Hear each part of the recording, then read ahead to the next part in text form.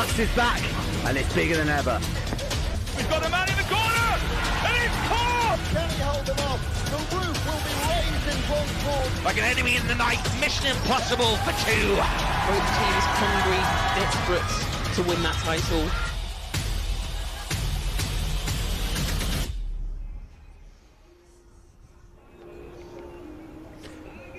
Good afternoon and welcome to BUCS Regatta 2026. You join us here at a beautiful, sunny and calm day at the National Water Sports Centre in Nottingham.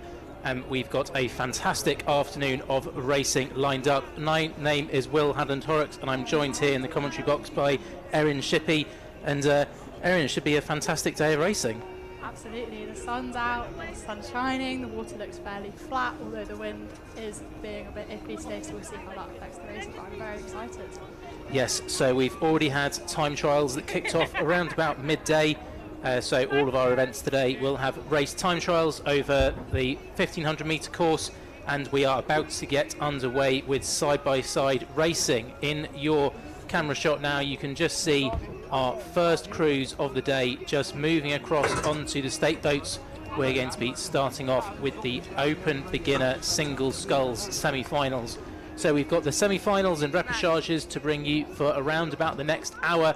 We'll then go into the medal races, A and B finals, where those gold, silver and bronze medals are going to be awarded to some very lucky competitors today. And we'll then round out the day with the minor finals. So lots of racing, and this is only day 1 of 4, so make sure to stay tuned in for everything that's going on at BUCS Regatta over the next 4 days. We're just seeing the huge number of competitors that we've got, all the boats stored on the hill and all the marquees that are right down on the waterside. A great vantage point for athletes who are in between races to cheer on their teammates as they finish off their races.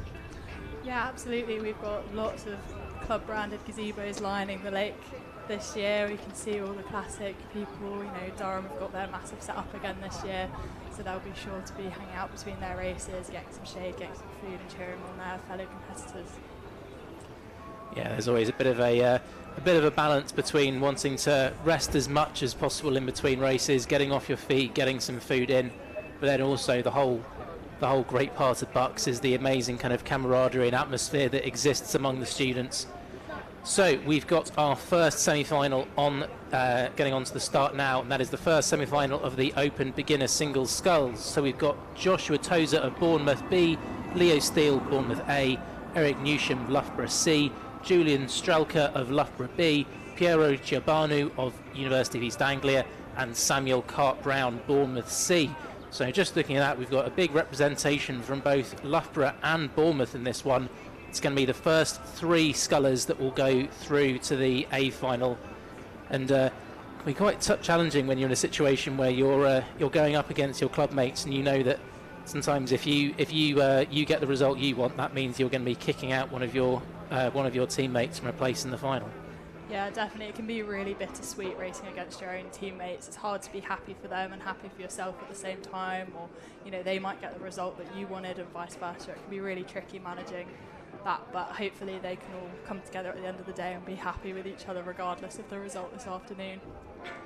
Really impressive performance from Loughborough in the time trials. We've got 2 in this semi-final and we've got 2 in the next one, and I think they had 3 of the top 4 scullers.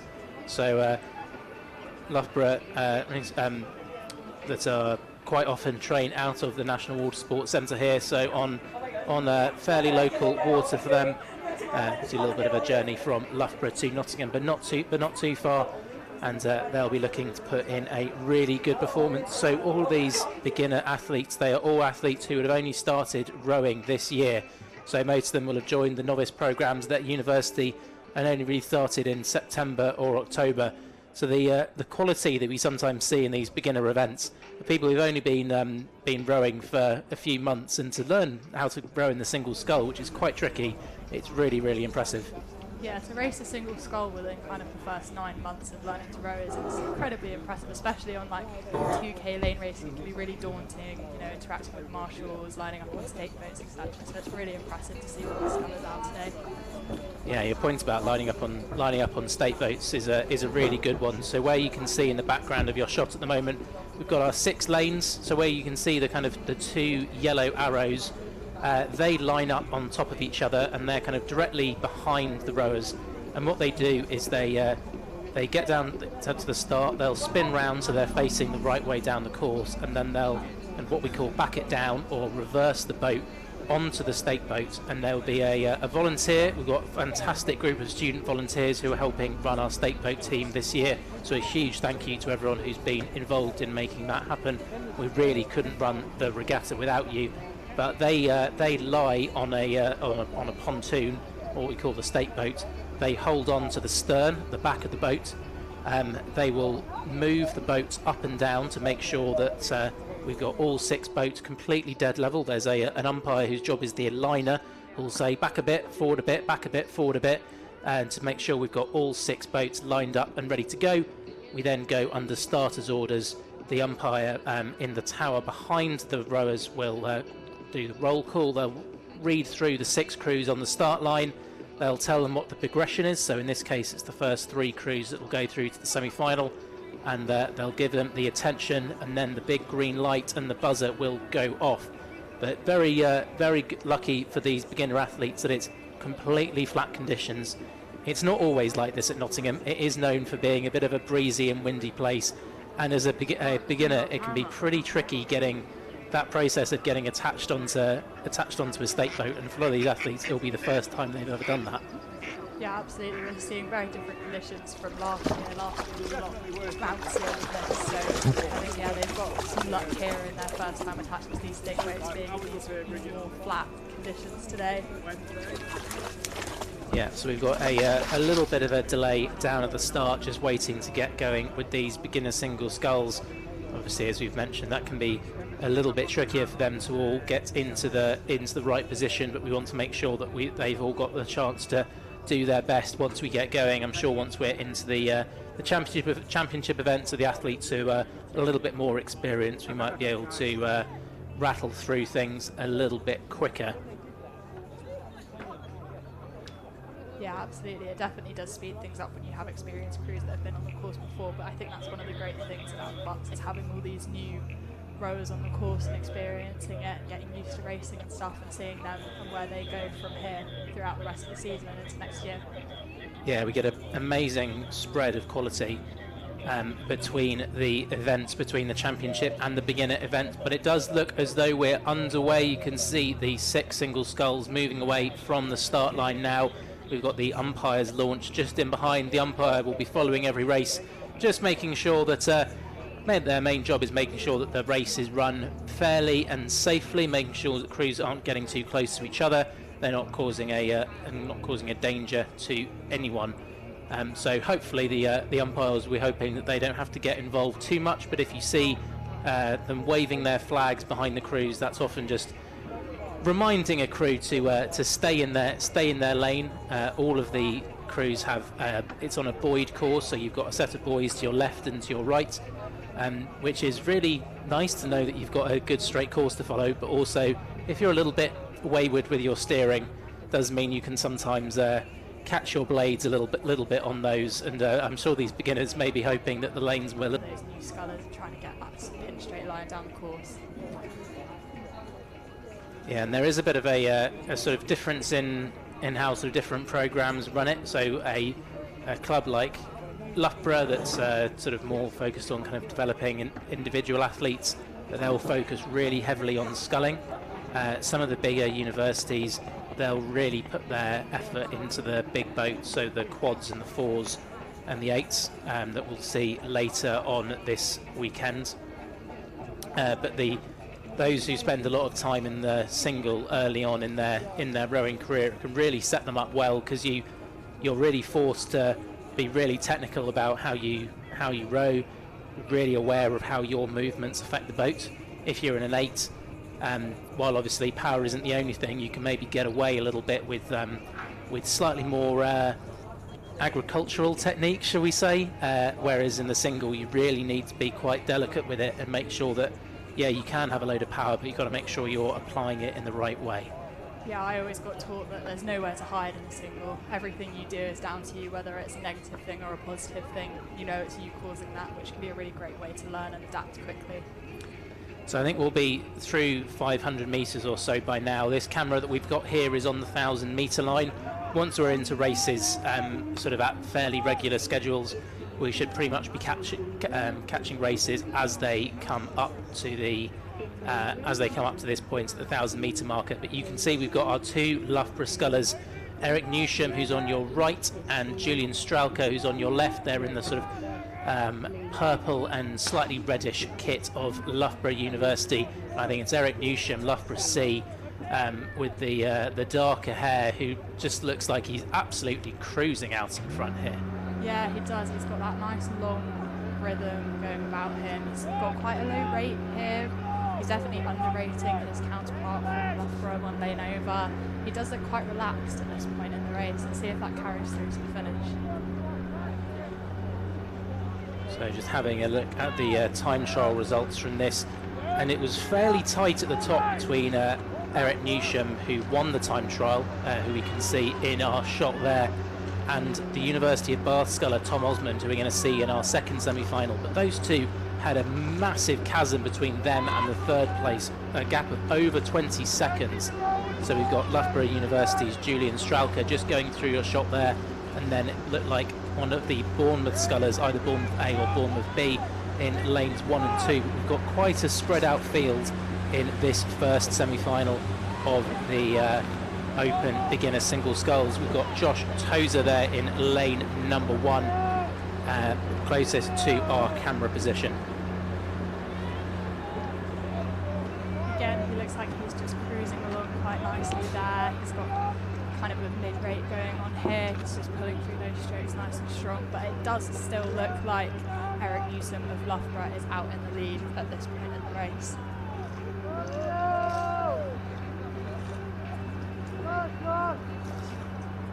Fantastic shot there as our scullers row away from the 1,000 metre marker. You can see what glorious conditions we've got here at the National Water Sports Centre, and these athletes now will be into kind of a, you've got to kind of balance your efforts, that you want to get a really good race in, but also for these athletes, they've done a time trial around about 12 o'clock. They're doing their semi-final now at around 2:30, and then they're going to be doing their final at about 4 o'clock. So that's 3 quite big efforts in quite a short period of time. And this semi-final is one where you can probably, especially if we've got slightly bigger gaps as we do here, can maybe just measure your, oh dear. It looks like we might have a bit of a capsize on the course. Yes, so this is this can be an occupational hazard with the beginner single sculls.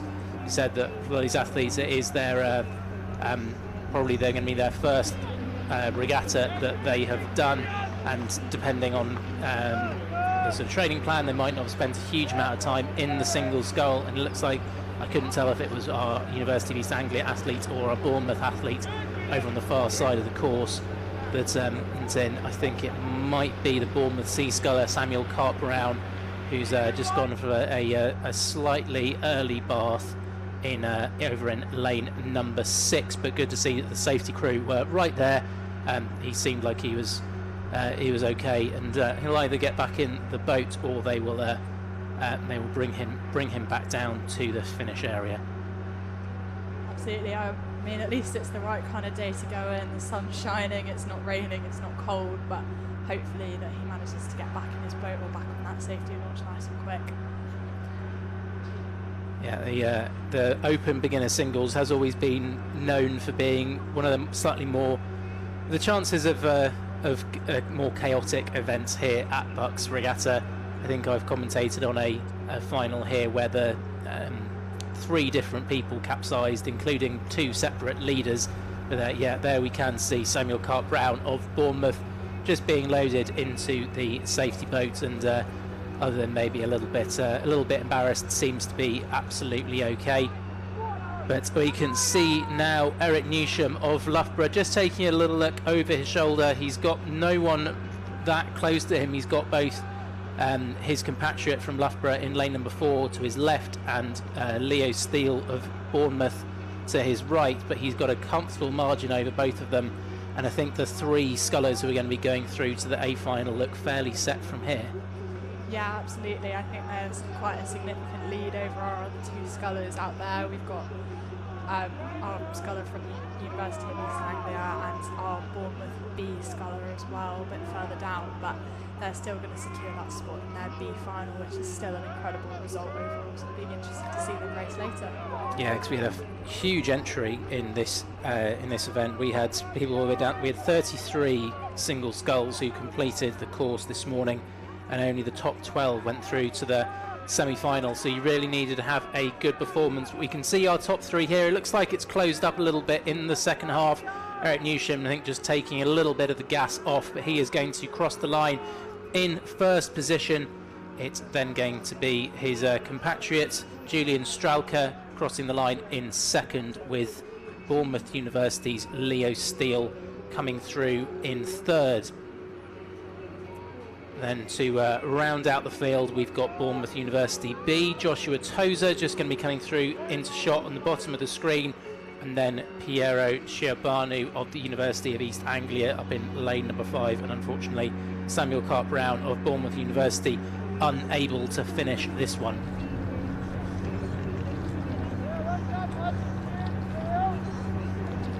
Next up we have the Open Beginner Singles second semi-final, so it's going to be interesting to see the results from that one and compare those times across. In this race we have Aaron Walton of Nottingham Trent University, Adam Price of Reading University, Tom Osmond of Bath University, Ruben Kerry of Loughborough University, Leo Caddy of Loughborough University, and Johnny Robinson of York University.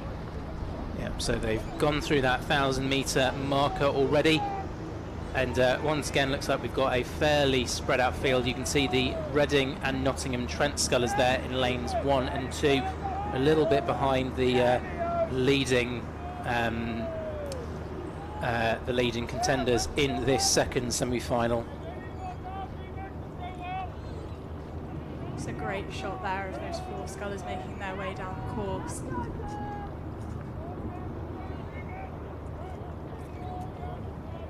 Yeah, so you've got this relatively lonely expanse at Nottingham for the first kind of 1,500 metres or so, where the only noise you'll really hear is you've got the coaches who will cycle alongside on their bikes.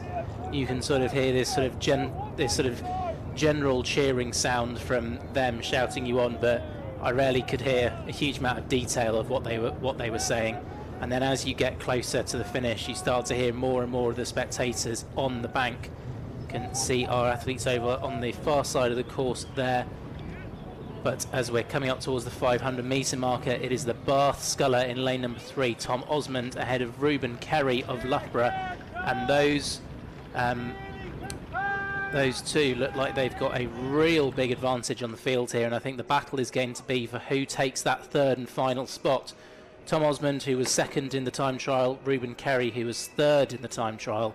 But it looks like we're going to be getting at least one more Loughborough sculler in this A final, and they're going to be scrapping it out for their medals come the A final in a couple of hours' time. It's definitely looking a bit Loughborough dominant going into this A final, isn't it? It's going to be a successful day for them to start off BUCS. You do get real sort of golden patches with certain beginner programs who get a really good recruitment class. There'll often be people from the boat club who are scouting around the Freshers' Fair trying to find people who look tall or particularly fit, or especially if you've got a lot of experience in other sports, you can really quite quickly transfer over into the rowing world, especially if you've got that big engine. And we can just see Eric Newsham of Bath. He's in, I believe, one of the British Rowing Performance Development Academy boats, so he is an athlete, I think, as is the Loughborough sculler as well, who's clearly been identified as being on a bit of a talent pathway, potentially towards bigger and brighter things in the future.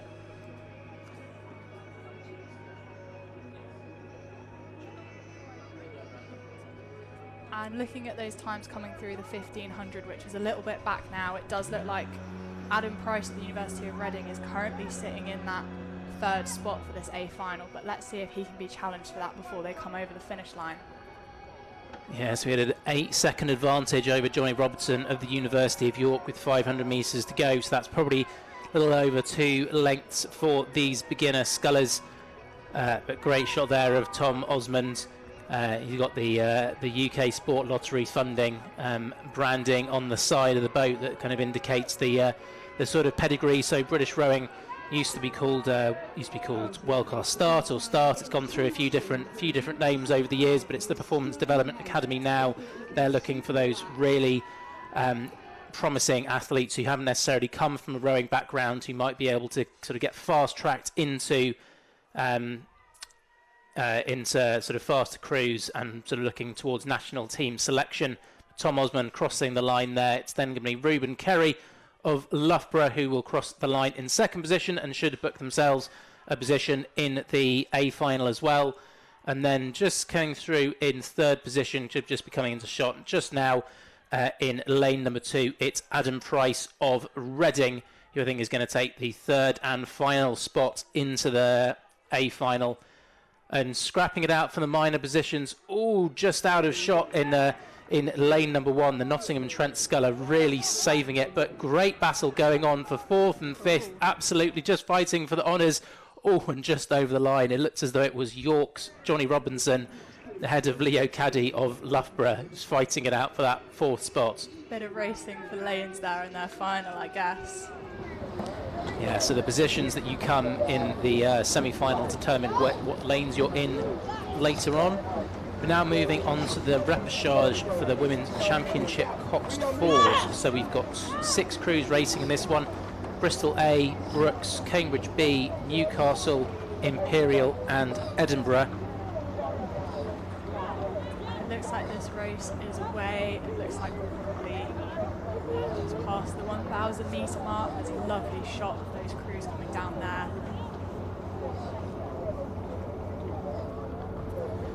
So we had 7 crews that were contesting in this one.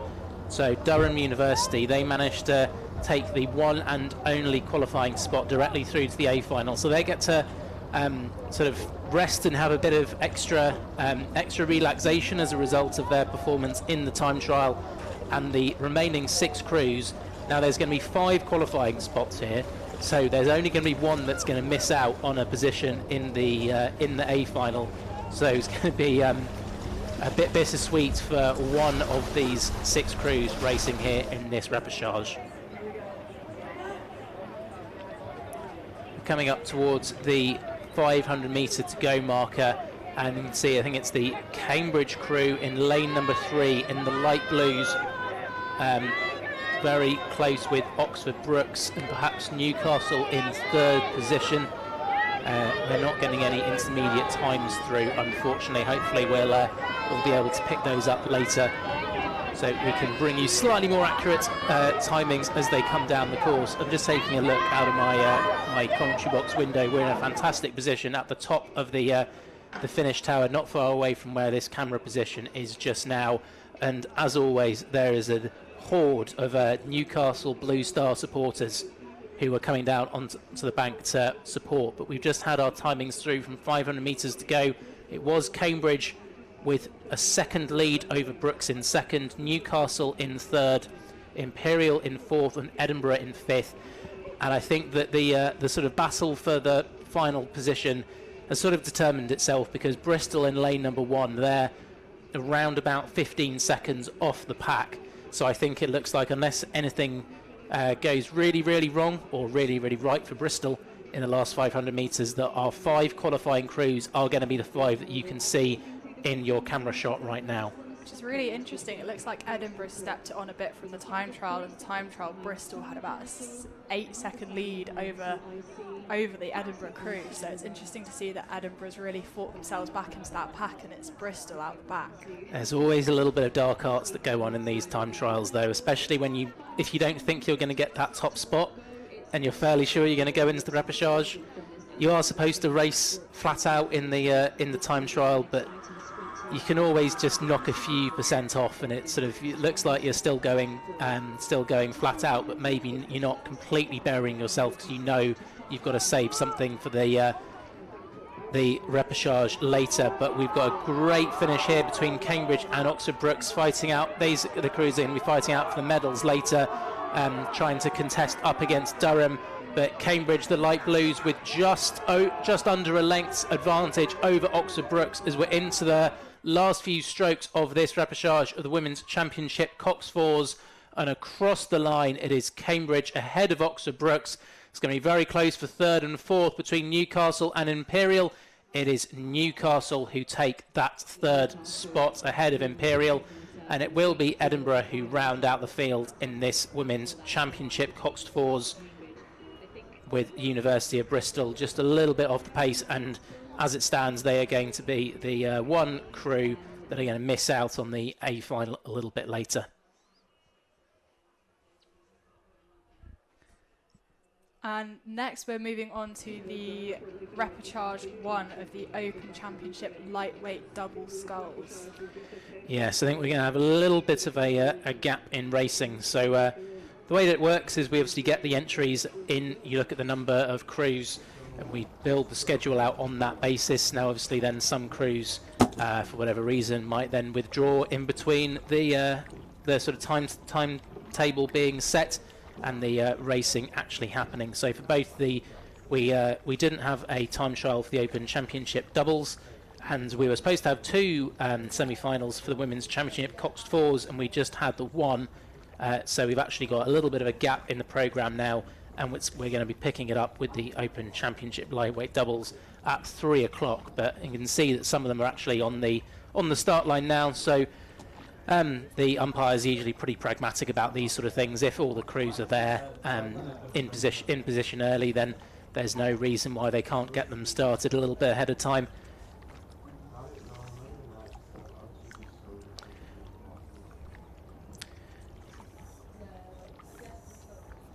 So while we wait for this Open Championship lightweight double sculls repechage to start, let's catch up on some of the highlights from Big BUCS Wednesday.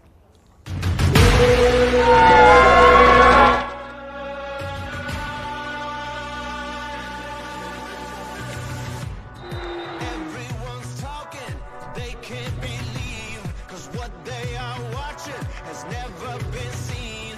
Pass every limit from heaven to hell, smash every record as well.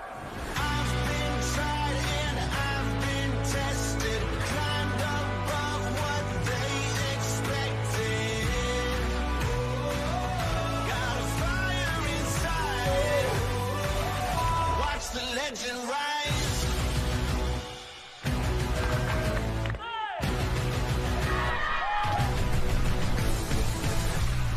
There is a target, drum on my back. Everyone follows where I am at. No one can stop me, I'm changing the game, and now it will not be the same. I've been tried and I've been tested, climbed above what they expected. Got a fire inside, watch the legend rise. Legend rise. Watch the legend rise. Watch the legend rise. The legend rise.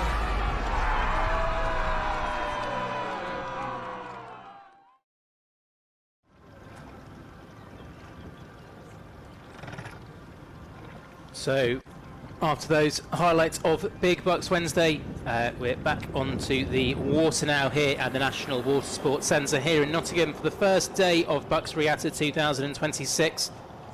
Last year was the first time that we expanded the regatta out to 4 days, such as the demand from the university students. I'm a little bit grateful because the days here were pretty long previously. When you started the first time trial at 8, and you were pretty much going with side-by-side racing at 8 p.m. Which for us commentators meant that our voices were a little bit tired by the end of the day, and our brains were sort of completely frazzled. but it means we get to have 4 days here at the National Water Sports Centre. Everything's just a little bit more spread out, a little bit more relaxed, but we should have this first repechage of the Open Championship lightweight doubles getting underway very shortly. The scheduled start time is 3 o'clock, but I'm sure that if the crews are there early, we'll be able to get started nice and early.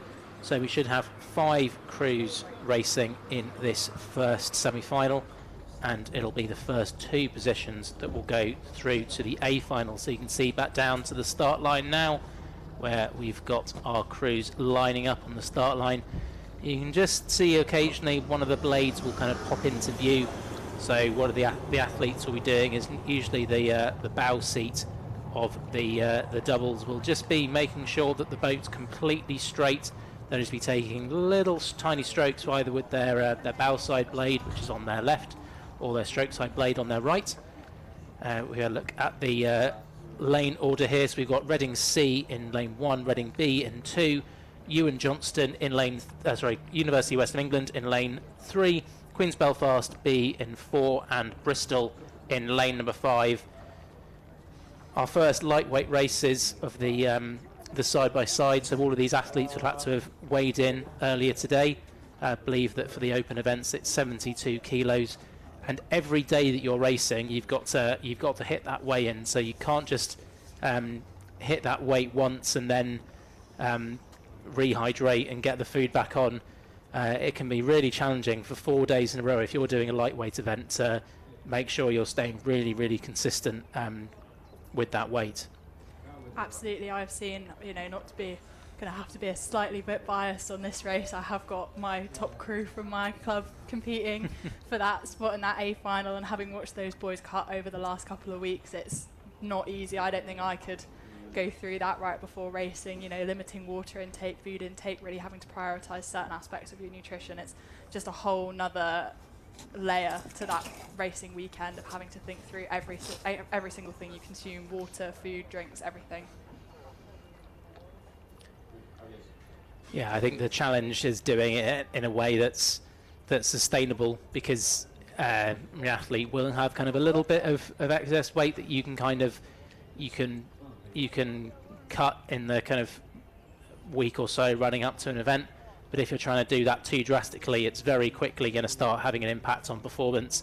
And if you're having to, you hear stories of lightweights who are jumping on the bike or going for a run on the morning of a race in sort of plenty of layers of kit just to try and sweat down.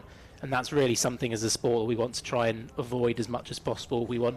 It's great that lightweight rowing has a place in our sport. Unfortunately, not going to be a part of the Olympics going forward, but I think still at these university levels. So it's not just focused towards the athletes who are 6'4" and 100 kilos and look like Hercules. Good to give athletes a kind of huge fitness levels and strength levels, but maybe not quite blessed with the same height genes as some of their heavyweight competitors. No, and absolutely, it's so great to see that even though lightweight rowing has unfortunately been discontinued at an Olympic level, it's really great to see that the numbers of entries in our lightweight events this year at BUCS have actually, I think, increased from last year, which is really positive to see, that it's not just dying out completely as an aspect of rowing. It's really positive. And it does look like our crews might be away on the course off the start. Yes, that is absolutely true. The telltale signs of the blades kind of chopping in and out of the water. So you can see going from right to left, we've got lane 1 over on the right hand side, and that moves over towards lane number 6 on the left. Just got 5 crews in this one, and the top 2, as I mentioned, will be going through into the final later on. I've always really enjoyed watching the lightweight rowing, because there's definitely that technical aspect to it that just matters even more than an open weight rowing. You can have, as you said, a guy that's 6'4" and just incredibly strong. As long as he can get his blades in the water, the boat's going to be moving pretty quick. But there's definitely a lot more dependence on that technical proficiency in lightweight racing, which makes it really great to watch. For sure, I think it kind of acts as a sort of an equalising factor in the sport, that if everyone's kind of working towards the same weight limit, you're often going to get athletes of a very similar level in terms of fitness and strength. It was always kind of known in the Olympics that the lightweight double and the lightweight four, when that was a part of the games, produced some insanely close racing, because you're really fighting on the margins. It's about your technical efficiency, and it's about just how much you can squeeze out of yourself when you're sort of so constrained by the by those weight requirements. But I think it's a little bit hard to tell from this shot, but I think the University of the West of England in the centre of the course do look like they are poking their bows out in front in these early stages. Absolutely, which doesn't come as too much of a shock if we look back at those time trial results. They only missed out on those top 2 spots from that time trial by 100 or a tenth of a second, whereas they were about a 6-second lead over that crew from the University of Edinburgh that will be in our second repechage for this event. So let's see if they can keep that lead out in this rep and they don't run out of steam. Yes, they'd have had a 10-second gap over the Queen's University Belfast crew, who are in lane number 4. So that does give you a degree of confidence going into it that you're in a pretty good position, especially when there's only 2 spots available. But yeah, that's really, really gutting that it was only 0.1 of a second between the Queen's University Belfast A crew that managed to take that second qualifying spot.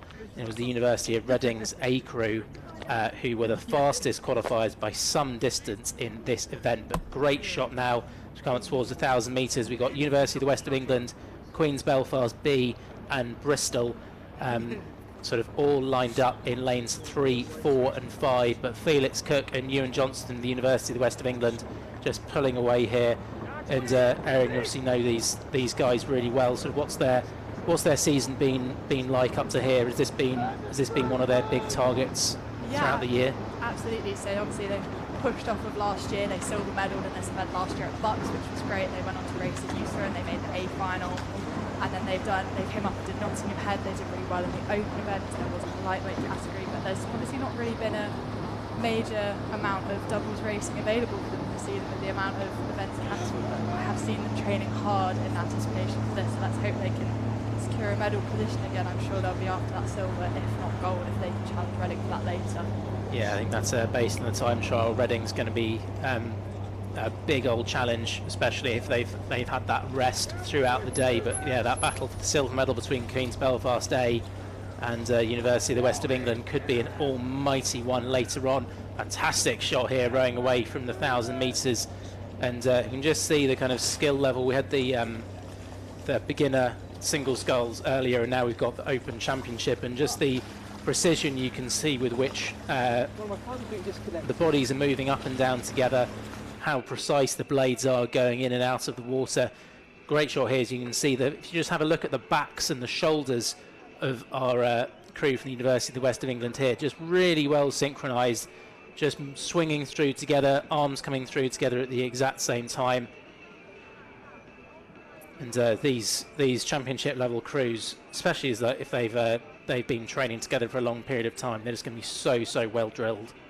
I think this might be Felix and Ewan's 3rd time racing BUCS in this double, so they've definitely been training together for a good few years towards this now, and it's great to see that paying off when you're watching them on the screen. You know, those blades together, those bodies moving together, it's really great to see. This battle for second, where the last qualifying spot is going to be tight between Reading B and Queen's Belfast B in lanes 2 and lane 4. And see if who of those 2 crews is going to take that last spot. So we had Reading C just coming through the shot there closest to the camera. So yeah, we've got University of the West of England in the red and black in the centre. They're leading. We're fairly sure they're going to go through. But Queen's Belfast did the white tops with the green and blue stripes across the chest, and Reading in the black tops with the purple and white stripes down the side. They are in the 2nd and 3rd positions. It was Reading who had a small advantage. It was around about 2.5 seconds as we went through 500 metres to go. 2.5 seconds should probably be enough for Reading to take that spot. But if Queen's Belfast have got a sprint in them, now is the time to show it. I mean, looking at our camera shot now, I mean, it can always be deceiving, but it does look like Queen's might have stepped it up already. It's looking like they might be catching Reading up a bit, but I do think Reading still has that slight lead out over them coming into this final couple hundred metres. Yeah, it can always be a little bit hard to tell. We get this thing called the parallax effect, where you're trying to look from far away at two things that are moving towards you and actually trying to work out which one's ahead can be a little bit tricky. That the crews on the lanes further away look like they might be a little bit further ahead, but I'm fairly sure that Reading, just out of shot to our right, there we go, their bows coming into picture now, I think have still got a lead of maybe around about a length over Queen's University Belfast in the fight for second place. University of the West of England, though, are going to take the first position and they will qualify for the final. The right to go up against Reading and Queen's Belfast in the A final. They're going to come across the line now. Time of 7:24.5, and it is Reading over Queen's University Belfast. Take that second spot. A little clasp of the hands there between the bow and the stroke of the Reading crew, just saying job well done.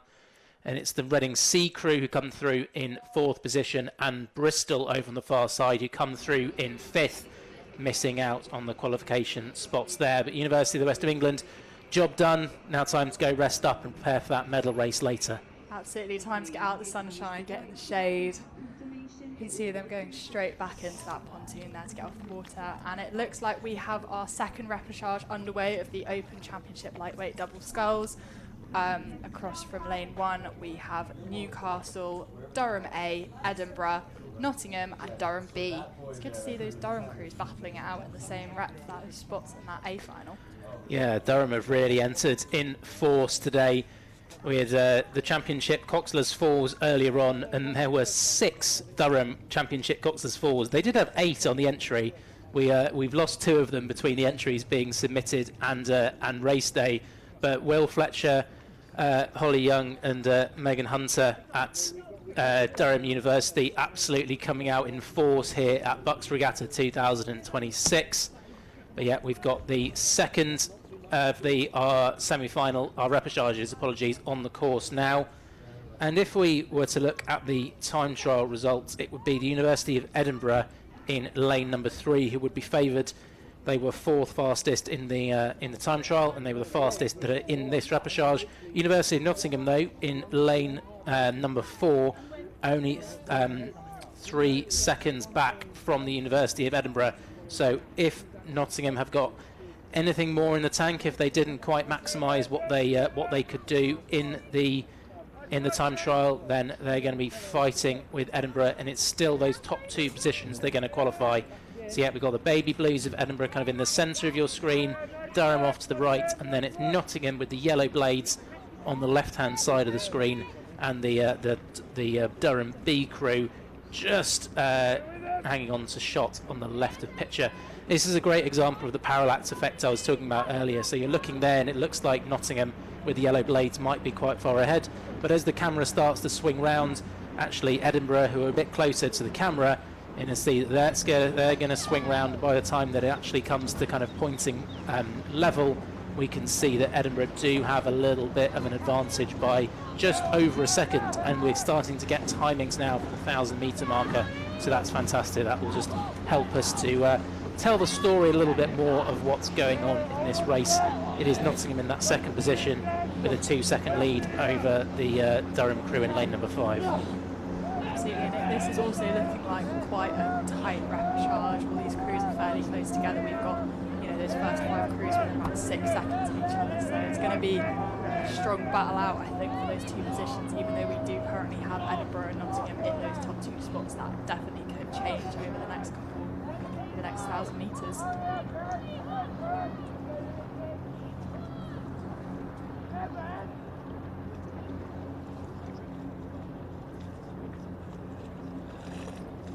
Good demonstration there of kind of two different styles of rowing. So the crew closer to the camera, if you look at the 2 crews that were sort of line astern with each other there, you have the crew that was closer to the camera taking a bit more of a body lean through the strokes. They're trying to elongate the stroke a little bit more, swinging the body a little bit more, so they've rocked over a little bit more on the recovery of the stroke, and then during the drive they'll swing back a little bit more open up those hips slightly, trying to make the stroke a little bit longer, whereas the crew that were in the lead, the Edinburgh crew that you can see behind, is staying a little bit more upright, not letting the body swing back quite as much, just sort of focusing on the legs as the kind of main sort of force that were propelling the boat forward, allowing them to get onto the next stroke nice and easily. It's different kind of different things for different crews. Certain athletes, certain coaches will kind of favour one style of rowing over the other, but the main thing is just making sure that whatever style you go with, everyone sticks to the same thing, and you're not kind of switching around between the crew. It looks like Edinburgh might have extended that lead over Nottingham by about another second since that 1,000 metre mark, but it is Nottingham still sat in that second A final position coming into the last 500 metres of this repechage. Yeah, Nottingham just moving out over Durham now to about 3.5 seconds their advantage over the Durham University crew, just over their left shoulder. It's always useful when the main crew that you're focusing on is in the lane next to you, and especially by the time you're a couple of seconds ahead, because you don't have to look too hard to see where they are. Now, you don't want to get tunnel vision and focus too hard on the crew that's next to you. You need to make sure you're kind of doing your own race as well as you can, but it is always important to kind of be aware of what the other crews around you are doing. Are they trying to make a push that you might need to respond to? Even though we've got sort of 5 crews on the course here, we can have up to 6. That sort of match racing aspect, especially when you're going for those qualifying spots, that really can exist, especially in these smaller boats where the kind of speed is a little bit more variable between the two. Absolutely, it's in these smaller boats there's a much more potential to kind of row through a crew on the finish through a good sprint, or you think how much energy and effort it takes from the whole crew to get an 8 up to speed to overtake a crew at the last minute. But these small boats, they're much lighter, it takes a lot less effort to get that boat running that bit quicker, so a good sprint can change the course of the race quite significantly in these last couple of hundred metres. Nottingham have really closed up on Edinburgh in these closing stages, and as has the Durham crew in lane number 2. So the ones that we haven't been focusing on too much, they look like they caught up with their compatriots. But I think our top 2 from the time trial are going to be our top 2 here in the repechage. It's Edinburgh and Nottingham who crossed the line in the first 2 positions, and they should take those qualifying spots. It is Durham in 3rd and 4th, just missing out. And then crossing the line closest to us in the finish tower is Newcastle University in that 5th spot. So it should be Edinburgh and Nottingham joining University of the West of England and Reading in the A final later on today. And I think the next race we're moving on to is the women's beginner singles semi-final. So this one we have our Strathclyde A, Cardiff Met, Edinburgh A, Loughborough B, Birmingham B, and University Belfast B.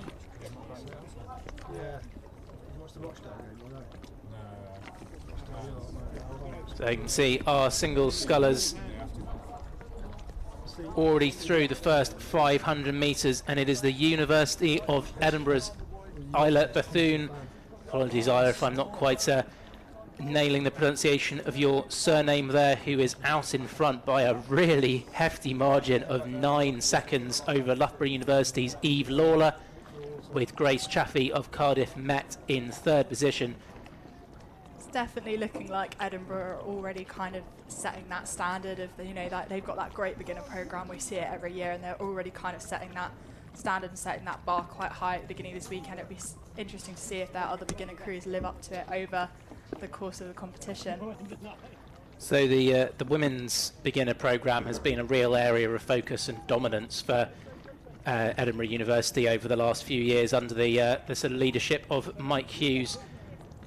They've consistently had really strong beginner crews that have gone on to do fantastic things. I distinctly remember commentating here for the women's beginner singles, where all 6 of the single scullers in the A final were all University of Edinburgh athletes, which is insane level of domination at that point.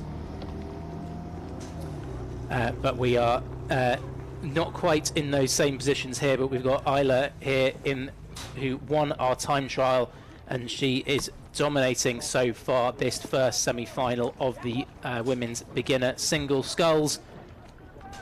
with Eve Lawler of Loughborough and Grace Chaffee of Cardiff met in 3rd position. There's then a little bit of a gap back to Catherine Evans of the University of Birmingham, who was in 4th. So we're seeing so far the results of the side-by-side racing pretty closely aligning to the results from the time trials, which is positive. But I think it's a sign that time trials were fair, the water's good, that athletes are kind of able to put a good reflection of their performance out in the time trials, and that's then being reflected when we get through to the side-by-side. Absolutely. I think the time we might see this change a bit more is in these finals this afternoon, where we've had, you know, in the beginner singles, everyone sits through a semi-final, but in those championship events we've seen previously, you know, not all the crews go through the reps, so it's going to be interesting to see, you know, the fatigue and the impact of that on the results later on this afternoon. So going to be interested to see what the gap is when our times pick up here. Almost 20 seconds for the University of Edinburgh. Cardiff Met was in 3rd, has moved up into 2nd position. Loughborough dropping down into 3rd. So Eve Lawler down into that 3rd position, but has a good margin of around about 13 seconds over the University of Birmingham in 4th place. So I think should be fairly comfortable for those qualifying positions through to the final. But you can never be too certain. As we said, in a single sculls race, a lot can happen, and especially in the beginner single sculls, where it's very possible for someone to catch a blade a little bit wrong and end up in the drink. Absolutely, that's a great shot there of the single sculler going down the course, and you definitely see it with these beginner events. The crews that seem to do the best are the ones that nail the basics, right? So you can really just see her keeping her arms straight as long as she can, really suspending off that seat, and you can just see there's just this like just cruising along rhythm to it, and it definitely is those beginner crews that can nail the basics that seem to do the best. I always feel like with beginner racing, the crews out front are the ones that have the smooth row, not necessarily the quickest row. You can see here the University of Edinburgh sculler, and I think if you showed me that footage and said that that was the beginner, I absolutely would not believe you. That is a sculler that looks like she's been doing this for many, many years. Just the kind of relaxation that you can see, especially in the shoulders. It's very easy in a single scull to really tense up, and especially if you're a beginner and it's a sort of new experience for you, that actually just being able to stay cool and calm and let your body doing the work, that's something that is really gonna help Isla go far if she sticks with rowing. Edinburgh have got a really good track record of some of those athletes who've been through that beginner program going on to bigger and better things. So the university boat race this year, we had both of the Frysham sisters, one in the Oxford Blue Boat, one in the Cambridge Blue Boat. Both of them were University of Edinburgh beginners. The under-23 British rowing trials, the top women's under-23 double there was one of the athletes who'd come through the Edinburgh University beginner program. So fantastic track record of these athletes who've been through this program with Mike Hughes, then going on to really strong performance. Absolutely, and if I'm not mistaken, I'm quite confident that the winner of the aspirational single sculls at Henley Women's last year was an Edinburgh beginner sculler from that season, which was just insanely impressive. Yeah, and they've often been able to take their top 4 into the development Cox Falls event at Henley Women's, which is often kind of won by crews that maybe been rowing for 2, 3, 4 years and taking people who are completely brand new and throwing them into that development Cox Falls. But it's changed back again, so Loughborough has managed to move back into 2nd position. So Eve Lawler and Grace Chaffee of Loughborough and Cardiff Met respectively, just trading off those positions. But it's sort of a serene day out on the lake for Isla Batoon of the University of Edinburgh here in lane number 3. Absolutely glass flat water, sun is out, huge advantage here in this first semi-final of the women's beginner single sculls. There's 25 seconds that she has at the moment over Eve Lawler of Loughborough University, and is just able to relax as she goes into the red buoys now that signals 100 metres to go here at the National Water Sports Centre, knowing that she's going to have her place in the A final locked up as long as nothing goes catastrophically wrong in the last few strokes. I don't want to pass on the commentator's curse, but I think based on her performance so far, I think that's very unlikely to happen.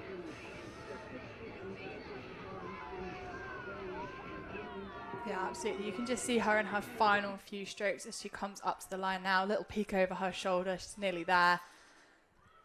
God, what a lead in your semi-final going into that A-final. That's got to fill her with that little bit of confidence later on this afternoon. Yeah, so it's around about 100 metres or so that she's got in this one, and it is going to be Loughborough and Cardiff Met. Well, quite a spread out field here. It is Loughborough who are going to come in second position, so Eve Lawler ahead of Grace Chaffee of Cardiff Met to take the last two qualifying positions into the A-final. So the Loughborough athlete, again, one of the British Rowing Performance Development Academy athletes, with the lottery funding sticker on the side of the boat, always makes it nice and easy to spot. So thank you for that. If you are going to be here at BUCS Regatta over the weekend, then the British Rowing Performance Pathways team are going to be doing some of their testing down near the finish tower. So please do go and check that out if you are going to be here at the National Water Sports Centre at any point this weekend. But we're moving now on to the second of our semi-finals in the women's beginner single sculls. Alex Smith of Birmingham in 1, Alexia Sinkovic of St Andrews in 2, Eva Bolton-Lake of Hartbury in 3, Chloe Bernard of Loughborough in 4, Kate McCluckey of Edinburgh in 5, and Aisling Ward of Queen's University Belfast in lane number 6. Going through the 500 metre marker, it was Loughborough University's Chloe Bernard who had an advantage of only 0.3 of a second over the University of St Andrews, with Hartbury sitting in third, around about 6 seconds back. But as we're coming up towards the 1,000 metre marker, I think Loughborough in lane 4 have really stepped on the gas, and they have now got a good advantage of a couple of lengths over St Andrews in second. Absolutely, it's interesting to see these results actually quite varying from the time trial. I know earlier we were talking about how it seemed to be reflected in the side-by-side racing, those time trial results, but in those that time trial earlier, it did look like Eva Bolton-Lake and Hartbury had quite a strong lead over some of the other scullers. But it's looking here that she's back in third place, so hopefully she can hold on to that spot for that A-final later.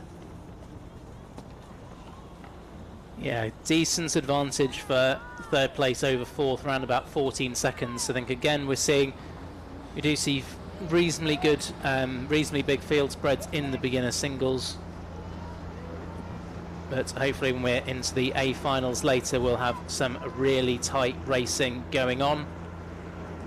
I think it's also with the repechages and semi-finals, there's quite a lot of strategy to it. You know, she might be holding back a bit. If you're securely in that third spot and you only need to come third to get through to that A-final, why waste your energy now fighting it out for first? I understand there's the concept of fighting for lanes, but I feel like on a quite flat, calm day like today, what lane you're in doesn't actually influence the overall result as much as it can do when we see those choppier, blusterier conditions like we had last year. That's a really mature approach to take as a beginner, because I think the attitude of a lot of people, if they've got a competitive spirit, they're just going to want to go absolutely flat out, aren't they?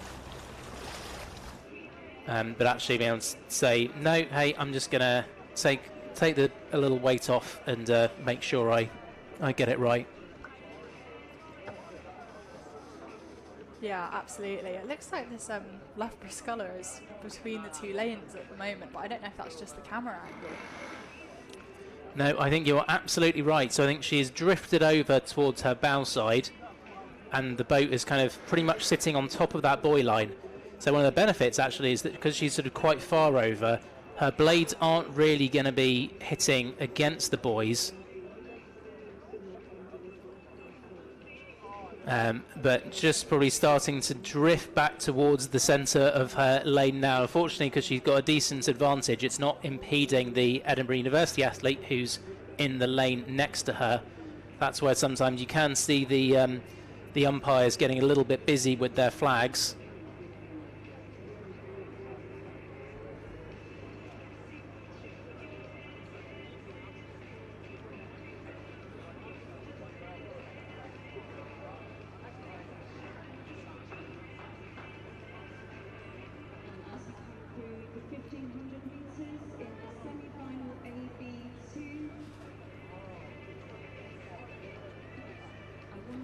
It looks like coming into those last 500 metres, it is Chloe Barnard of Loughborough with that quite strong lead out in that first position.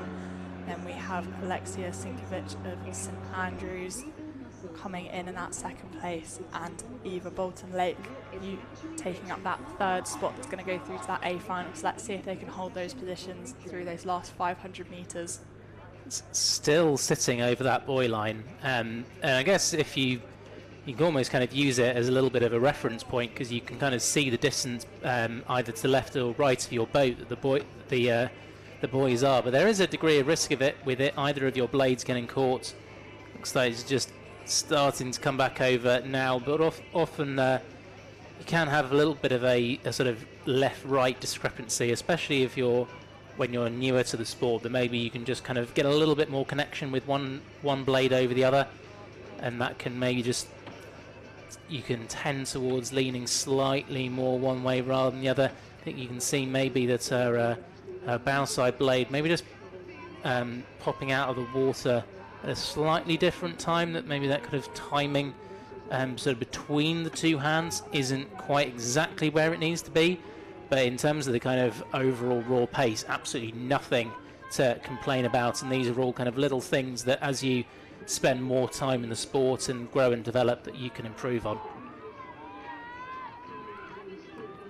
Absolutely, and you can hear those cheers of those fellow competitors on the banks as people come into those last couple 100 metres, can really get you through. And we've got a bit of a battle here between Hartpury and St Andrews coming across the line, even though they have both secured their spots in that A final.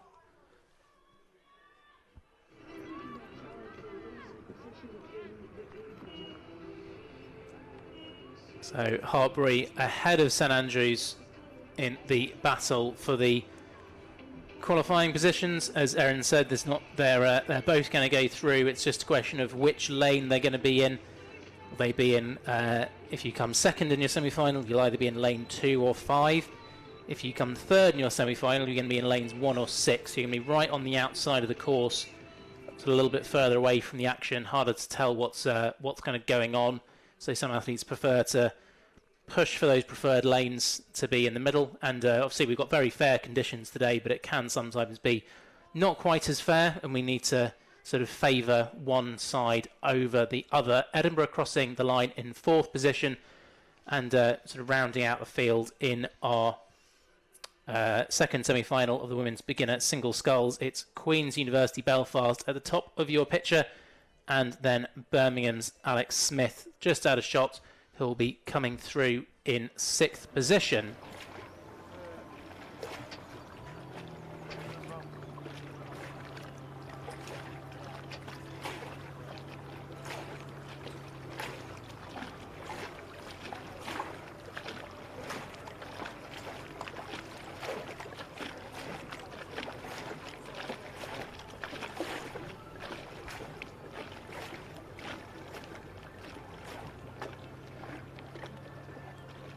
So once again, we've just got a slight gap in racing here, where our women's championship lightweight Coxless fours repechage has been eliminated because we only had 6 crews in the semi-final for that one.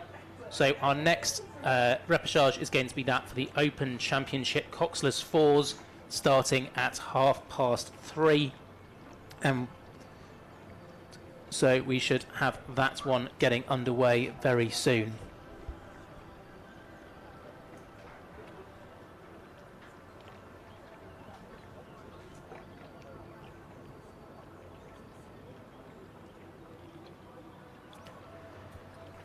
I'm going to take this moment to hand over in the commentary studio to Sasha Castelbranco, who is going to be taking the lead for this next bout of races, so our last repechages and semi-finals, and moving us on to the A and B finals.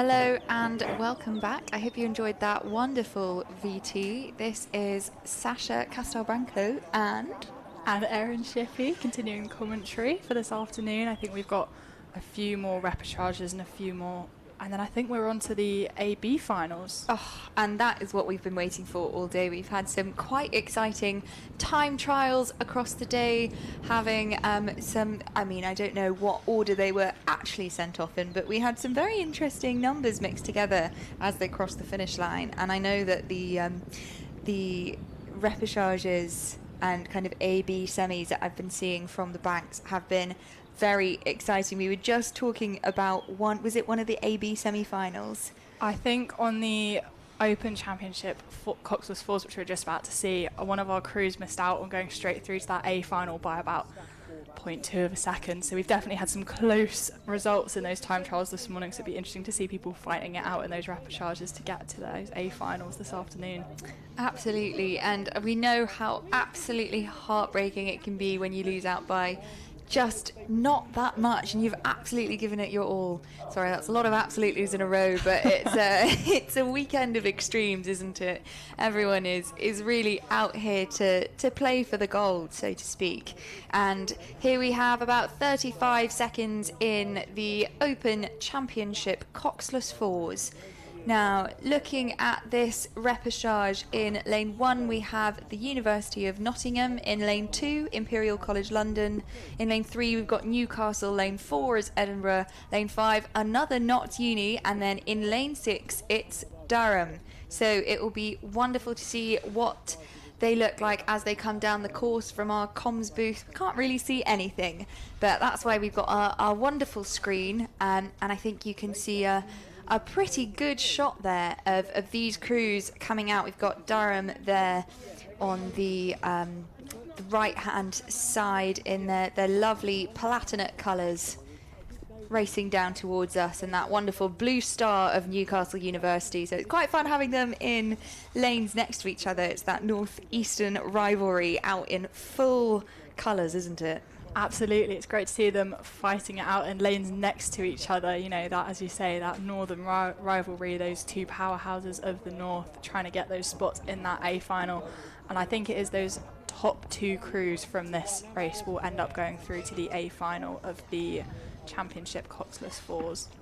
I think actually another shout out is due there in the blue shirt, stood up in the umpire launch. That is Richard. He is an umpire from the US.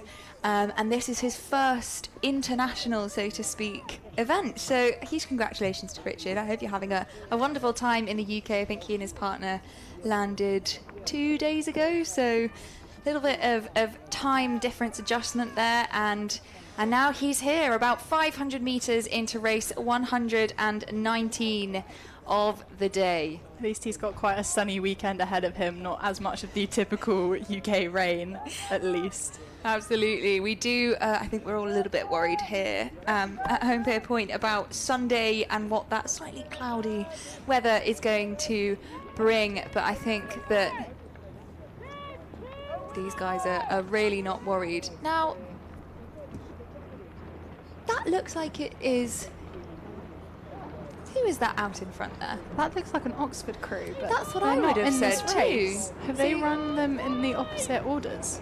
I think they might have. Yes. Okay. So it's not 119 in your programme. It's 120, which is why we've got 2 Durham crews there. So this is Oxford University. We've got Alex Underwood, Alexander Sullivan, Julian Schobel, and Fergus Pym out there in front. We've got, I think that's Newcastle coming in at second, followed by Durham. And I think Durham and Oxford Brookes look like they're having a face-off on both ends there. Yes, that is a confirmation. We've got Oxford coming in about 3 seconds ahead of Newcastle, and not very much in it between Newcastle and Durham there. This is going to be a very exciting time. And then again, not that much between Durham and Oxford Brookes, and obviously it'll be, you know, close there, challenging for those 3 crews to get into those just top 2 spots.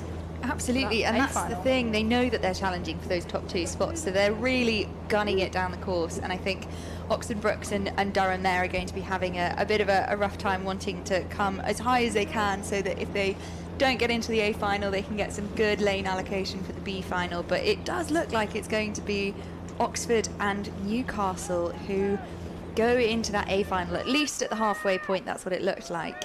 And I think we can expect a lot from Newcastle this weekend, can't we? Because especially from the northeastern contingent, they, I would say, probably do the best at transitioning from head racing to regatta. And you can really see that if you look at their kind of past BUCS results. But I mean, yeah, it looks like BUCS have made a move there. I think Durham are being left behind, and BUCS might be moving through Newcastle. Let's wait and see these 1500 metre times through, but I think you might be right there. But it is clear to see that Oxford crew is still out in the lead. That is that crew that missed out on those top 2 spots in the time trial by less than a second. So, ooh, that is some close timing there. We've got about a second between Newcastle and Oxford BUCS. Apparently Oxford BUCS still slightly behind Newcastle. Now, they've finally got to a point where we can kind of see them from our castle in the clouds, the comms booth. And I have to say, one of my favourite parts of especially BUCS is how intensely Newcastle take cheering on for their club, and I think that's one of the things that make Newcastle quite a successful club. And you know, as a Durham alumni, I hate to say it because I'm trained to rival the Blue Star, but it's wonderful to watch. They're all lined up in their kit, ready to absolutely scream their heads off, so that Newcastle really know that they've got all the backing from their club as they come down. Now, I have to say, Durham are doing a pretty good job at pushing Newcastle as well. I think BUCS have moved through Newcastle. You can see it on the screen. We can see it from up here. BUCS are really, really ramping it up. They look like they might even be catching up Oxford. Gosh, that is very exciting. I think Newcastle are being left behind in this race. It is Oxford versus BUCS here. They are, they're doing a stellar job. I think BUCS might run out of water before they get to the finish line to challenge Oxford for the first place in this repechage. But oh my gosh, look at that. That is so close. Oxford BUCS really did a fantastic job of trusting their training right there. And they just moved. Oh, Newcastle. Managing to edge that length out over Newcastle in those last couple 100 metres was just so impressive. Absolutely fantastic.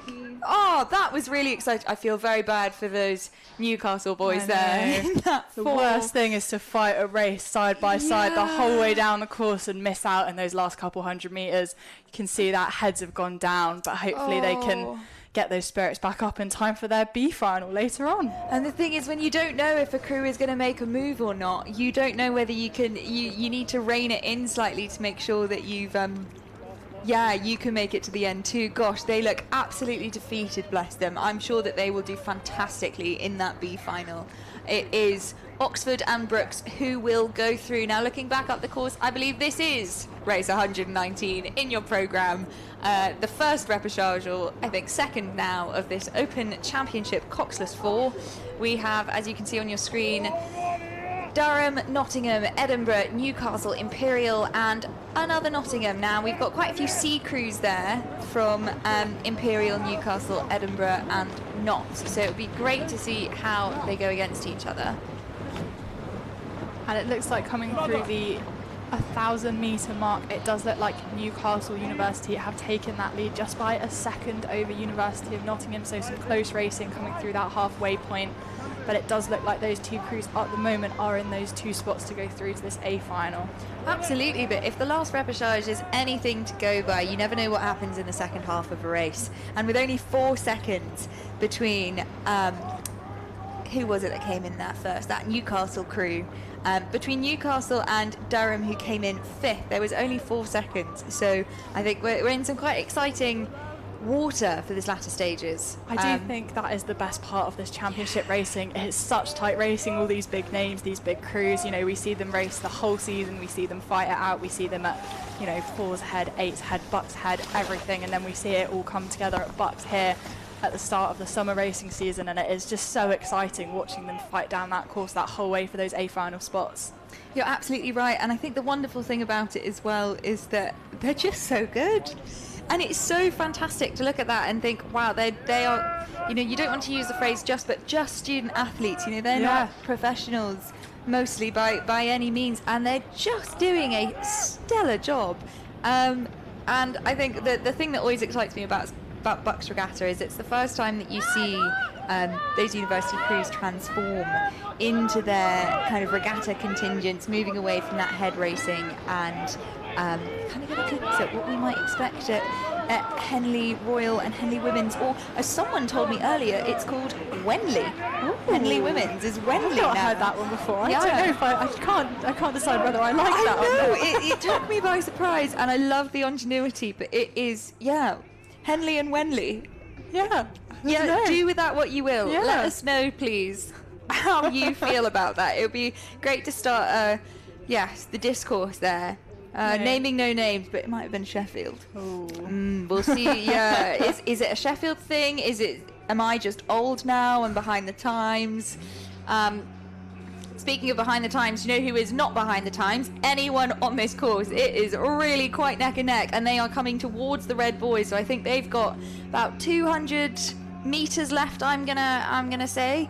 And they're doing a really good job. I mean, it does look like Newcastle might be out front, but I would agree with you there. They are. I think they've been doing a stellar job of making their way down the course. And as we said, this is their A crew, so that was their B crew, putting a fantastic performance in that second repechage. And here they come down to their line of supporters, lining these last couple hundred meters. How exciting! You can hear the shouts all the way from up here. It's, you know, the atmosphere around those Newcastle crews is just absolutely amazing. And if you watch them compared to the other crews, they're definitely rating slightly lower, but you clearly see how much power they're putting down, and they're trusting themselves to be able to just power themselves onto the finish line. They've got a bit of connection there with Edinburgh, but they know that they're going to cross the finish line first, so why would they up the rate? They want to save their legs for later. So that's an Edinburgh Newcastle, and then I think it was Nottingham Imperial,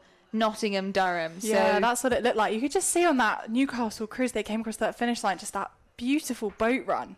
It just runs under them.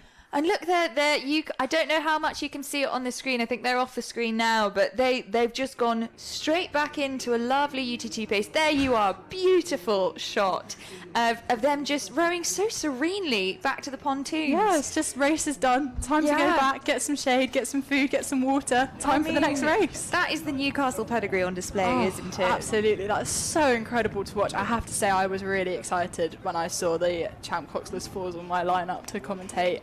They're just so exciting.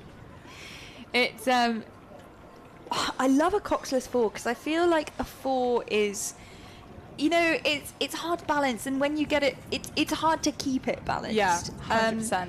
And I've only properly raced a 4 at a regatta once, a coxed 4 that was, and I remember it was a set of girls and our cox, and we did a lot of 8s training together. We got in, and it was so balanced.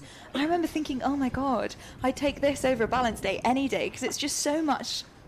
I see racing 4s quite nostalgic, because I'm down from the weirdest area of the country, so down in the southwest of England, where we have championships and stuff, so our main thing is coxed 4s the whole way through. From J18 up, you're always out in coxed 4s, and it's just so fun to have a crew. And like, when you get a 4 moving and running together, they are one of the best boats to race in, I think that they're quite an underrated boat class, especially Coxless, where you've not got the weight of the cox in the boat either. It just, you know, you can get such a beautiful boat run, as we saw in those champ events. It's just so incredible.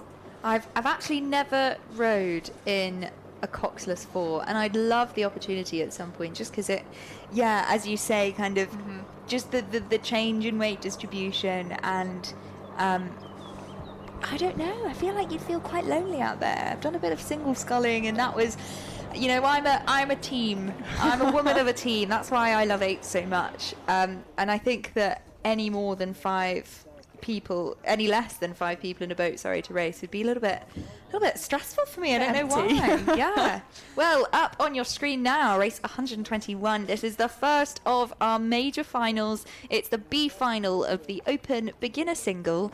And as you see there, we've got Nottingham Trent, University of East Anglia, Bournemouth University, University of York, Loughborough University, and Bournemouth University C.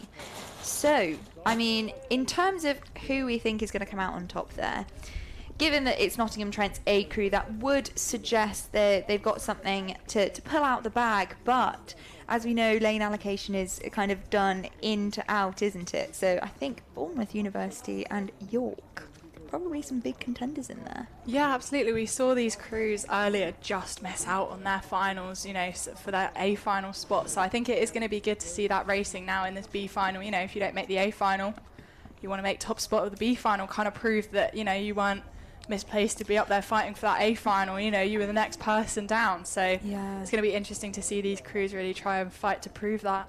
Absolutely, and I don't know about you, but sometimes I think that these non-medal finals are actually slightly more hard fought. I mean, you know, you go into an A final and you could get a medal or you couldn't. Half of you are going to get one, half of you are not. And so once you know that you're really out of contention for a medal, I wonder what that does to your psyche. I say this as someone who has never raced for a medal at BUCS because I just was never there. But when you're in a B final, you're still pretty much, that's the top 12, especially with this, top 12 scullers. And I feel like in the B final, you have that aspect of fighting for top 10. Yeah, you know, if you're yeah. in the top 4 in your B final, you've made top 10 scullers. And like Yeah. this year, we've definitely seen a really huge increase in entries in the singles. You know, the Open Beginner Singles we're about to see now, there was about 43 entries. I know, as I'm racing myself later on this weekend, there's about 72 entries for the women's intermediate singles, which is going to be so insane. But you know, to see that, you know, to make top 10 of that many entries is just such an impressive feat, even if you've not medalled. Whereas I guess if you're in an A final, once you're out of medal contention, that's it, you've made top 10. That's the thing, yeah. You know, so Yeah. it is, you get a bit more competitive, I feel like, sometimes at the almost the Yeah. lower end of the B final. Yeah, you're sat kind of going, well, no one's getting a medal, so I'm racing to be Yeah. 7th or 8th. I'm racing for my overall place, not my medal. Yeah. Yeah, definitely. And I Go. think definitely in previous years you see some really good racing in the minor finals as well. Sometimes, you know, people really do have some determination to prove themselves in those minor finals, which is really great to watch. But for now, we have still got these A-B finals, which, you know, are just those top performing crews that have come along this year. So that's really impressive to see as well. I was having a chat with someone the other day. He was just asking about what the difference was between kind of head racing and regatta racing, and why was there actually a difference, because, well, you do time trials at regattas as well. And I was kind of talking through it. And I was saying, actually, the thing for me that is most exciting about regattas, because, I mean, other than the fact that it's less likely to be kind of -2 and potentially hailing on you, and it's not almost 7 kilometres long, no offence to heads the river, but the exciting thing is that the time, like, you know, if you call a head race a time trial, that time trial is based on where you came last year. Yeah.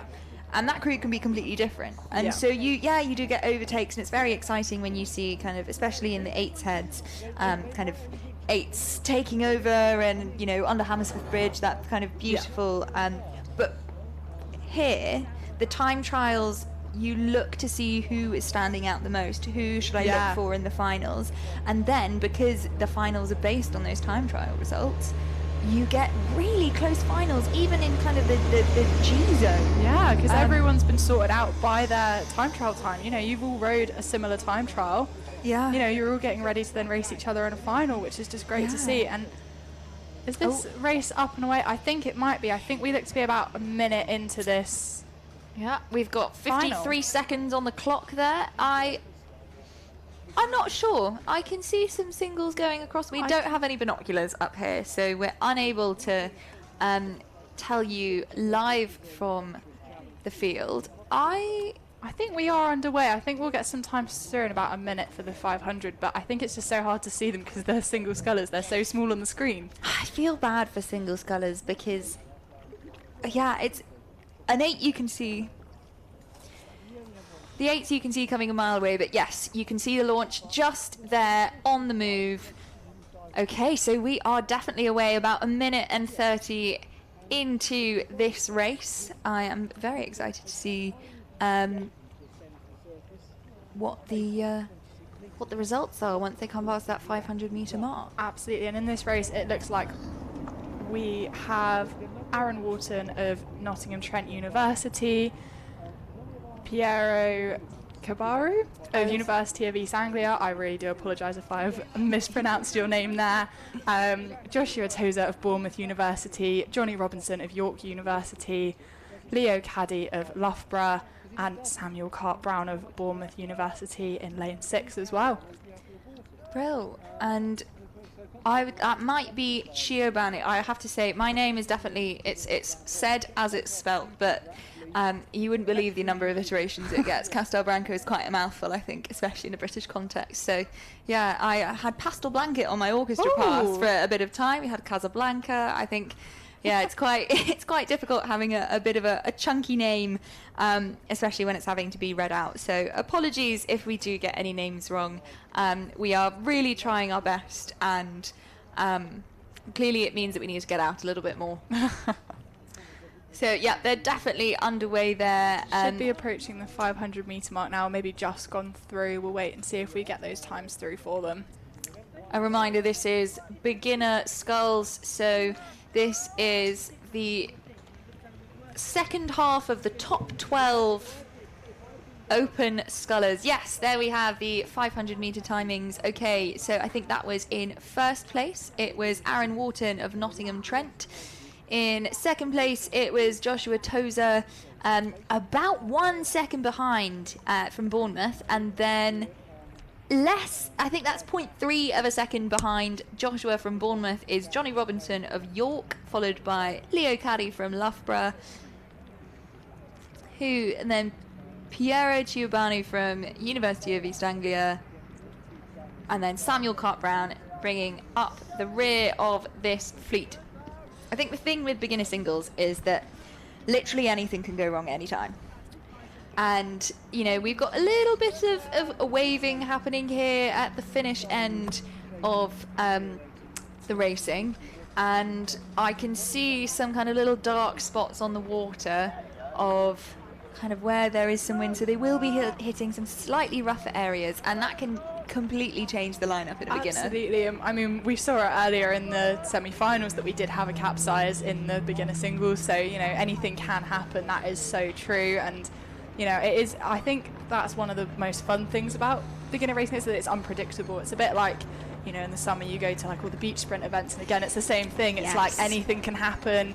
Just because you're the fastest sculler doesn't mean you're going to make it through the course without going in. And I think that's kind of the same kind of thing with beginner singles. So it is quite an exciting edge to it, although, you know, it's good that we have those safety crews on hand to rescue any crews that do end up flipping. I will just say I don't think that those times on the screen are right. I think we can use the margins as a good idea of where they are, but I don't think they've been rowing for 17 minutes quite yet. But as we were saying, anything can happen, and it looks like the sculler from the University of East Anglia, who was 5th at the 500-meter point, is now in 1st. So there we have it. Nottingham Trent has fallen just one back. That's Aaron Wharton. He went from 1st to 2nd. So I think he's still up there in contention, as we said, for that top 10 beginner scullers. And it's great to watch beginner events, isn't it? Because you see kind of who's going to be coming up in the next year. Who are you expecting to see? You know, are we going to be seeing the Joshua Tozers and Johnny Robinsons of this race Absolutely. in maybe champ categories next year if they really push through? Yeah, it's really exciting to see. As you say, it's like the future of rowing out on the course right now. It's so exciting, you know. And if you look back through the last few years of BUCS results, you'll see, especially like, as we mentioned a lot this afternoon, like those PDA, the performance development athletes, you can see the same names coming all the way through from beginner, intermediate into like some of those champ categories now, which is just really exciting that, you know, that like, you know, kind of those, especially the top 2 finals at beginner level are kind of those athletes with that potential, and it is really exciting to see where they go over the next couple of years. You're absolutely right. That's how I feel about going to junior events as well. I did junior interregionals last weekend, and it was just so nice because there were so many kids and they were so enthusiastic, and it's a lovely opportunity for them to kind of get in and get going. And as you said, it's the future of rowing. You know, that's who we'll see kind of in champ singles when they come up, if they're starting that young. Absolutely, as you say, from juniors, you know, there's people from my home club back in the southwest that, you know, I've seen them racing the whole way through as juniors that are now in like the champ Reading boats and stuff, and it's just so exciting to see that happen. And, you know, I'm really excited to see where some of these scullers will end up, where some of those juniors that you were commentating for last weekend end up. It's, you know, rowing is a really great sport to see progress, I think. Yeah, absolutely, and you're right. Yeah, you do just see kind of the same names popping up. I've been kind of doing the more national level circuits now for about a year, and it was so nice doing my my fantasy rowing for BUCS yesterday. And I was kind of looking through them and I was like, I know these people. I've seen them doing all these things. You were not in the championship category last year, and here you are. Look at you go. And it's so nice. I have to say, as they come past, I think they're about 500 metres left to go, and it does look like UEA is still slightly out in the lead, but I would say that I think it's Loughborough, who were 4th at 500 but have been consistently in 2nd for the last 2 distance markers. I think it's, they're up there. They're doing a very good job. It's I think the single obviously is always slightly slower than the other boats, because you're also battling balance and you're steering, and there are so many variables, especially on this course with all of the wind that it is predisposed to. So it's, as a beginner, it's quite a lot to deal with, and we can see now that they've got quite a strong headwind that they're rowing into. If you look at your screen, you can kind of see the water moving against them, but they're starting to enter the red buoys. It's about 200 metres left. And it's just, it's so nice to see people at the start of their rowing careers. You can see there in... who's that we've got? I think that is our lane 5, Leo Caddy from Loughborough University. Yeah, looks like it. Gosh, he is putting in an absolute shift. That's fantastic, because he, as we said, was 4th at the 500 metre point, and he is now just extending lead over lead. Yeah, it looks like he might have taken that spot from that University of East Anglia sculler. Oh, we'll have to see as they come across the finish line, but what a final sprint. And this is what these like A and B finals are really exciting for, is like those kind of final sprint finishes and stuff. It gets really, you know, competitive towards that top end. Yeah, there you've got a beautiful shot. That is Leo Caddy of Loughborough University. He's going to cross the line, I think, with not quite clear water. Fist in the water, a bit of excitement. You can see him shouting to his teammates running alongside. What an exciting finish. Oh, and even there in lane 1 from Nottingham Trent, that's Aaron Wharton raising his fist, because he knows that even though he came in 4th, that puts him in top 10 beginner scullers. So really, really wonderful to see what these men get up to. Oh, look at that joy in his face. He's so happy. Imagine coming out of your first BUCS thinking, like, knowing that you're top 10 of the student athletes at your level. Like, how impressive, you know, what a cool thing to come away from your first time racing at BUCS, and especially in the singles, you know that you're in that top amount, you know, you're the only person moving that boat along. Well, speaking of cool things to come away from your first BUCS with, we go up the course not that far to the 1500 metre mark, where the beginner singles Open A final is taking place. Now in this race we've got Reading, Loughborough A, Bath B, Loughborough C, Loughborough B and Bournemouth University. Now they are doing a pretty stellar job, and as we said, cool things to come away with. A gold medal would be top of the list. Probably the coolest. Yeah, absolutely. And it does look like that Eric Newsham of Loughborough University is really just extending that lead out over that field. My God, imagine leading your A final by that significant of an amount. That is a very impressive feat. And he just looks like he's cruising along. Yeah.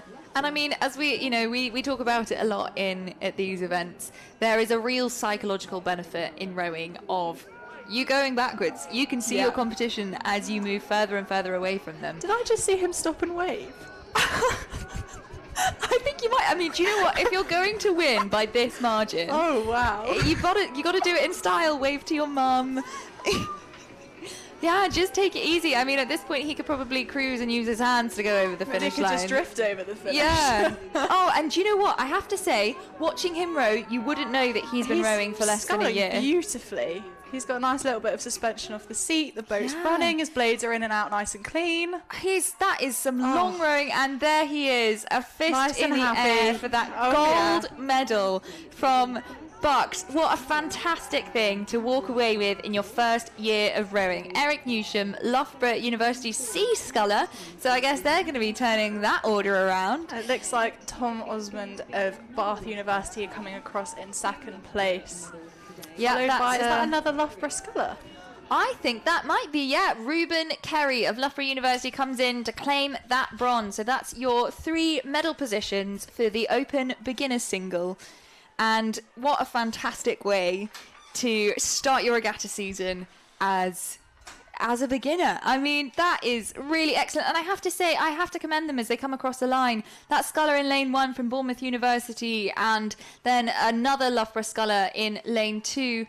Really fantastic technique that we're seeing, and you know, it's just very impressive to again have that little experience. This is probably their first regatta, and it's brilliant. And from what we can see here, I mean, that's 3 Loughborough University scullers in this A final, and 2 of them medalled. So Loughborough University's sculling program clearly one to watch.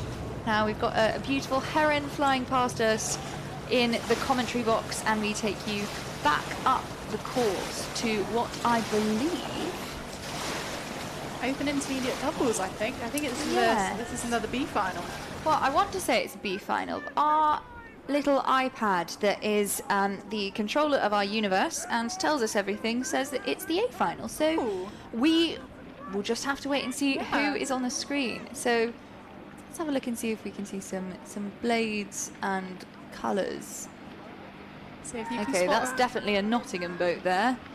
So no, That is a B final. it is the B final.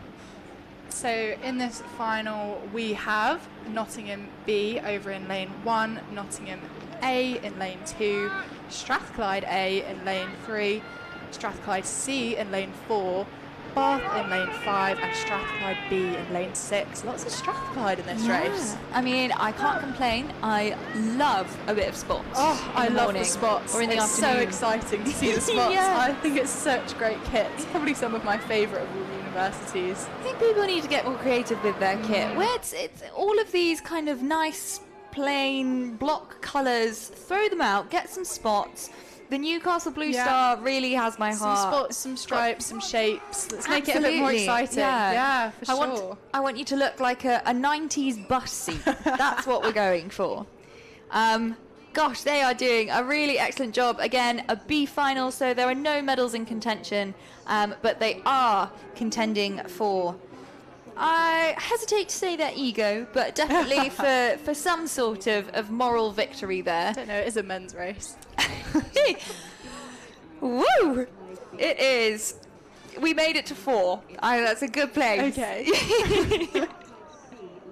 Now, if we look at that screen, it's the scullers in lane 3 and in lane 4. So 2 Strathclyde University boats who are really just pummeling it down the track. And I think at this point, they're probably just racing to try and have bragging rights in their club, aren't they? You know.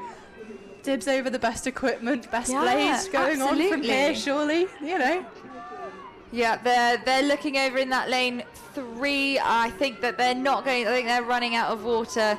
It will be. They are putting a sprint on though. I've just seen those gears turn up. Ooh, Ooh, look at that. Those, God. those blades just going in at the catch. So lovely there. You can really see that V splash off of them. It's just gorgeous.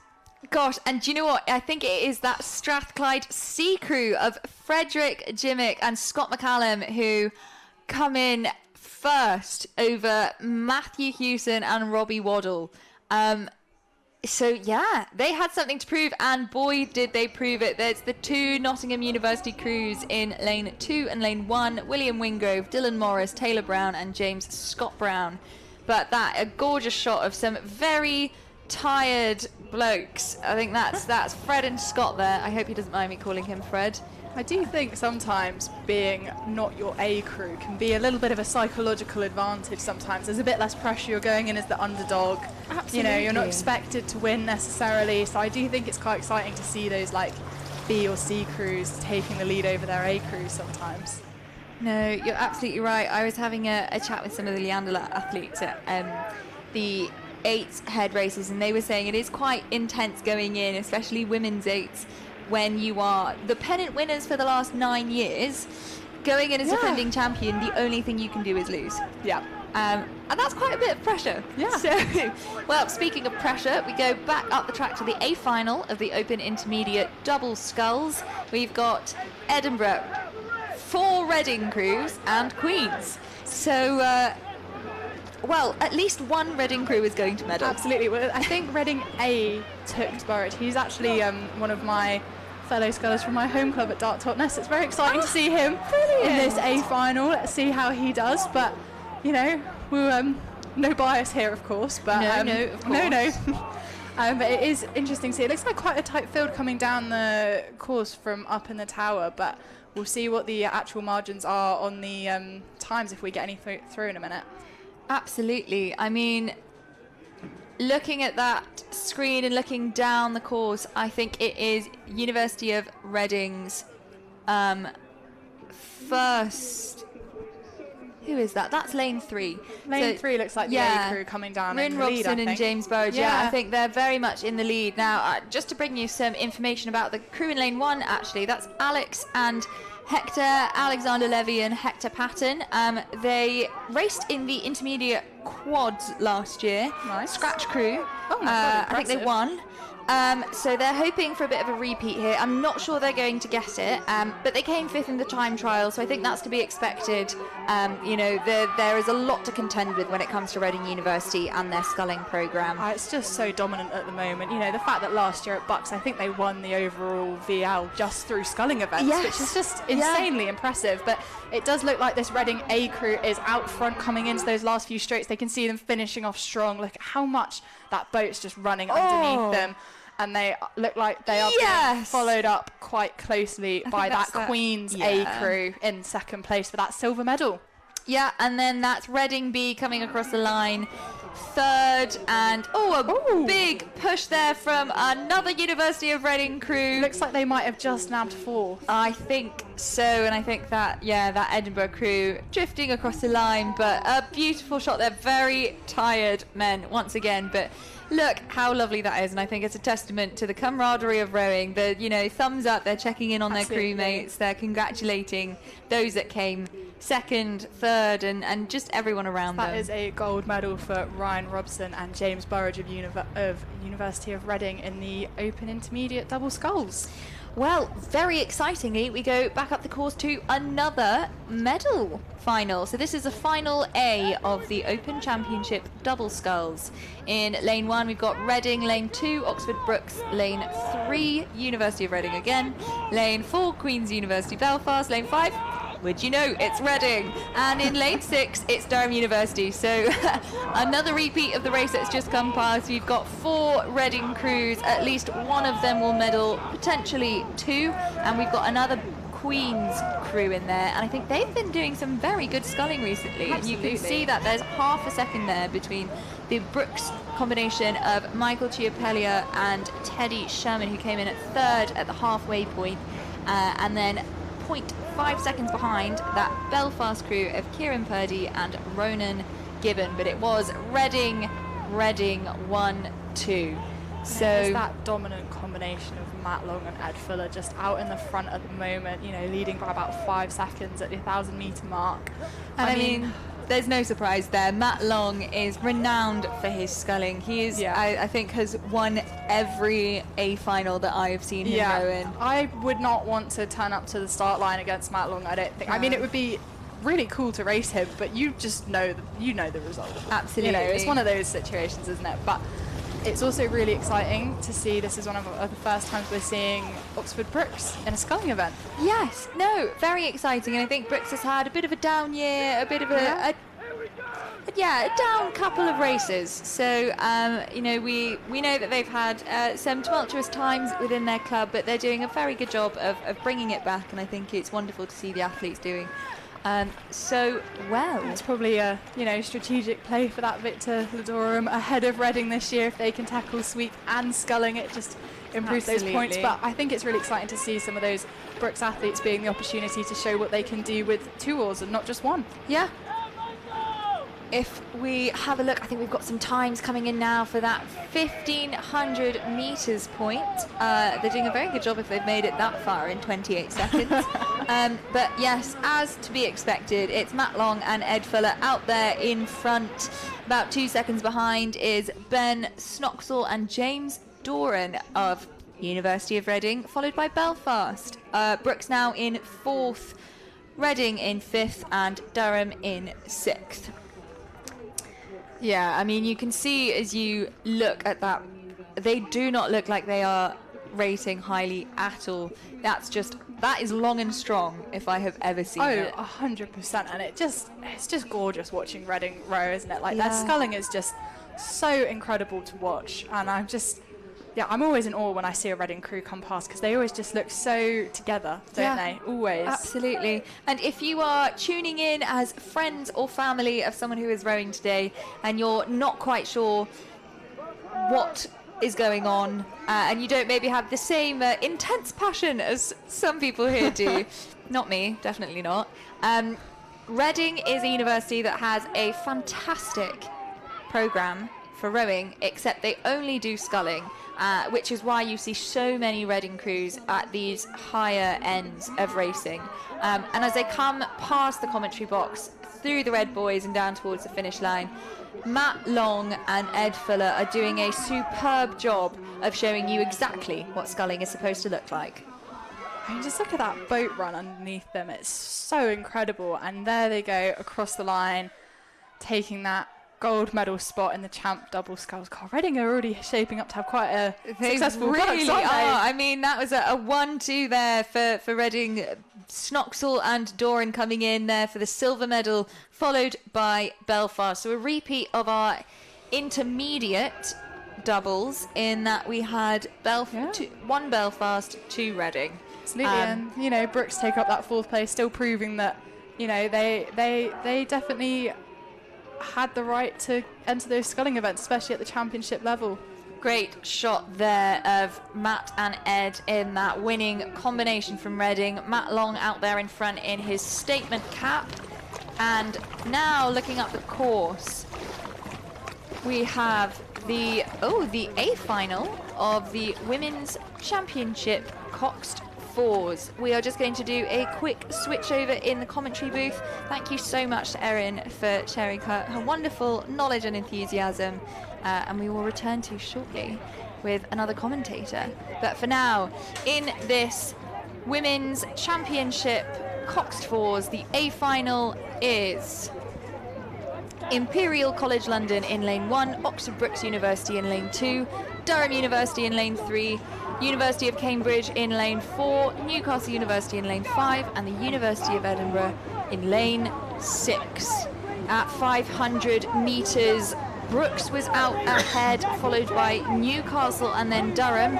And that seems to have switched up a bit at the halfway point. It is Durham out in the lead, followed by BUCS, then Newcastle, then Cambridge, Imperial, and finally University of Edinburgh rounding out the pack. Now, I can't say that I'm not very pleased about this result. I do love seeing Palatinate out in front. And to celebrate with me is Pete. Pete's brought a pot. Is that hummus or mozzarella?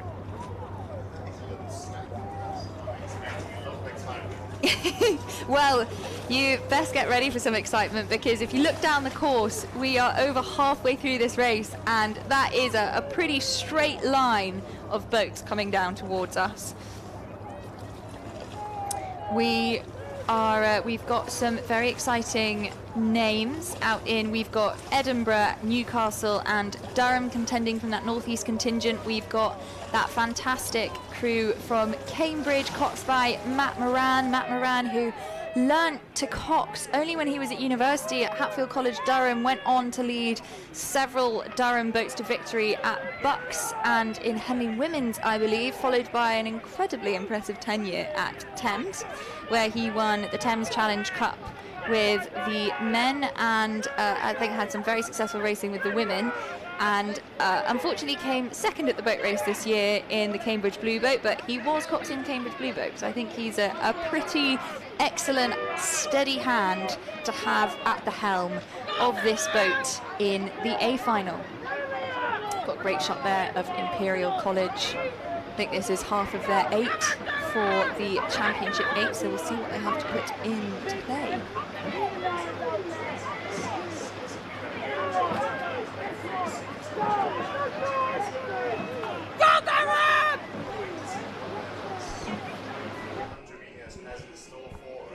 Absolutely. I mean, Durham has done a stellar job of extending a lead there over Oxford Brookes in the third 500. You don't seem particularly too sad about that, Sasha. I'm not sad at all. Apologies. I've been having a wonderfully one-sided conversation with Pete. You haven't heard all of the fantastic things that he has been saying. So he did confirm that it was, in fact, mozzarella and not hummus that he brought as his snack. But considering that BUCS has a wonderful milk stand to remind you how important it is to stay hydrated and get your protein, I think it's pretty on brand. Particularly on a hot day like this. I mean, this must be some of the best weather that Nottingham's ever seen at the National Water Sports Centre. But let's focus back on the race here. We've got that Durham crew just starting to take the rate up. Brookes are chasing them. They look like they have a little bit more boat speed, but Durham's just kicking into gear, and at the moment the third place still a mystery here. My eyes are on Durham, but also Newcastle against Imperial on the far side, Sasha. I would have to say I think Newcastle and Imperial are racing, but potentially for 4th place, because that Cambridge crew is really moving it up the gears towards the finish line. Now Durham is doing a stellar job of staying out ahead of Oxford Brookes. Oxford Brookes' bucket is not taking them where they want to be. It will be Durham, I think, who cross the line first. How incredibly exciting. And yeah, they are out ahead, and some stellar rowing from those women. Antonia Warner, Tabitha Batterfield, Hannah Scott, Isadora Kennedy and Benjamin Jennery at the helm, followed by Brookes, and then that Cambridge boat bringing out the pack for medals in bronze. A really fantastic piece of rowing there from Cambridge, in 4th for quite a bit of that race. But they came in, and they came in thick and fast. Congratulations to that powerful Palatinate. What a fantastic race. I think that this is looking... I think my fantasy rowing is shaping up to be pretty good this weekend if the racing continues like this. I think at BUCS Regatta there's no shortage of quality, and that is really showcasing with each heat that we're going through. And another set of medals is getting dished out, and all those athletes obviously are incredibly experienced, like you mentioned. Cambridge would...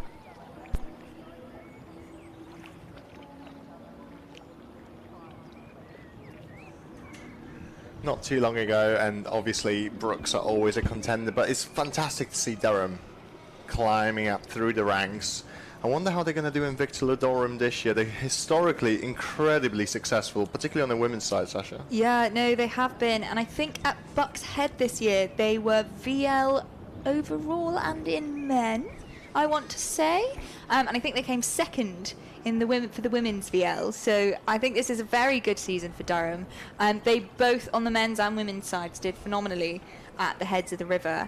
On the women's side, I believe they came 13th, somewhere in the top 15 definitely, but I think it was 13th, and I think it's one of the highest places that they've ever got, and they placed incredibly highly on the men's side as well. So it's a good season ahead of them, I think. You know, it really doesn't surprise me. I was there at the start of the season with their coach Will Fletcher, just chatting about the plan, and they've had a record number of entries, particularly with perhaps maybe less students fleeing away to America in the last couple of years, and sort of in the present more UK athletes are focused at the domestic development centres, and obviously for Durham, they've seen an intake sort of Brooks numbers almost. They've had, if I'm not mistaken, Will, you can correct me, but over 100 incomers just this year. Wow, I mean, that is fantastic to hear. I think there are, yeah, as you say, quite a few issues in trying to get into the US just in general, let alone going to study there. So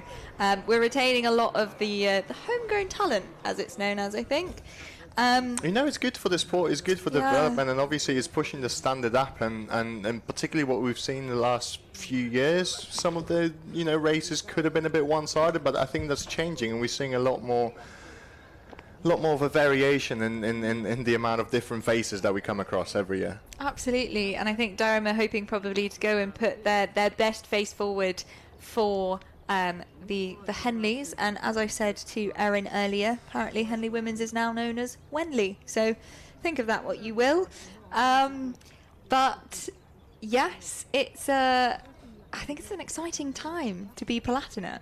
And I think they had a couple of years where their results weren't quite where they wanted, especially in the student 8s events at Henley Royal, and so maybe that was the motivation they needed. I don't know what they've put in the water up there in the northeast, but clearly it's working. They've obviously the numbers as well, but the quality's been there for a while. I remember commentating on a quarter-final race for Henley Regatta between sort of Newcastle and Durham on the women's side in the Island Challenge Cup, and we've had the lead change hands about 3 times, bursts going all over the place.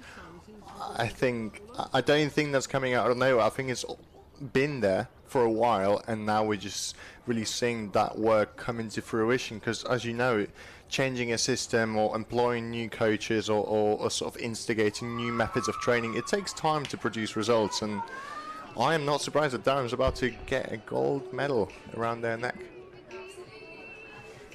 Absolutely, and how exciting for them down on the pontoon. Now, just to take you away, a reminder that what we've got coming up next is the Open Championship lightweight double sculls B final. But yes, a beautiful shot there of our very own Fiona Rennie, one of our wonderful volunteers, putting those gold medals round the necks of the Durham women's coxed 4, having just come out on top in the Women's Championship Coxed 4's A final. I think it's really special to see Fiona handing out medals today. I'm really pleased to see her in that scenario, in this role.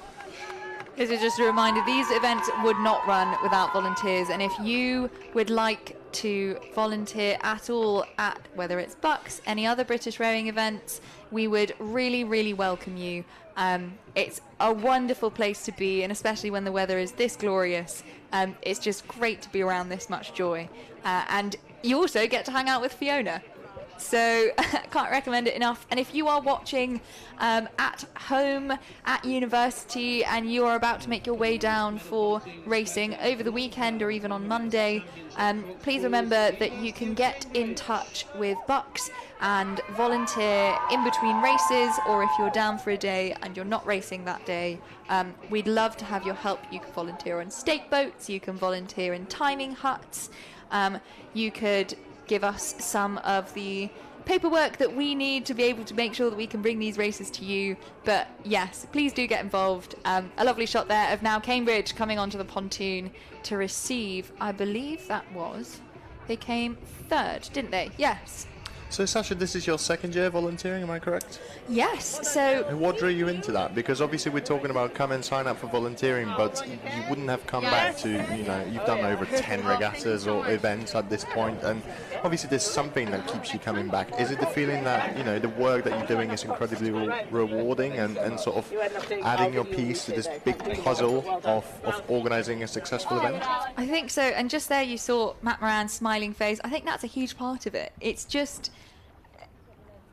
you're around some people's sometimes the best day of their life so far, and that is just so lovely, and to be able to bring that to people is wonderful. I started off just doing a little bit of commentary accidentally at Durham Regatta, and then I saw this opportunity last year. I thought, yeah, I'll give it a go. Everyone is lovely. I adore rowing. And Clearly. I am not good enough at rowing to be getting medals at BUCS, or to be racing in the boat race, or to be giving it my all at Henley Royal or Henley Women's, but I want to be involved at those levels, and it means that I can. I mean, I was commentating on a launch with Matthew Pinton last summer, maybe a month after volunteering at BUCS, and yes, I sent my mum many photos, and yes, she was very happy, a lot more about Matthew Pinton than about me commentating at Henley Women's, but we won't talk about that. And it just is, it's so incredibly fun, and I think that people should make more time to have fun. It is, and you really quickly, jump into gear. The team, the volunteers, they're incredibly friendly, and everyone just, there's no sort of hierarchy. We're all working together towards the same goal. And obviously, as someone who has seen you through one of your first commentary attempts here at National Water Sports Centre, can I just say you've come a long way, Sasha? Thank you very much, Pete. I have to say, you saw me about a year ago. I remember being on the tannoy, and I was like, I don't know what to say, Pete. And you were like, just say something. It's okay. Just be excited. And now I'm here, and you really cannot stop me talking. So it's the only thing between me and silence is probably the flu. So, and even then I'd be writing things down. So I'm now, I like to say, an amateur yapper, and I just really enjoy having that title. So thank you for being with me along the way. It's always fun to be here, and especially when you get to watch things like the Open Championship Lightweight B Final. We've got Queen University Belfast out at the halfway point, coming in first. They are followed quite quickly by, I believe, that is the Blue Star of Newcastle University, coming in that marker second. We'll wait to get the times up on the screen so you can join us in the excitement, but I think it's then Bristol coming in third, followed by another Newcastle boat in fourth. No, there is only one Newcastle boat, so yeah. There are two Durham crews. There's one from Queen's University Belfast. There's one from Newcastle, who is that crew's being coached by Ollie Varley, a former GB rowing team lightweight for the under-23s. He was coming in to sort of support Angelo with the behemoth of a program they're running over there at in Newburn. Yeah, it's a very impressive program to have any sort of a handle on, I think. And yeah, we're just kind of waiting to see whether our magical iPad tells us the times. Apparently at the 500 metre point it was Queen's out in front, followed by Durham, followed by Bristol. It's now Durham out in front, followed by Queen's. So we wait to see what's happening. I think that not all of the scullers that we anticipated seeing are out on the field. It looks like there are only 4 competing, which would explain it. I think we're missing Durham's A crew and Reading's C crew, so it's 4 boats out in the field. And because this is a B final, as I was saying earlier with Erin, that's quite exciting. They know that they're going to be at least in the top 10 lightweight doubles in the country in terms of universities. Lovely shot there of Newcastle really powering through. It looks like they could maybe keep their bodies a little bit more in sync, and maybe they'd be further up if they can switch that up in the last kind of 700 meters. Then it will be brilliant, and we'll be able to see what they can do. But it does look like those crews in 3 and 4, Durham and Queen's, they're the ones really in contention for the 1-2 in this B final. You say they could be a little bit further in front, but really there's not much in it. If you look at the confirmation of times from 500 meter and from the halfway point, there's about 3 seconds of difference in terms of split between Newcastle and the leaders from Queen's University Belfast, who were in the first position at 500 to go. At the halfway point, it was Durham that actually overtook them, but at the moment, seeing from the commentary tower right here, I anticipate and suspect that Queen's Belfast have kicked into another gear, and they look to have about 3/4 of a length advantage. Oh, I mean, I think you've got better eyes than I do, or at least I've just forgotten where my glasses are. But Queen's have been putting in a stellar performance on the sculling side of things in these major finals this afternoon. Do you know, I have to say, I think it's pretty neck and neck, and I think Durham are coming through them. Queens there are really upping the rate, but I think with extra rate they've lost the finesse that they had, whereas Durham, there's a little bit of shunting there from the bow seat, but clearly it's working. That power is really getting them through, and we've got all of the Durham supporters on the banks at the finish line because I actually think this might be University of Reading crew to apologise to the spectators, as the Durham crews that are absent. And right at the finish, Reading University C. Oh, so neck and neck with Queen's Belfast. I believe that's going to be a photo finish. If I was to dare a suggestion, I would say that I can't possibly predict that.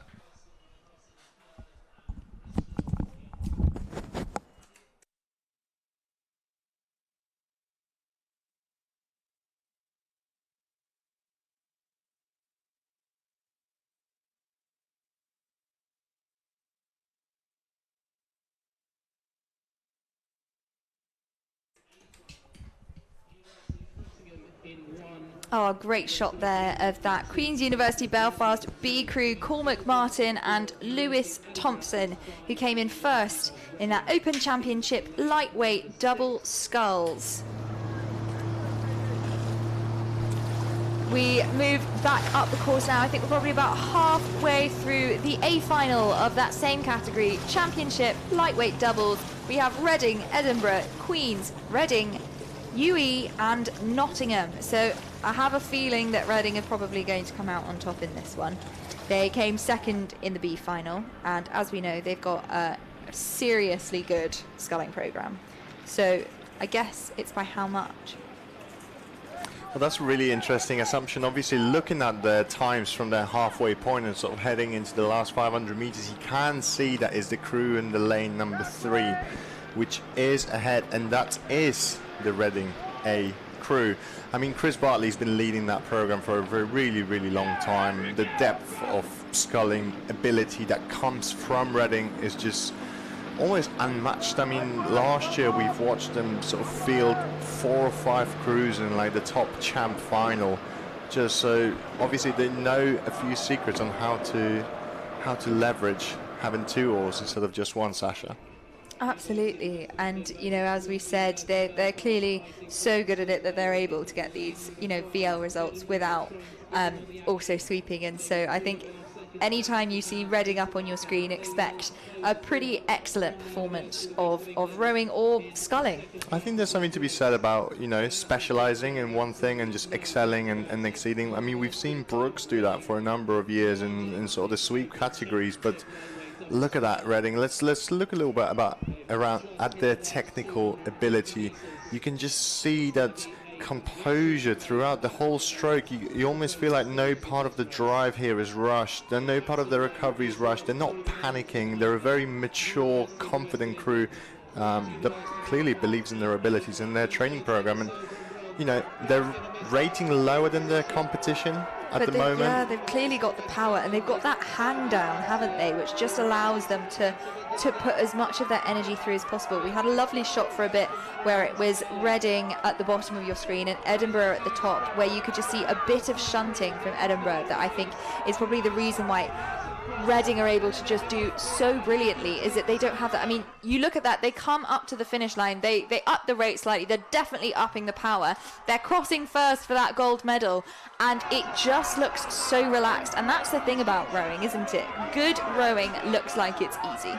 It looks effortless because you make it that way. For the second place here, we've got crew from Queen's University Belfast crossing the line in second.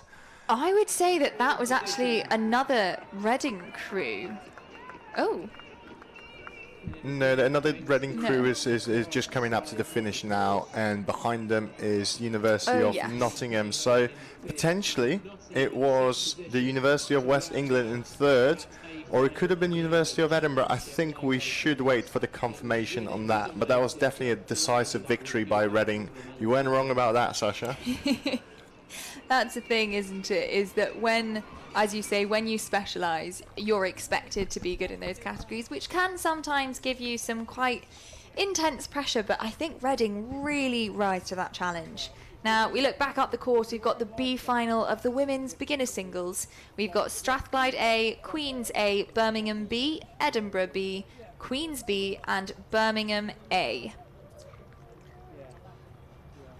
We're about 3 minutes in, so we're definitely hitting that kind of 500 metre point. We will be getting some times through shortly. It looks like it was the University of Edinburgh sculler Kate McCluskey who came in through the 500 metre first, followed by Catherine Evans of the University of Birmingham, Aisling Ward of Queen's University Belfast, Madison Grace Darcy of Queen's University Belfast also, and then Sarah Skinner of the University of Strathclyde.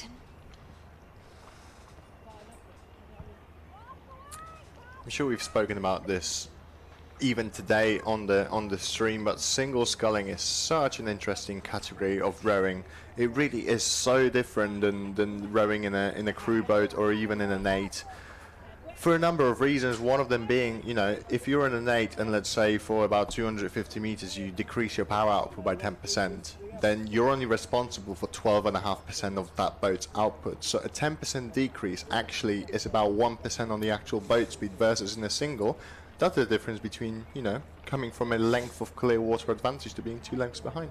Absolutely, we've got a beautiful shot there of the sculler in lane 4, Kate McCluskey of the University of Edinburgh, who looks, for all intents and purposes from this shot, to just be out there rowing her own race. And obviously one of the phrases commonly thrown around in rowing is row your own race, focus on what you're doing. You know, yes, you've got people around you, you can push off your competitors when you're side by side, but you know, row the race for you. You can do your absolute best for there. And I think she's rowing her own race in all the senses of the word, in that she's done this for herself, but she's out there on her own. I think it's going to be a lot for anyone to come and get her in this race unless something really goes wrong. So this is the beginner category, so none of these athletes will have been rowing by this time last year, so all the talent that we're seeing out here on the water right now is a direct result of the coaching and sort of the training that these athletes have undertaken this entire season. And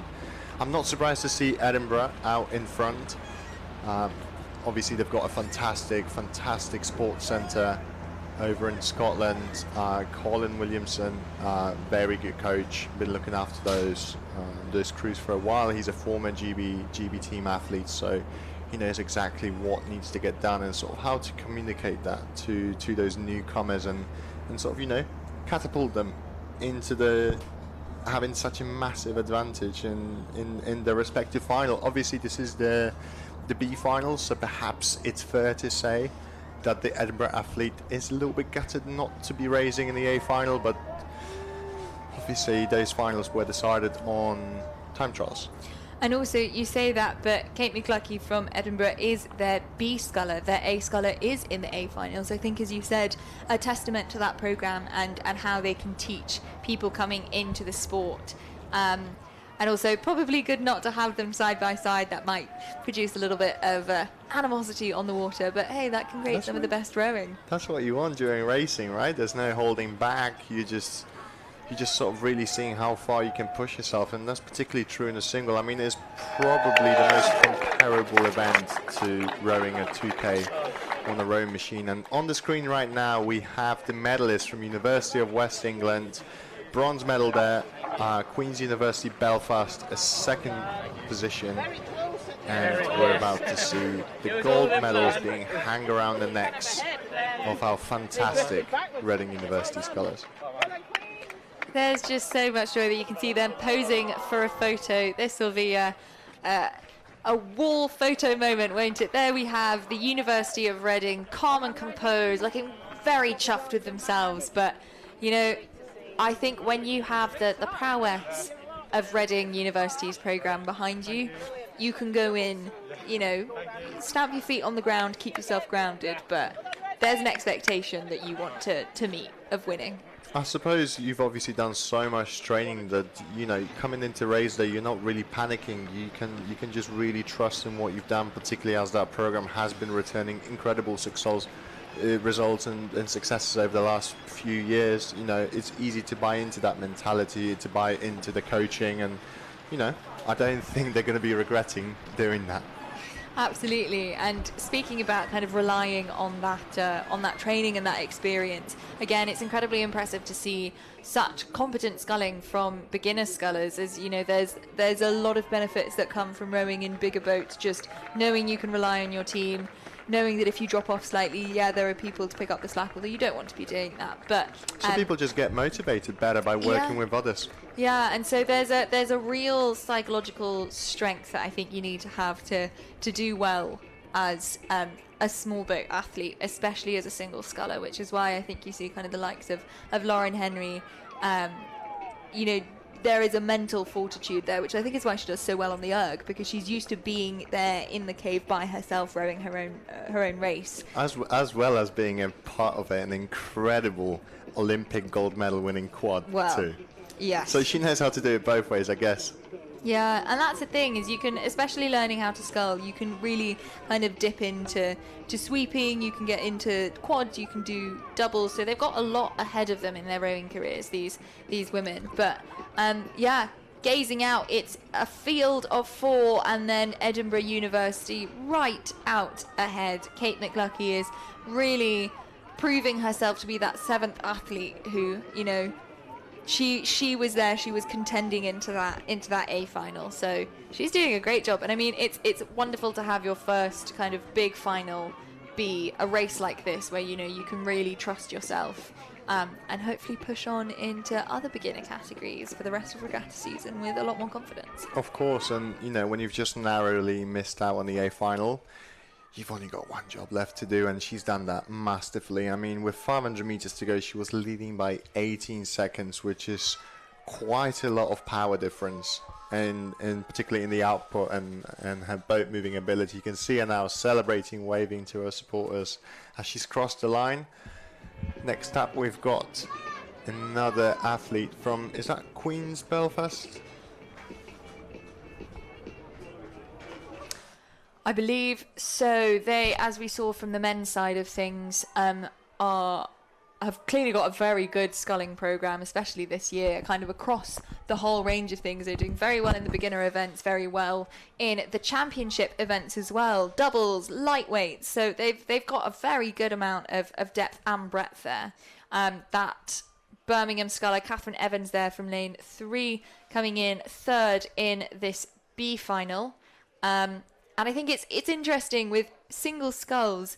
I feel like the further up you get, once you get to kind of the championship level, the races are a lot tighter. But when you're at a beginner level, they eke out, don't they? There often is a lot of space, unless they're all in one line and they kind of go together.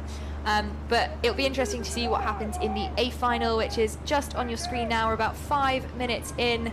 And in this A final, we've got Cardiff Met B, Loughborough B, Edinburgh A, Loughborough A, Hartpury B, and St Andrews A. So we'll see what the Edinburgh sculler is up to here, but it does look like she is out in front, potentially with a Loughborough counterpart.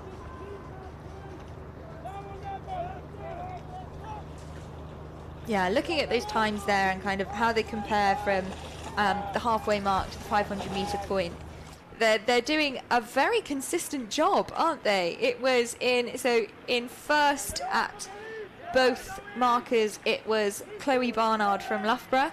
In second at both markers, it was Isla Bethan from the University of Edinburgh. And then we had a little bit of mix-up, 3rd and 4th. Eve Bolton-Lake from Hartpury University was 3rd at the 500 metres and 4th at the halfway point, while Alexis Shinkovich from the University of Andrews was 4th at 500 and 3rd at the halfway. So we'll see if there's a little bit of a battle there for that bronze medal. but it does look like there is quite a big gap actually between Loughborough and Edinburgh. I think Edinburgh may walk away from this A final with a medal. Whether it's going to be gold, I'm not sure. It looks like it already depends on how much energy the Loughborough University athlete Chloe had to spend on sort of getting herself into that first position. But that lead, you know, looking at the course right now with just our own set of eyes is quite commanding, and you know the Edinburgh athlete Isla would have to really step it up right now, but perhaps she might have an ace up her sleeve. You never know what the race strategy is, and that's the interesting bit about singles. You could be a lot in front, but a lot can change because you know, putting in a push for 20 strokes, that can seriously propel your boat speed. And I mean, you know, we always talk about how hard it is to get a length back in an 8. It's a lot easier to get a length back in the single, which is why the races can be so exciting. But I have to say, I think Chloe Barnard from Loughborough University is doing a stellar job because she has just been extending that lead. It was about 5 seconds over Isla from Edinburgh at 500 metres. It was then 10 seconds at the halfway point, and it's about 15 at the 1500 metres. So she's doing a very good job. At the moment, the real battle on the course right now is between lane 5 and 6. We've got Hartpury University and University of St Andrews there. There were 2 seconds separating them with 500 meters to go, and I dare say that medal is not decided at all at this point. No, I'm right there with you. I think that's going to be a very exciting battle there in the far lanes. I think that Chloe is as Kate did in the B final. Chloe has extended a sizable lead, one with which she can just kind of enjoy her row home. And I think that whilst it's exciting to have that battle towards the finish line, sometimes in the higher levels of racing, that as a beginner, having such commanding lead just gives you that confidence and that calm to not only have a nice race, but look back on it and know that you rode really well. Because you know you've just got that calm and that lack of tension. I mean, you can really see that she's doing a great job of hanging. And I remember watching her in the time trial. I think she had quite a few overtakes, so she was doing very, very well. And yes, then we've got that Edinburgh athlete Isla crossing the finish line for a silver. So that is a medal for Edinburgh. Very exciting. Again, a testament to that programme. But what has happened for that third place for the bronze medal fight? So the Hartpury sculler obviously just really set her stride. Potentially our St Andrews athlete there has spent a little bit too much trying to get into that close contention for the medals, but you know, the confidence that our Hartpury athlete was crossing the line with really tells me that she probably didn't think it was up for grabs for our Scottish athlete right here. Absolutely, and I think, as we said, you know, these things can change quite quickly, and there's a mental fortitude that you build as you row, which is a lot easier to maintain when you are in a big boat, especially when you're coxed. And I think as a beginner, it just takes a while to build that. So if you lose sight of the athlete next to you, it's very easy to just go, well, I've lost. But they did a great job, and it's fantastic to see women starting out in such a great sport. And talking about fantastic women, let's move up to the A final for the Women's Championship Lightweight Coxless Fours. Incredibly exciting. I think, some Cambridge blue there. So we've got on the list. So we've got Queen's University Belfast over in lane 1. The middle 2 lanes are Cambridge B and Cambridge A crews. Then we've got a crew from Birmingham University, followed by a crew from Newcastle, and in lane 6 we have Nottingham. As you can see on the screen, the gaps haven't started to distill quite so much, although there is one Cambridge crew which is definitely ahead of the other one. Now I can see Helena Alandi there in lane 3 in that Cambridge A crew. Now Helena, she was in the lightweight boat race, I believe, this year, which Cambridge won. I think as many people know, it was almost a clean sweep for Cambridge this year, but the Oxford women came out on top for that blue boat race, which was fantastic to see after 10 years. And yeah, I think we can see some of the prowess from CUBC out on display. If we look at the times from 1,000 meters, it was Birmingham out in front, but less than a second over that Cambridge A crew, followed by the Cambridge B crew. So we could get 2 medals for Cambridge in this race, but they are only halfway through currently, so it will be great to see what they can do, and maybe they can overturn to get a 1-2 for Cambridge in this event. I think if there's one thing that you cannot discount ever, is the sprint finish of Newcastle, and with it being just 0.8 of a second separating them from the medal position, I don't really think that's going to demotivate them. If anything, that's just going to make them push on harder. Cambridge have got that silky, smooth rhythm. They know exactly the way that they want to propel that boat, the technical sort of model which they're following. But sometimes it comes down to, you know, you may not row as well as me, but I know how to race better than you. So perhaps this is something that we'll see. And I think Newcastle is really starting to come back on that Cambridge crew here. Oh, I think I definitely believe in the Newcastle sprint finish, and also they do, as we have said, have this fantastic contingent of supporters, actually both on the water sports centre side and on the competitor side, and so they will have a huge amount of support as they come through. But I think that there is a mental game being played there. I think Birmingham have something to prove. They are out in front, they are pushing forward, they're extending that lead over Cambridge, and I think that whilst they haven't quite broken the elastic, they are out there in front, but they're taking Cambridge with them.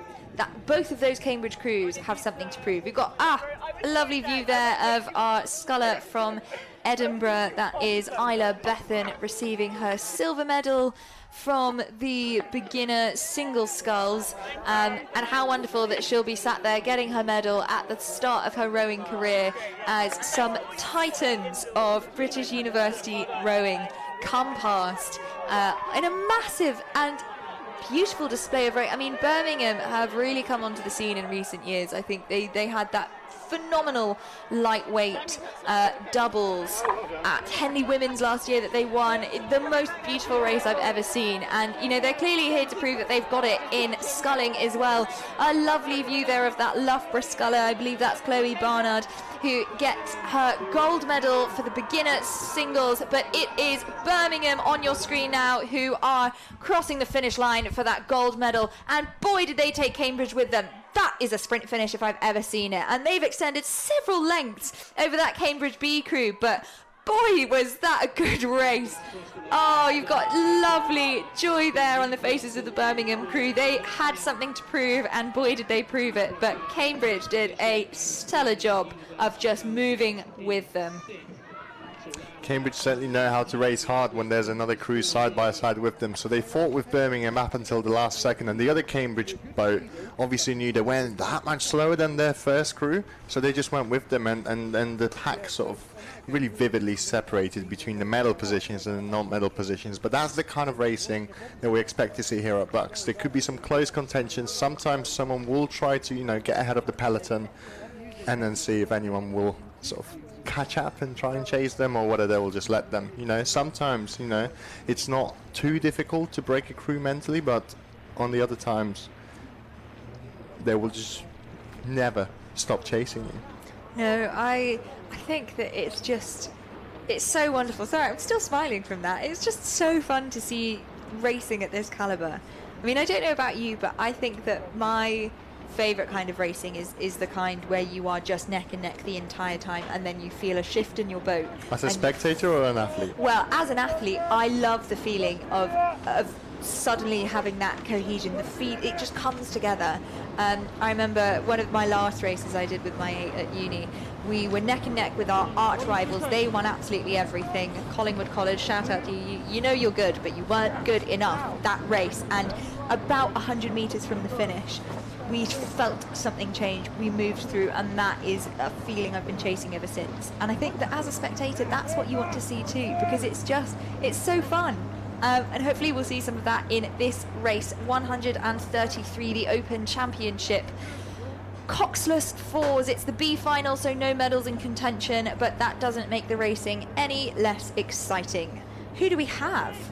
We've got Nottingham A crew, we've got Imperial College, we've got another Nottingham crew, Newcastle, Durham and Birmingham. A lot of these clubs and universities will have their feature also for the medals in the following race in the A final, but it's just great to see another depth of squad here on display. We haven't got any times right now, but it does look like Newcastle want to get out in front. You know, they are the B crew, but they are always a strong contender. I'm quite surprised just looking at our sheet here. The Durham crew in this B final is apparently their E crew, and they do have an A crew in the A final, as do Newcastle. Oxford Brookes have 2 boats up there, but it's very interesting to see that from Durham. I wonder what the maybe they've relocated athletes to different finals. So yeah, well, brilliant to see Newcastle and Durham next to each other. I think it's always fun to have that little bit of competition brought down from the northeast. And it is Newcastle who are out in front at 1,500 metres. Not a lot in it. Yeah, it's less than a second.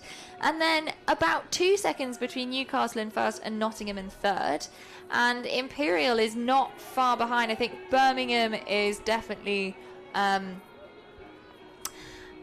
rounding out the back at the bottom. I think as we look up the course, I don't believe Durham is racing. No, at the moment the contention really is between who can catch up to Newcastle. They've worked up a really fantastic lead over the last 1,500 metres or so. Nottingham is going for it. The A crew versus the B crew, and Imperial just, you know, staying with the pack. It's that, sorry, just to cut in there, the stroke seat of that University of Birmingham Championship Lightweight 4. She was the stroke, well, she was in that Championship Lightweight combination at Henley last year in the doubles that did so phenomenally well. Yeah, there she is. That's so incredibly exciting. And actually, talking about incredibly exciting, look at this B final. Newcastle, as you said, and their sprint finish are really putting it on display through their crowd. And I think it might be Nottingham that are going to come through in third, but they are making a move too. And I really hope they're not going to hit the Cambridge boats there at the bottom of your screen, but it will be, I think, Newcastle, Nottingham and Imperial that come across. What fantastically exciting racing. I think Imperial will be really proud and happy with that result.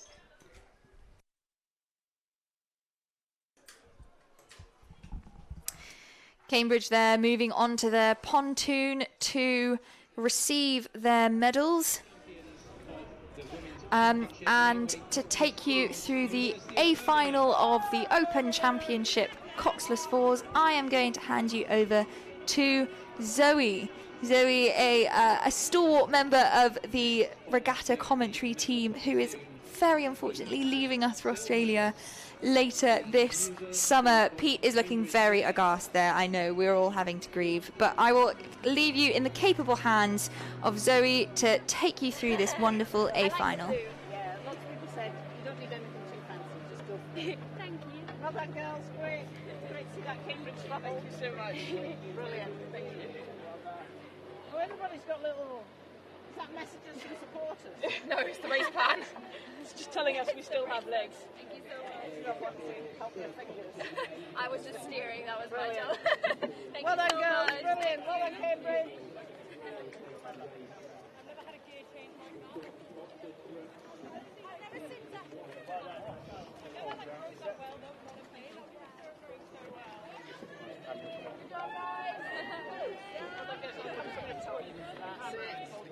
Well done, great Cambridge double. Well done, girls. Well done, guys.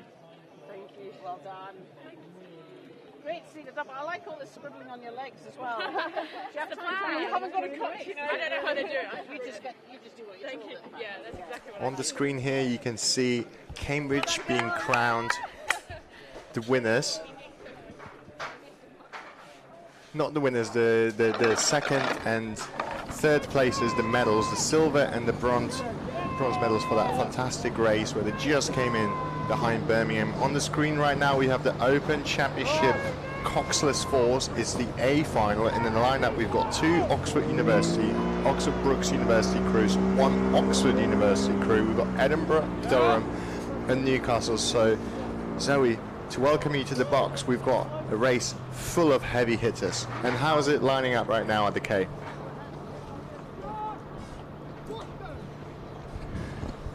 Yeah, it looks great. So coming through the K, we've just lost on the screen there. Let's look at our other screen. We do have the crew from Durham University who are leading over Brookes by just about exactly 1 second, followed by Oxford University, another second behind, Newcastle University, University of Edinburgh and Oxford Brookes. So as just having a quick look, no change from the first to the second 500. So it'll be really interesting as this race plays out and they come towards us in the tower here, whether that will stay the same or whether Brookes will be able to take a second and roar back off Durham. What do you think?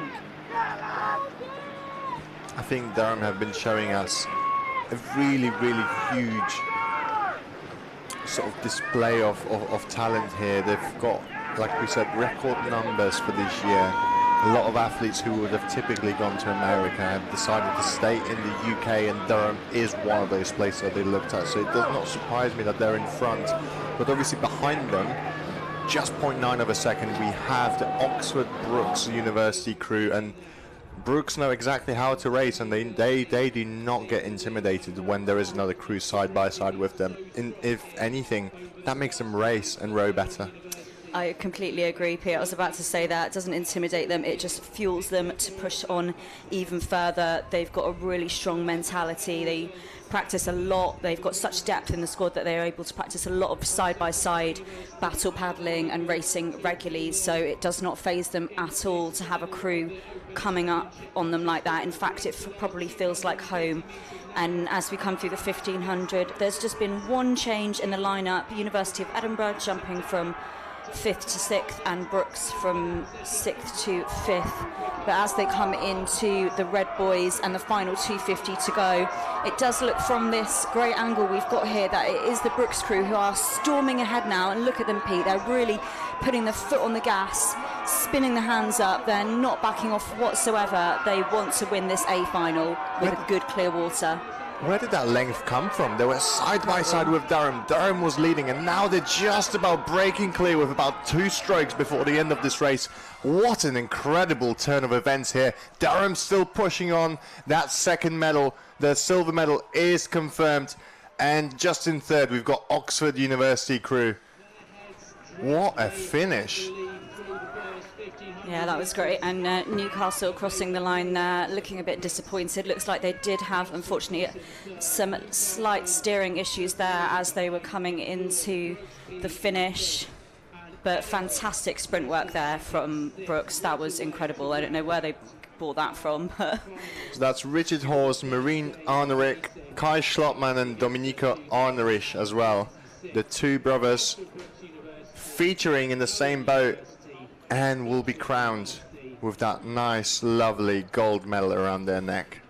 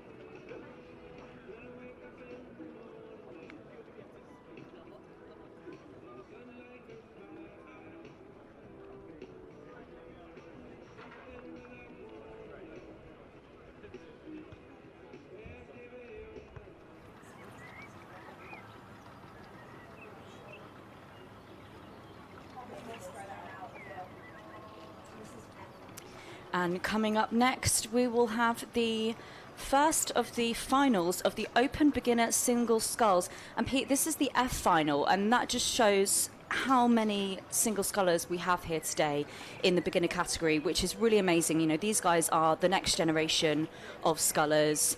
They will have a wide range of experience, and we've seen a lot in the time trials today, that and some of the other finals for the women, that there was one race where there was 45 seconds between the winner and second place. So there's just, anything could happen in these beginner races. So we're kicking it off with the F final, and in lanes 2, 3 and 4 we've got Bournemouth University, Jake Langford. Lane 3, University of St Andrews, William Hunt, and in lane 4 from Hartpury University, it's Samuel Folkes. You talked about the separation that will occur inevitably during and throughout these next few races, but one of the uniting factors amongst these athletes is how long they've been rowing. And in order to be eligible for the beginners category, you have to have not been rowing at the start of the season. So not too much race experience. Obviously, like we said, this will showcase sort of the home talent developments, and the single is a great way to it's a great boat to sort of get stuck into and on the beginning of your racing journey. Yeah, definitely, and it will be really good to see, you know, some of these single scullers, the beginners, some of them will just really take to it so naturally. Others, it might take them a little bit longer, and that's absolutely fine, but that's what gives us really exciting racing here. And hopefully very soon we will be bringing you some 500 metre times here at Nottingham for day one of BUCS Regatta 2026. Thank you. At the moment on the screen we can see the bronze medal being given out to Alex Underwood, Alexander Sullivan, Julian Scherbel and Fergus Pym from Oxford University, coached by Mark Fangenhol. Another terrific season, racing, trying to overtake Cambridge. Unsuccessful on the men's side this year, but that may change. It's great to see them here featuring our BUCS. Typically we see a lot of Cambridge, but Oxford is sort of starting to appear on this post boat race scene, and I think that's an exciting recent development to have, Zoe. Yeah, definitely. It's great to see them here with a big squad here at BUCS this year. It's great to see them, you know, to see where they fare against all the other universities as well, not just in their typical battle against Cambridge. And great to see them collecting the medals here today. And it looks like we're about to have another medalist join the podium, and that's going to be Oxford Brookes, the winners of the Coxless Championship Fours, the open category.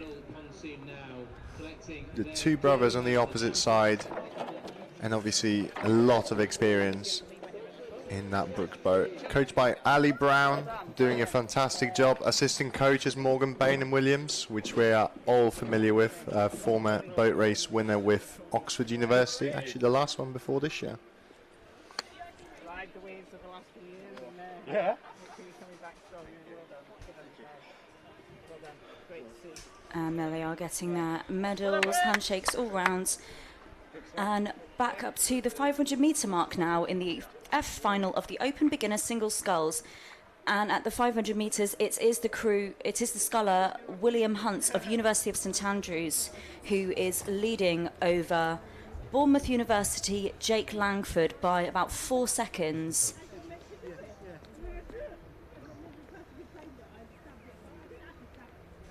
And we can see them coming down on the screen now.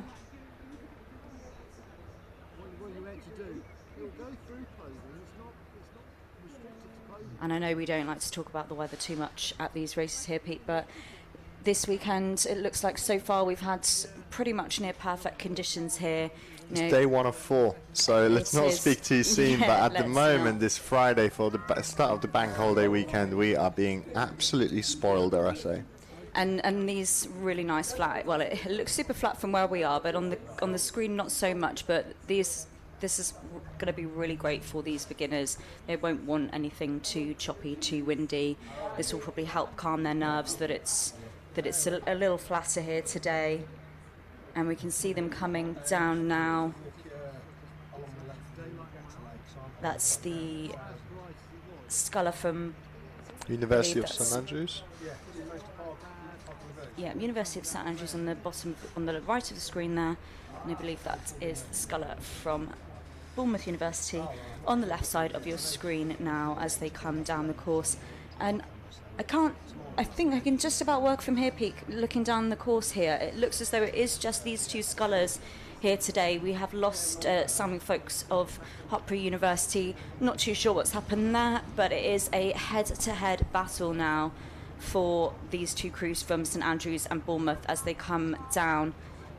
Last time we had was they were 4 seconds apart, and we will hopefully be bringing you some updated times very soon. I think we've seen a tiny bit of steering difficulty. Obviously these are beginner athletes, so they are very, very new to our sport of rowing, but again, looking at the quality of the rowing, you can tell that Lewis McHugh from St Andrews University really knows how to sort of explain that rowing stroke to his beginners and novices, and so that's a good time to be going through the K. 5 minutes if you've only been rowing for less than a year. That's great to see. I think that Bournemouth University sculler has had just a tiny bit of trouble with the steering, which has kind of put a little bit of a handbrake on his boat speed, but such is the way of life in the beginners single sculls events. And we don't know, but I can assume that most of the athletes racing here today, especially the beginners, this could be their first ever time doing any kind of side-by-side multi-lane racing, where they've got so much to focus on, not only remembering their race plan and getting from A to B, but then chuck in steering to the mix. You know, it's a lot to think about, and they're all doing an incredible job. And to come here today and do the time trials and have that time trial experience, learning how to pace themselves down the course, and yeah, and just learning how to get from A to B nice and straight, it is a lot to do, and hats off to them. And this is just one race under their belts, and the only way is up. And as they come through the 1,000 metres, it is about 11 seconds now between St Andrews and Bournemouth. So the sculler William Hunt from University of St Andrews has really pushed on ahead. He looks fairly calm and controlled out there, doing really well. And hopefully for him, he will be able to just keep pushing on and get a really good margin between himself and Jake Langford. You know, just for these beginners to come here today, to get through a time trial and to race a final, that'll be amazing to them. But if he can also get through this with a win, then I'm sure he'll be very happy with that. I remember at the start of my sculling journey, one of my first races in a single, that it was not about the result and how I stack up against my competitors. It was just about how I controlled the boat and whether I finished afloat and not in the water. And I think that's another big part of this type of racing. The results may be different to the top end, and the same thing with times and the power outputs and the power curves, but what is similar and what is uniting? The uniting factor is the same shared experiences that we all go through. You know, we all feel nervous at the start line, we all feel nervous coming through the K, we all know how much those legs do tend to burn, particularly when you're being chased and you're trying to stay on top. And you know, those are the takeaways that these athletes will have from these races, and with each coming year that we're going to see them, they will only get faster and faster if they continue to stay in this fantastic sport. Yeah, definitely. I mean, I can't say I relate to the burning legs feeling as a cox myself, but yeah, it will just be really great for them to take away all the experience that they'll have here today. As we come through the 1,500 metre mark, we can see there it is William Hunt of St Andrews leading over Jake Langford of Bournemouth University with about 15-20 seconds there, which is incredible. He'll be really pleased with that. He's in a great position here to be that far ahead and have his competitor in his sights. You know, as soon as the Bournemouth sculler puts any kind of push in, he'll know straight away and he can react to it. But I think we can say that it will be William Hunt of the University of St Andrews. Most likely will cross the line first as he begins to come through the red boys now. 250 to go. I wonder, Pete, do you think he's going to put in a sprint for the finish to just really play out his whole race plan, or do you think he'll just carry on taking it nice and relaxed, conserve his energy? I think it's going to be the playbook that they've agreed before the race with their coach. I always think it's nice to put a little bit of a sprint going through the finish of the finishing position of the course, but you know, at this point, yes, when you are in front in the shoes of the St Andrews athlete, you will be very aware of what your opposition is doing. But also, racing in the beginner category is more about, you know, being happy with yourself and just staying inward rather than looking outward. The results will come. You know, this is just them getting used to what it's like to compete on this Olympic distance. Definitely, and as the sculler for St Andrews, William Hunt, gets closer to the finish line now, it does not really look like, got a pillow in my way, it doesn't really look like he is making much of a sprint for the line. Fair enough, conserve his energy. He might have another race to come over the weekend, and he's earned it, and there he goes, crossing the line in this F final of the Open Beginner Single Sculls. Big congratulations to William Hunt of St Andrews and to Jake Langford of Bournemouth University. Hopefully they'll both take away all the positives that they can from today. It's hard work, and that's one under the belt, tick one off the list, and on to the next one. I'm always really pleased to see fresh talent in our sport of rowing, and I'm sure this is not going to be the last that we're seeing these athletes out at the National Water Sports Centre.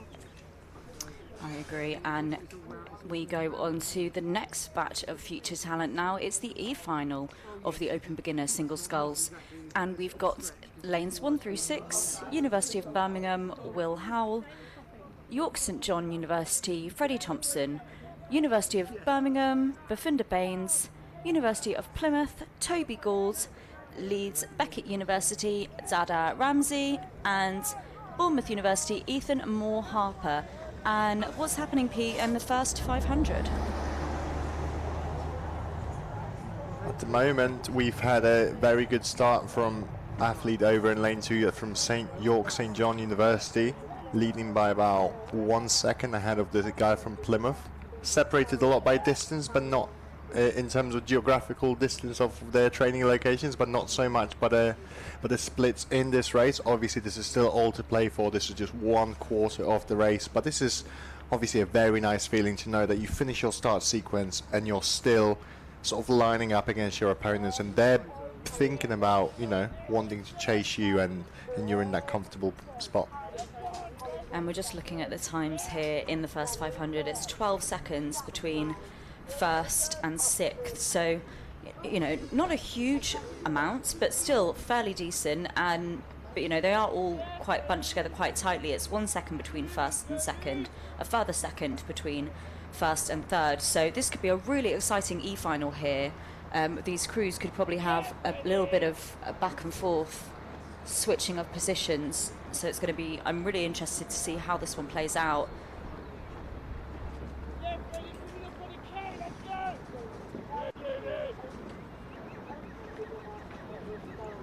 You can see the athletes aren't separated by a lot, coming through the halfway point still.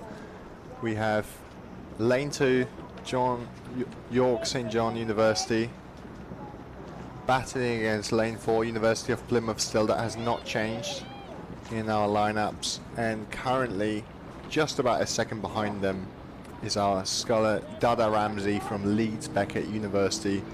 You can see, compared to the championship events, the rate tends to be a bit more lower. These athletes are focused more on sort of safety of extraction, just making sure the boat stays in balance rather than just almost being in that flow state where they just go as ham as they would if that was an indoor rowing machine. And obviously not taking away anything from them being beginners, but these guys look super confident. It's really great to see, could be their first side-by-side race after the time trial this morning, and these guys are looking really confident, really long in their strokes. And as we come through the 1,000-metre mark, we do have confirmation that it is York St John, Freddie Thompson, still leading the field over Toby Gould of the University of Plymouth by half a second. So it's super close. Those guys are having a good battle at the start, which is great, Pete. It's really good for, obviously it's great if you lead by, you know, a good 10 seconds and you can see your competitors. But to have that experience early on in your career of having someone next to you to really push you along as you're going down the course, that's really going to help them get through this race. And like we said before, they're almost in the beginner category. It's more important to race against yourself and be better than you were yesterday and last week, as they're so new to the sport. You know, each one of these racing experiences is incredibly valuable, and you know, it's nice to be sharing that. Even if they are your opposition, they still are leading the pack, and it's a good feeling to know that you're not alone, unless you're leading by a big margin, like you said, Zoe. I agree, and we're just coming through the 1,500 metre mark in this E-final, but we'll just quickly go up to the 500 metre mark, where the D-final of this category, the Open Beginner Single Sculls, is underway. We've got Heriot-Watt University, University of Birmingham, Cardiff Met, Nottingham Trent, University of Strathclyde and Oxford University, and as they come through the 500 metre mark, it's Heriot-Watt's leading over Oxford, followed by Nottingham Trent, Cardiff Met, Birmingham and Strathclyde. And back to the E-final now. On the screen you can see there it is the crew from University of Plymouth who have now jumped up to first place. Do you think that's a strategy that the athlete from Plymouth has had from the start, or he just saw a moment of opportunity and decided to see and fancy his chances? I mean, potentially, you can see York St John has dropped back 2 places in this third 500. The University of Plymouth crew could absolutely have it in their race plan that they just put in a strong enough start to get them at the top of the field, but conserve a bit of energy, and then maybe in that third 500 have a big step on, go into their next phase, and then go even harder in the final 500. So it'll be interesting to see as they come through into the third 500 now, if the crew from University of Plymouth will keep their lead, or whether it will be the crew from Leeds Beckett who have jumped up a place as well from third to second. You know, we spoke with Sasha that when you're rowing really well and you're out in front, your boat moving abilities seem almost effortless, but these are the kind of races where you learn your own limits and how to pace, and what does it mean if you sort of redline yourself a little bit too early, like our athlete from York St John here. He's obviously learning pacing as well. You can see him just potentially struggling with steering a little bit, but those are the sort of experiences that you carry with you and you build upon them.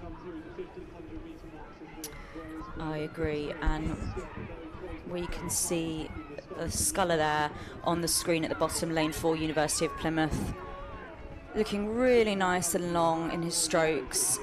He can see that sculler there from Leeds Beckett right in his sights. He'll be able to see when he pushes, which he absolutely looks like he is doing now, giving him a bit of a run for his money as they come up to the finish line. Does look like it's going to be Toby Gould of University of Plymouth crossing the line first. They've just got a bit of overlap, but I don't think it's going to be enough this late in the game. But fantastic sculling there. Oh, don't stop before the line, keep going. Great work there by Toby Gould of University of Plymouth, followed by Dada Ramsey of Leeds Beckett, Freddie Thompson of York St John. We've got Birmingham University, Bifinder Baines just crossing the line there.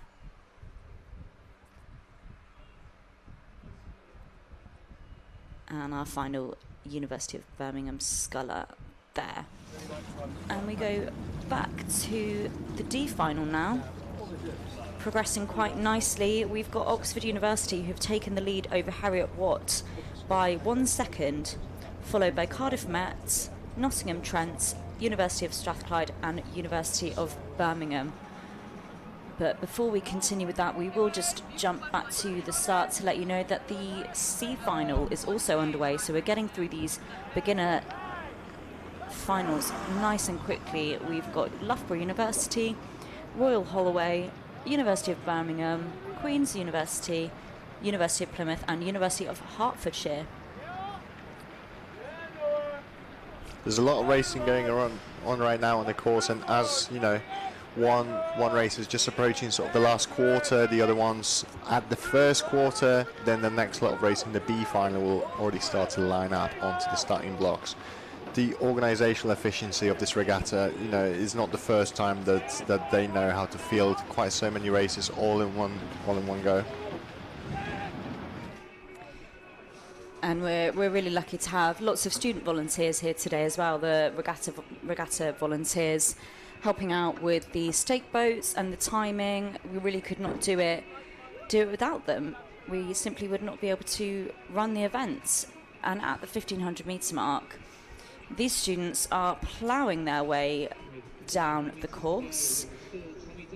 And we've got Cardiff Met in lane 1, Tommy Dack leading by about 8 or 9 seconds over Noah Pastor from Nottingham Trent University, followed by Sean Cameron, University of Strathclyde,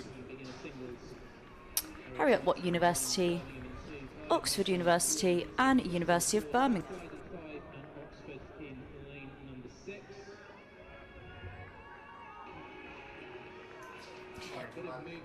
Quite a commanding lead from Tommy Dack from the Cardiff Metropolitan University. It was about 9 seconds with 500 meters to go. It doesn't look like that lead is shrinking at all. And the athlete just behind him from Nottingham Trent University, Noah Pastor, in close contention with University of Strathclyde, Sean Cameron. There wasn't too much to separate them with just 500 meters to go. And it does look like I can see a couple of looks going over the shoulders. They really want to sort of feel the opposition, where they are and who's got more to show as we head into the Red Boys. Yeah, they're just coming through the Red Boys now, and I hate these angles, so deceptive. It looks like that sculler there from Cardiff Met is dangerously close to those Red Boys, but doing really well. What a fantastic lead over the rest of the field. What a great position to be in as Tommy Dack comes to, hopefully, pending the white flag, obviously, take the win in this D final of the Open Beginner Singles Sculls. Be a fantastic one to have under his belt to get that win there today. Hopefully be pleased with the time that he's got, something that he can build on. Everyone's got to start somewhere, and then each year they can just build and build and build and get that time quicker and quicker as Noah Pastor from Nottingham Trent crosses the line very closely, followed by Harriet Watt University in lane 1. Really interesting to see Tommy Dack from the Cardiff Met University running with the Welsh national team blades. I think that is perhaps an ambition of his to go and represent his country at the home international regatta, or perhaps the Commonwealth Games if rowing makes a return. Who knows? Watch this space. And look at him, he's off. He's like, I've just rowed 2k, you all sat around. I'm off. He's clearly got another burst of energy. And we go back to the C final now, which is underway, and we've got William McMullen from Queen's University Belfast leading the field right from the get-go, followed by AJ Johal from University of Birmingham, who is in second place, as he has been from the very beginning, followed by William Johnson of Loughborough University, Harry Fletcher of Royal Holloway, Zach Cooper of University of Hertfordshire, and Thomas Butler of University of Plymouth. So it's been the same lineup from start to the 1K. Nothing has changed in the order. Just the gaps are seemingly lengthening out. We praised Nottingham for fantastic racing conditions just not too long ago, and now looking down the course we can see there are quite large gusts of wind and certain lanes have got it worse than others. We'll see how that affects our competitors. I'm sure this isn't the first time they have to deal with the wind conditions. It is an outdoor sport and it's just part of racing, but I think it makes it just a tiny bit more exciting, you know, throwing that into the mix. At the moment, it looks like lane 2 against lane 3 and lane 4 in that C final.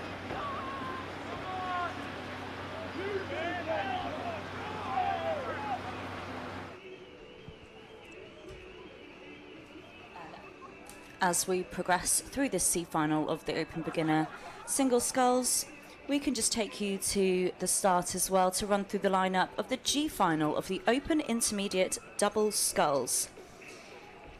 In lane 1, it's Loughborough University, lane 2, University of Leicester, 3, Harper Adams, 4, Manchester, 5, Bangor, and 6, University of Sussex. And we'll be back to that race shortly.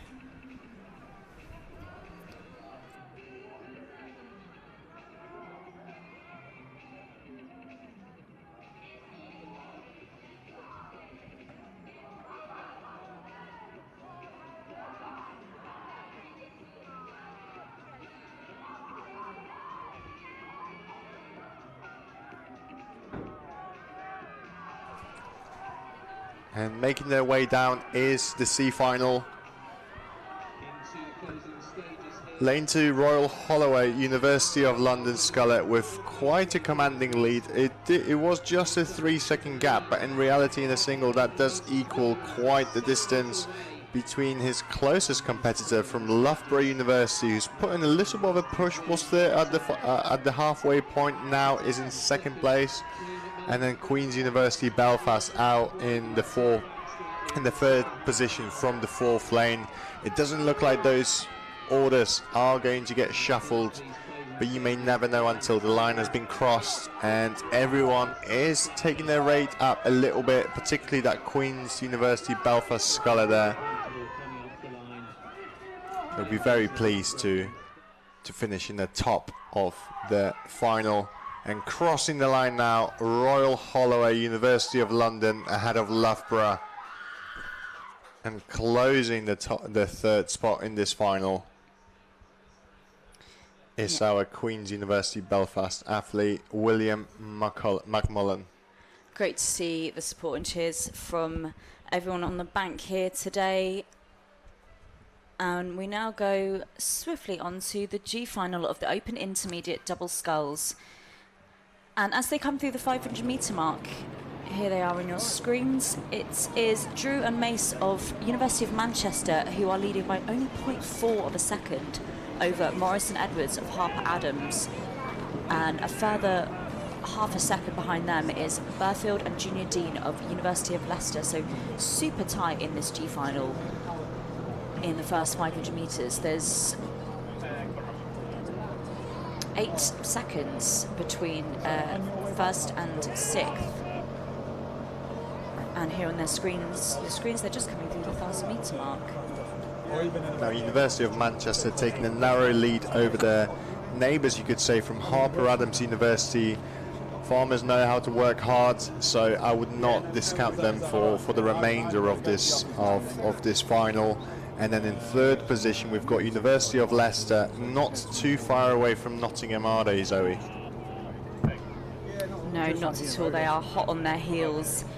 They will absolutely want to, no medals up for grabs here, but that's not the point. They're still going to be happy no matter where they place, but they'll still want to get that win, even though they won't get a medal. It will still mean the world to them to have that win and to get that time on the books. So they will be hot on their heels for the remainder of this race, hopefully, because that will provide for great watching for all of us. Still 6 cruising out in competition. The leads are starting to widen. These gaps are not as narrow as they were at the start of this race. That does indicate a little bit of a difference in the quality of rowing, but this is an intermediate event, so these aren't the newcomers. So actually, weirdly enough, in the beginners events, everyone's sort of race experience falls under one category versus in those intermediate and championship events, the length of how long you've rowed. So your rowing career, your rowing ability, your rowing sort of history and past racing experience really does come into play. So that's why the gaps may seem to be slightly larger. And we can see on the screens now we're just starting to get the first times as we come through the 1500. It is the crew from the University of Manchester who are remaining ahead, storming ahead of University of Leicester. They've got 3 seconds on them now, so Leicester are closing that gap a bit. They've taken about a second off them, with Harper Adams hot on their heels, less than a second behind, followed by Loughborough, Sussex and Bangor rounding out the field. And great shot there. We've got 4 of the crews coming down the course. Very, very commanding lead from that 4th place. University of Manchester, they had to come through, but they've solidified themselves here at the top. And we've also seen a shuffling in terms of order. University of Leicester now ahead of Harper Adams University. We're in the last quarter now, so there's not a lot to leave for later. And the rates are starting to come up. I don't think that crew from Manchester is losing any boat speed. I think, if anything, they'll only keep getting faster, but Leicester do fancy the win. There were 3 seconds separating them with 500 meters to go, but that looks a lot closer now, Zoe. It really does. It's great to see. We've got a fantastic view up here, and it's really great to see all of these crews now really going for it in the final 250. Everyone wants to get that first place in this final, and all of the crews are really amping it up now as they come down in the final strokes, and just waiting for us to get a slightly better angle to see who's going to take that second place position here. At the moment, looks like University of Leicester are a little bit livelier. That they're rating higher. Crew from Manchester is more powerful, more clinical under the water. There's a little bit more splashing from the Leicester crew, but you can't discount them for their will to come first in this race. Manchester University out in the first position, crossing the line behind them, University of Leicester, and Harper Adams University over in lane 3 in the 3rd position.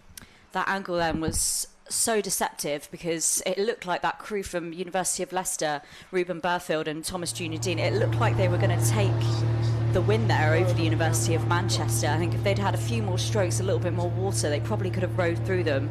Really exciting to see in this G final of the Open Intermediate double sculls. Now we head back up to the start line for their F final. We've got University of West of England, York St John, Bournemouth, De Montfort, UCL and Heriot Watt.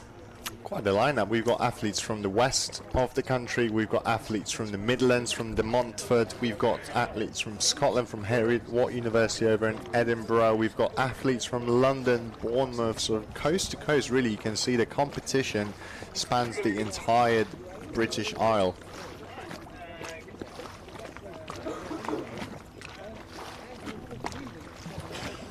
Just going through their starting sequence, everybody's trying to see where they line up and then how perhaps they may need to adjust their race plan on the go as they're quarter of the distance in.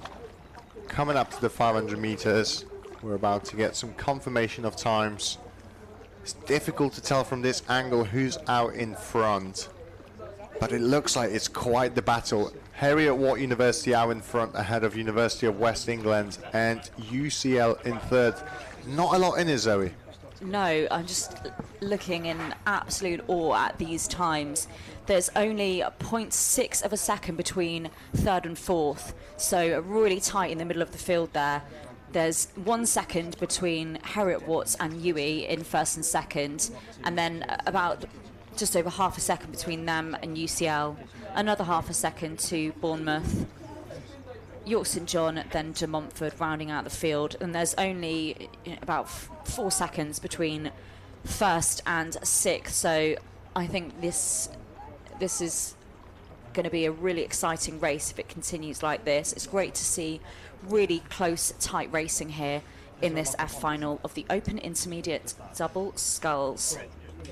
You know, there don't need to be any medals handed out for this final for the athletes to race to their absolute maximum performance, and it's fantastic to see, because you know, staggering those finals by the time trial results really provides us with sort of the closest and most exciting variant of rowing. Definitely, and as they come down, it looks like on the screen now that it is starting to break out the field a bit more. When they were coming down previously, it just looked like a blanket straight line of these crews side by side. Yes, the angles are different here, but you can tell now that these crews are really starting to spread out as they come through the halfway mark, 1,000 meters. They're all really getting stuck into their race plan now and starting to push out. There's 4 crews, pretty close contention at the start, and as we get a side-on view, you can see that crew there at the bottom of the screen. Who's that, Pete? Is that Harriet Watt there at the bottom there? Really pushing out. I'm looking at the gap, Zoe. I think it's fair to say that, you know, there's not clear water for anybody in this race. At the halfway point, all of the crews are still overlapping, marking it quite a close contest for the remainder of this race. Great shot there of lane 3. That's Bournemouth University, Hugo Woolsey and Matt Hale. As we come through the 1,000 metres now, we've got some times for you, and it is the crew from UWE, University of West of England, Ben Plank and Toby Benham, who have taken the lead over Bournemouth University, who have jumped up from 4th to 2nd. It's fantastic, Pete. Harriet Watt dropped back 3 positions. So really interesting to know what's happened there in their race plan. Have they dropped off their pace, or have the other crews simply just pushed on? And it's just less than half a second there between first and second now. Yeah, well, there aren't any medals to play for, so really lining up at the start, you don't really have too much to lose. So really, you can see how things go if you put in the biggest start of your life, and perhaps some crews found themselves ahead of others, which they weren't expecting to, particularly based on time trial results. And you know, you see that underdog mentality here play out. Look, we've got nothing to lose, why don't we just go for it and see what happens? So that's why we're seeing quite a lot of shuffling in terms of the order here. Definitely, and I think, I don't know about you, but in my past experience, when you're not in a medal contention final, it's a great opportunity for you to test out different strategies as well. You know, do something a little bit different that you might not normally do, because you haven't got a medal to lose, but it's a great opportunity for you to see what pushes work best in what part of the course. So you never know, that might be what people are doing here today. They might say, right, no medal, let's just try this race plan that we've never been able to do and just see how it goes right at the start of the season.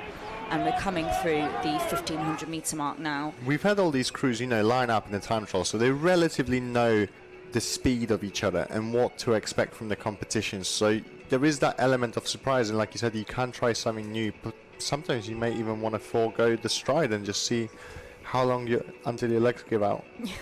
Definitely. Who knows? And as we come through the 1,500, it was the crew from Bournemouth University.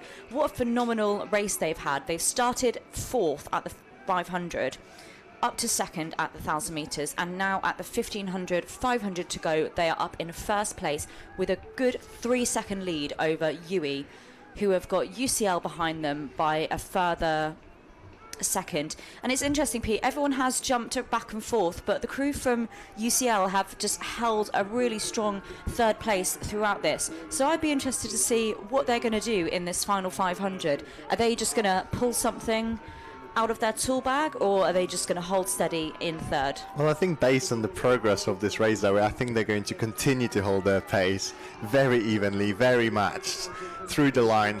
I'd be interested to see if our crew from University of West England has got anything left to throw at the Bournemouth University athletes. This is the last moment for it. Everybody is in the red boy territory. They've upped their rate, but Bournemouth looks really strong. You can see a little look over from the UCL, seeing where they stack up. They fancy that 2nd position from UWE, and I think they might just get it. Look at that. Look at that little burst they've just put in. You can see a lot more power. Obviously, nearly rocked the boat, but that's part of it. That's the cost of trusting in yourself and taking the risk. And look at that, paid off beautifully, finishing up in the second position. UCL, like you said, holding that steady third position throughout almost the entire course, right up until the finish, and very clinical execution of that race plan. Definitely, I called it. I had a sneaky suspicion they had something in their back pocket, so that was really great. Congrats to all, and you can see the crew from Bournemouth University there, really happy, hands in the air, waving at their teammates on the bank. Really pleased with that first place in that final, and so they should be. You may not end up in the medal final, but you still have to race your final like there are medals being given out at the end of it. It was such a nice opportunity to commentate with you once again, Zoe, and talk you through some of those races. I will now be swapping over with the fabulous Carol Walker, who will be taking you to the end of the day. Thanks, Pete. Pleasure as always, and really glad to be joined by Carol again. We were commentating on some of the what was it? The reps and the semis and some other finals earlier. So great to have you back here, Carol. And we go on to, we've actually got two intermediate finals in progress at the moment. We've got the E final, which is progressing quite nicely, and we've also got the D final.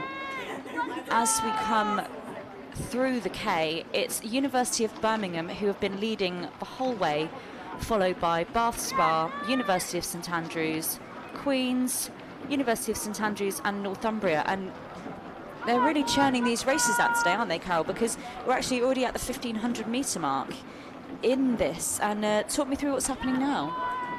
Well, just in that last 500 metres, University of St Andrews have taken that lead. It's really interesting. I mean, watching these races, that they, you know, the time trials really separate these boats into similar boat speeds, and so that's why we're seeing all the changes and mixes and matches of people sort of overtaking everything else. And as Pete was saying earlier, it was really interesting just to see that these crews are using this as an experience to find out where their strengths are, where their weaknesses are, what they can do, what works for them, what doesn't work for them, because that's something that you have to experiment with. You can't be told how to do it, because each crew is very individual, very different.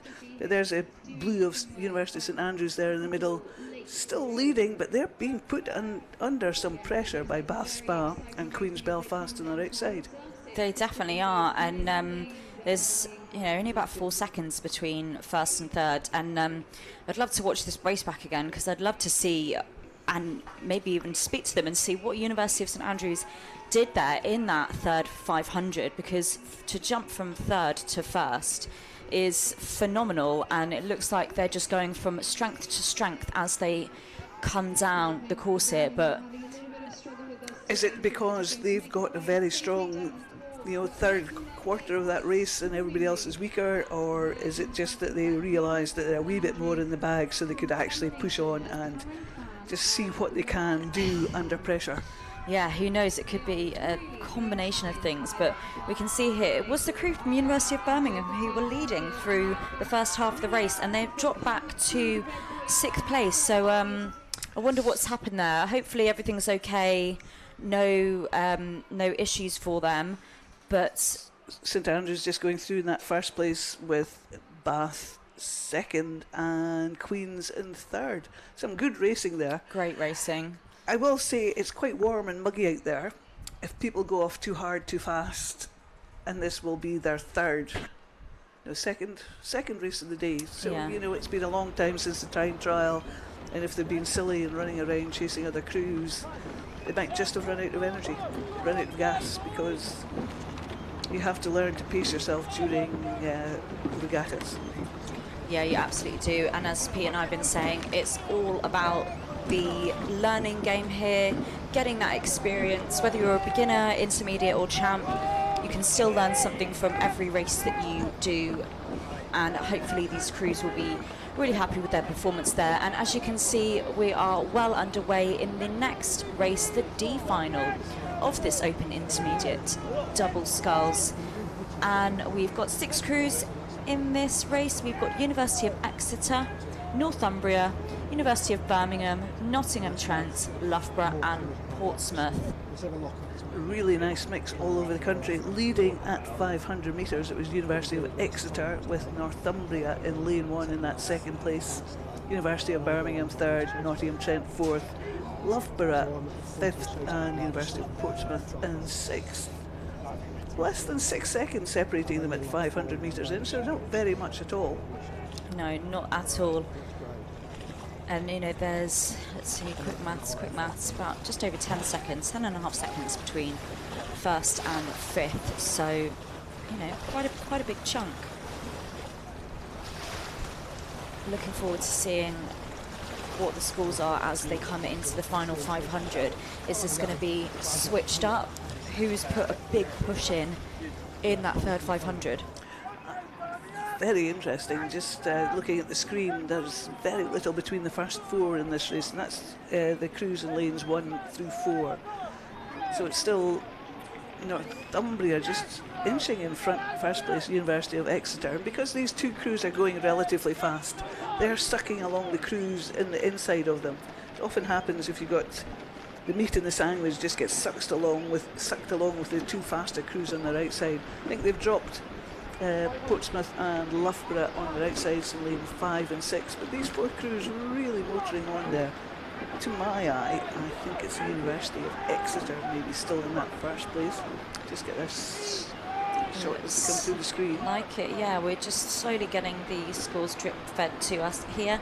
And you're right, Carol, it is the University of Exeter, Herbert Sloan and Tom Walker who are leading the field, just about a second over Charlie Smith and Patrick Child of Northumbria, followed by Luke Howard and Miles Taylor of University of Birmingham, who are only about 2 seconds behind first and third. So it really is still all to play for as they come into almost at those red boys now, 2:50 to go. Who's going to go first?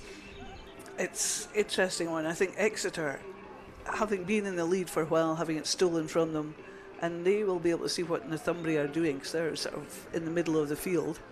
I think they're going to go early and just see what Northumbria can do to pull behind. But I think lane 2 is making a good showing now. Birmingham, the red of Birmingham, just I think they're starting to overhaul Northumbria there. It certainly looks like it from here. They're not giving up without a fight, are they? No, Exeter in the middle of the screen there. You can see them motoring on there. Just focusing in on them. You can see the nice blades there, very distinctive blades, so it's always easy to spot them in a crowd. But you can hear the crowd in the far bank just shouting on encouragement. But look at that Birmingham crew, they're really going for it now. I can't tell from this angle, I don't think they quite got overlap with the crew from Exeter, but they are really powering through that crew from Northumbria University. I think, Carol, they are going to take them and pip them at the line for second place in this D final. And Nottingham Trent have overhauled Northumbria as well, so it's the 2 red crews, but it's going to be Exeter. But look at the, you called it really nicely there. I think it's Birmingham in second place, Nottingham Trent third. Probably about half a length there, but yeah, they managed to find something else in the tank there to come through to get a second place in this D final. Northumbria just in fourth, having to settle for fourth, having been so sort of higher up the field earlier on. And over on the far side we have Loughborough and then Portsmouth just in lane 6. And as you said earlier, they're throwing the mat as thick and fast, and we're now on to the C final with Bournemouth A in lane 1, York in lane 2, Glasgow in lane 3, Queen's Belfast in lane 4, Durham in lane 5 and East Anglia in lane 6. Just looking at the screen, it's about 6 seconds at 500 metres, which is about a length and a half, so still pretty much all in the mix there. It just, we've seen a lot of mixing and matching of people sort of overtaking, having strong middle parts of the race. People concentrate on the start and the finish, but they often forget about the middle part, just hope it takes care of itself. But sometimes if you've got a strong crew in the middle part of the race, they can really tear a race apart with just going out really hard and just pulling themselves in front of the rest of the crews. And we can see there those first three crews, Queen's, Belfast, York and Glasgow, who were just at the left side of our screen a moment ago when we had that different angle. You can see they were all really in touching distance of each other, so that's really going to help them power on as they come through the 1,000-metre mark. It is the University of Glasgow who have made a big move from third to first, and they've got about a second and a half on Queen's University Belfast, who have dropped back one place to second. University of York dropped back a place to third. They're exactly 1 second behind Belfast, followed by Bournemouth, UEA and Durham University. 10 seconds now, Carol, between first and sixth. It was previously about 3 seconds. What an incredible push that all the crews have made. Interesting that it's sometimes easy to get a good start.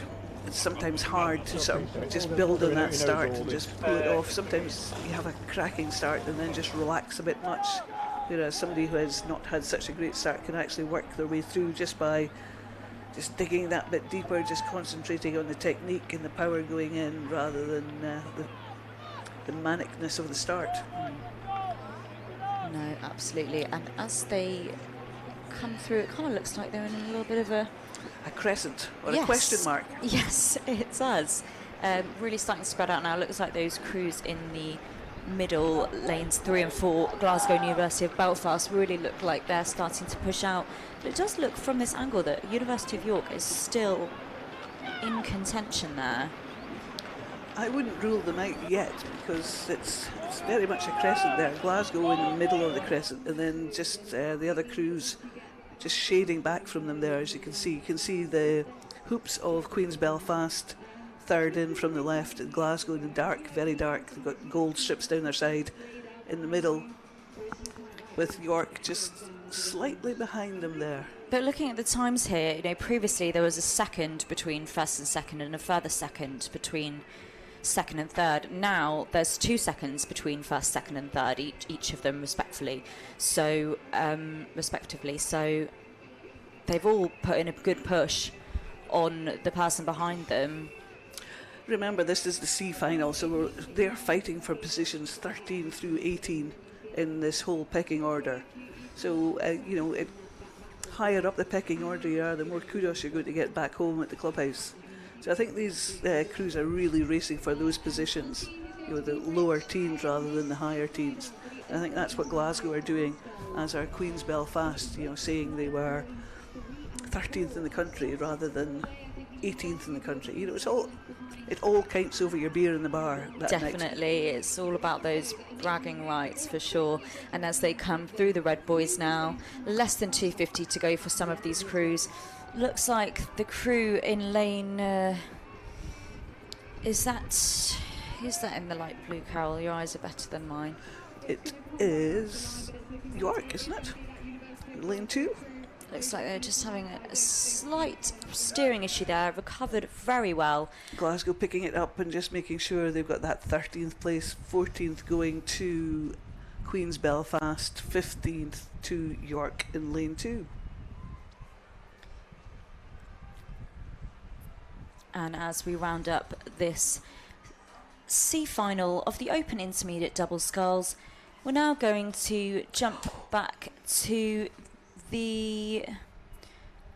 we're going to jump up to the Open Championship Lightweight Double Sculls now. I know, I remember watching this earlier. There's some really good racing here. And here we go. We've just got 4 in this C final. It's Harper Adams, University of York, University of Birmingham, and UE. And at the 500 metre mark, there's 2 seconds between Harper Adams leading over York, followed by University of Birmingham, who are 0.7 of a second behind, with UE trailing just a little bit further behind.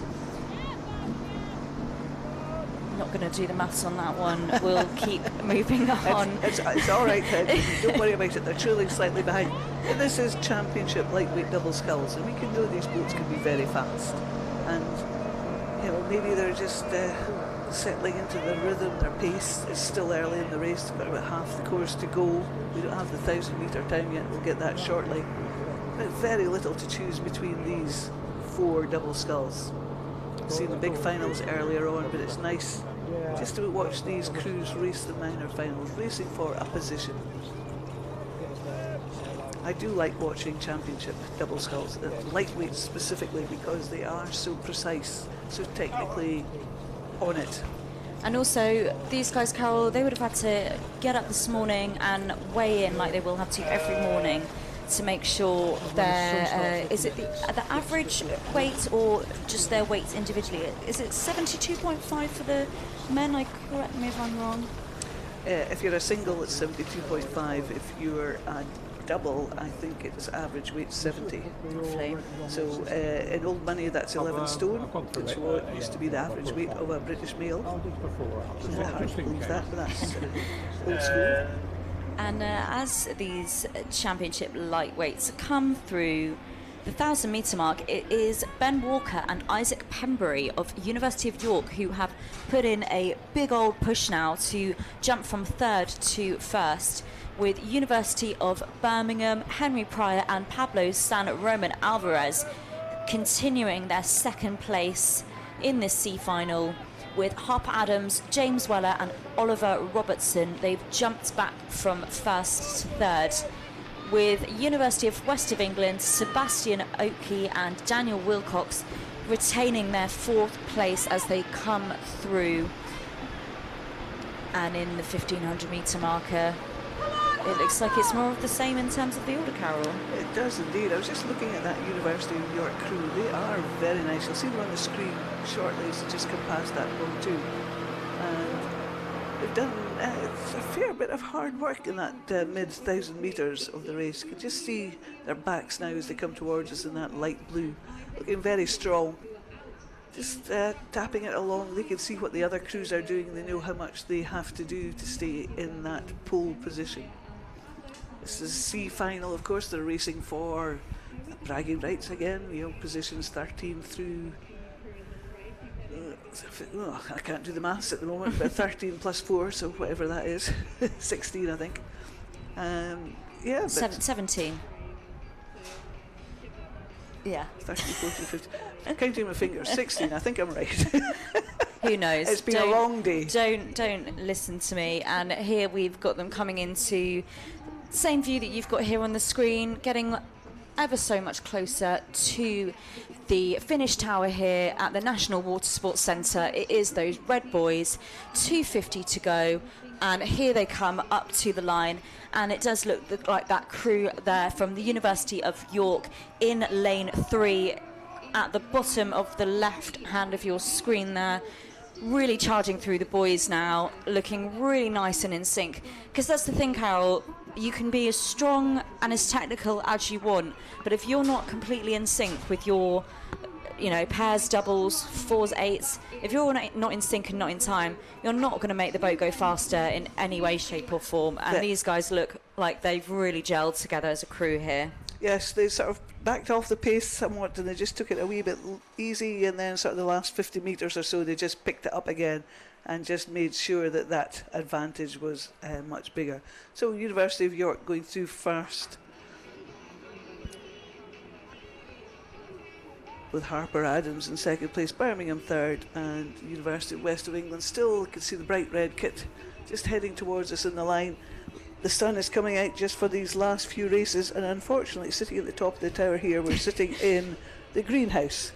It is rather warm. I think the air temperature outside is about 20-25 degrees there, and sitting up here I feel like an overripe tomato. Yes, but thank goodness for these fans. And as we continue, we've got the F final. It's back to beginners now, but it's the women's beginner single sculls. They're going to take us almost to the end of the day today.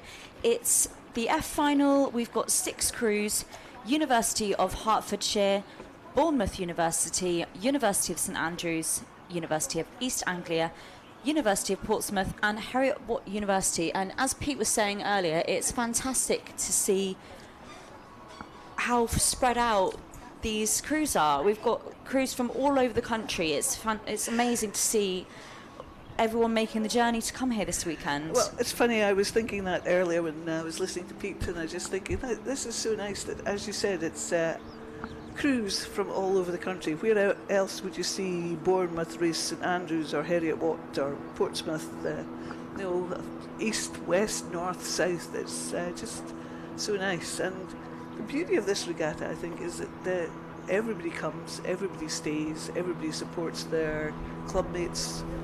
It's a weekend, and there is room for study downstairs, and there are some students studying because it is starting exam season. I know it's a dirty word out there, but sometimes you just forget and just enjoy the rowing and the racing. And yeah, absolutely. I mean, hats off to everyone here this weekend. Crews, coaches, volunteers, but especially to these student athletes. They are athletes at the end of the day, and they have got those exams very close by, so it's great that they're all here still giving it their all, so close to their all-important exams. And we will shortly be bringing you this F final.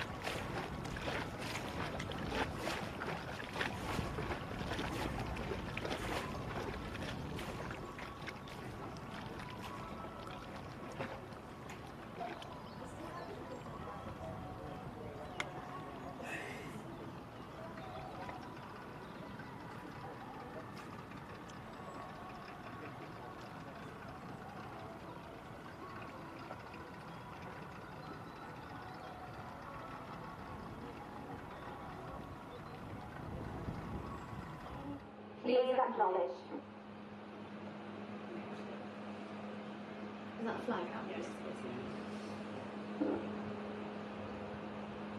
Hertfordshire, Bournemouth, St Andrews, East Anglia, Portsmouth, Heriot Watt. Attention.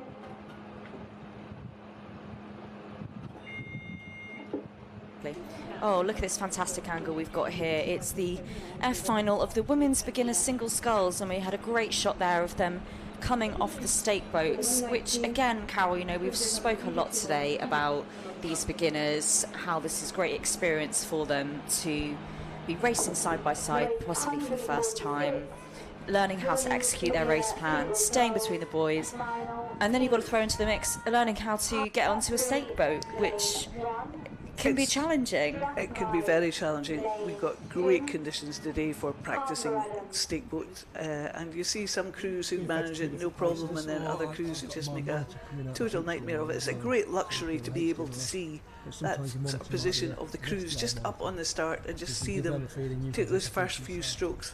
And as a beginner single sculler, and I've still never got over that sort of terror of taking the first few strokes in a single, it's always a wee bit wobbly and iffy and tentative. But once you're up and running, it's usually sort of just comes, and it comes a bit more naturally that you can just get into that rhythm and the movement. Flap on the back so you can get access to all your... Are just dangerous. It can be, and a great shot there. We can see all of the crews making their way. About a minute and a half through this race now, Carol. They're making their way through that first 500s. Yeah, and beginner sculls, they're fairly new to the sport, fairly new to racing, and racing a single. I always think single scullers, to race successfully, have to have something in their brains that just sort of cuts off the pain sensors, that just says, I can do this, I can drive myself harder than anybody else. And it's something just delightful to watch. Not everybody has it. Some people are much better suited to crew boats, but some people are just really have that sort of single sculling mentality that just pushes themselves further than they think the opposition will push themselves.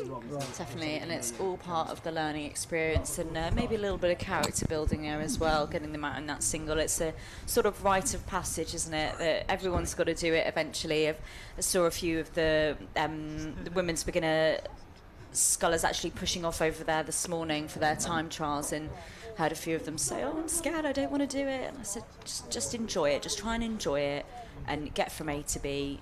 If you want to worry about the time, then go for it, but don't worry so much about the time. Just enjoy the experience and, you know, get from A to B safely, and you might love it and then catch the bug and be back here next year in the intermediate singles. Exactly. And as you said earlier, it's all a learning experience, because you know, everybody has to start somewhere, and you just don't know what suits you until you actually have a shot, and setting off and doing it. And you know, what a cracking day to do it, to be honest. Definitely. We're just looking down the course now. I can sort of see those pockets of where it's a little bit of wind gusts, slight crossover here, I think. But all in all, really nice conditions. No, we shouldn't talk about the weather too much, but... I don't know, we're British, we always talk about the weather. How can we not? Really great conditions here, and these single scullers, great shot there of almost all of them making their way down the course, and we've got some times for you now at the 500 metres. It's Lily Pounder of Bournemouth just leading the field there. With Rhiannon Evans of Portsmouth in second place, Isabel Giesberg-Bamford of University of East Anglia third, Jess London of St Andrews University in fourth, and Zhao Ying Chow of Herefordshire in fifth, and then we have Lucy Grossman of Heriot Watt in sixth. And we can see there, the middle of the field, slightly more bunched up, but you know, a big chunk, just over 30 seconds between first and sixth, and you know, that happens a lot in these beginner finals. No. Oh, how unfortunate. We've just had an update that Zhao Ying Chow from University of Hertfordshire in lane 1, who was previously in fifth, has unfortunately capsized. We do hope that she is okay, and the rescue boat, yeah, I can just see them now looking down the lake. Rescue boat is swiftly on that, off they go. So we are down to 5, and it is still the sculler from Bournemouth University, looks like, who is ahead there at the bottom of our screen. Yeah, sometimes unfortunately you just clip a blade on a buoy, and that's just enough to unsettle you, and you know, sometimes you're just in the water and you have no idea how it happened. So yes, unfortunately it happens, and sometimes when you're really, really concentrating on some things, you just forget about the basics. Yeah, and as we said before, there's so much for them to think about. Staying in the buoys, staying straight, executing that race plan, and trying to push on, staying in between those buoys, not clipping the buoys. Unfortunately, these things happen. Let's just hope it does not deter her from continuing with the sculling. And we can see there at the bottom of the screen, it is lane 2, our leader at the 1,000 metres. It's Lily Pounder of Bournemouth University.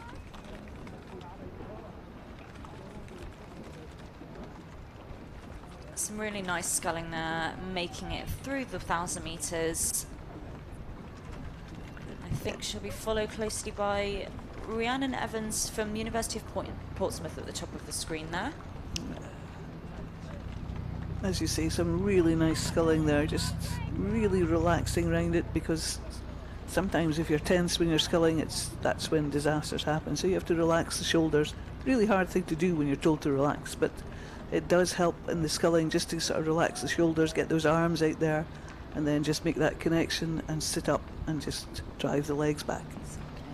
And we can see there we've got 10 seconds between first and second, so that'll be hopefully great for Lily's confidence that she's got such a strong lead there over the rest of the field. A further 3 seconds to third, and a further 11 seconds to 4th, so really great there. So Lily Pounder, University of Bournemouth, has got a great view of the rest of the field there.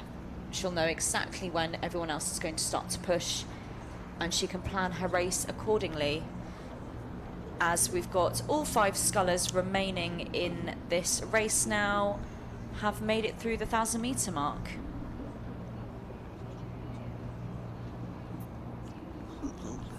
Looking strong in these sculling races. A bit of a wobble occasionally, but you know, nothing major. It's just concentrating on the next stroke. I think seeing somebody else go in at the start of the race really sort of can upset you, but these scullers just showing no sign of that, just executing their race. And as you said, Lily Pounder has Bournemouth sitting out in front. That's a really nice place to be, because as you said earlier, it means that you can see what everybody else is doing. It gives you that sort of confidence that you can see them make a push and then sort of make a push yourself and just stay that wee bit in front. And it'll be good for our confidence just to stay in that position. Definitely. And just a little announcement for those of you who are still here. Please make sure that you make your way either today, or you may just be packing up now, but definitely over the remainder of the weekend, over to the food and clothing village over here by the Finish Tower, and visit 557. They're hosting interactive design sessions at their stand, and you can join their lead designer to create a custom kit mock-ups right before your eyes, which is great. And they're also supporting Copperfield to raise money for breast cancer awareness with their amazing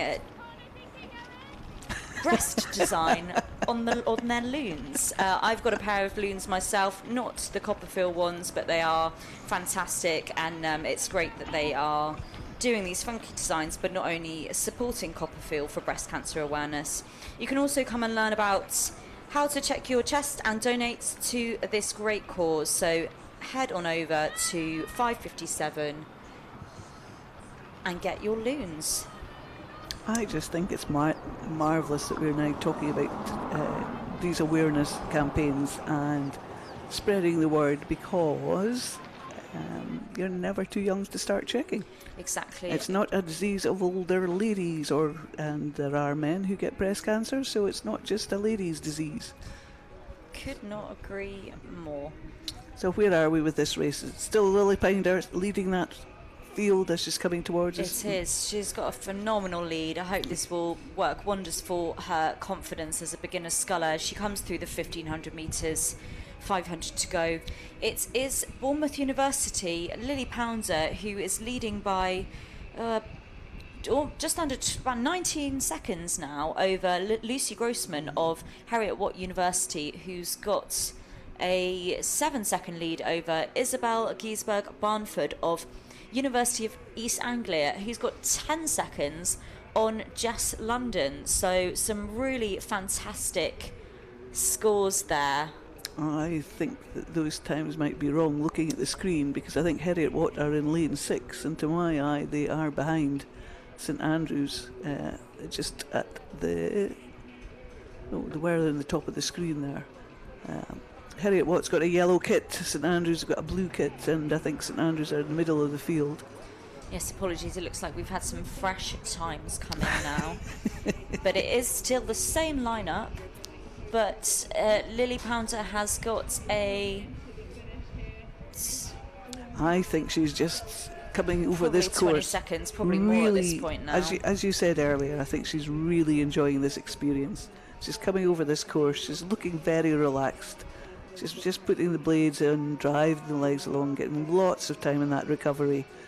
Just really enjoying this really nice water towards the finish.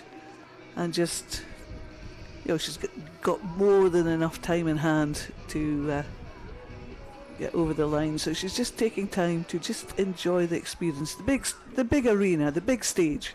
Just taking a look over her shoulder there, like, how long left?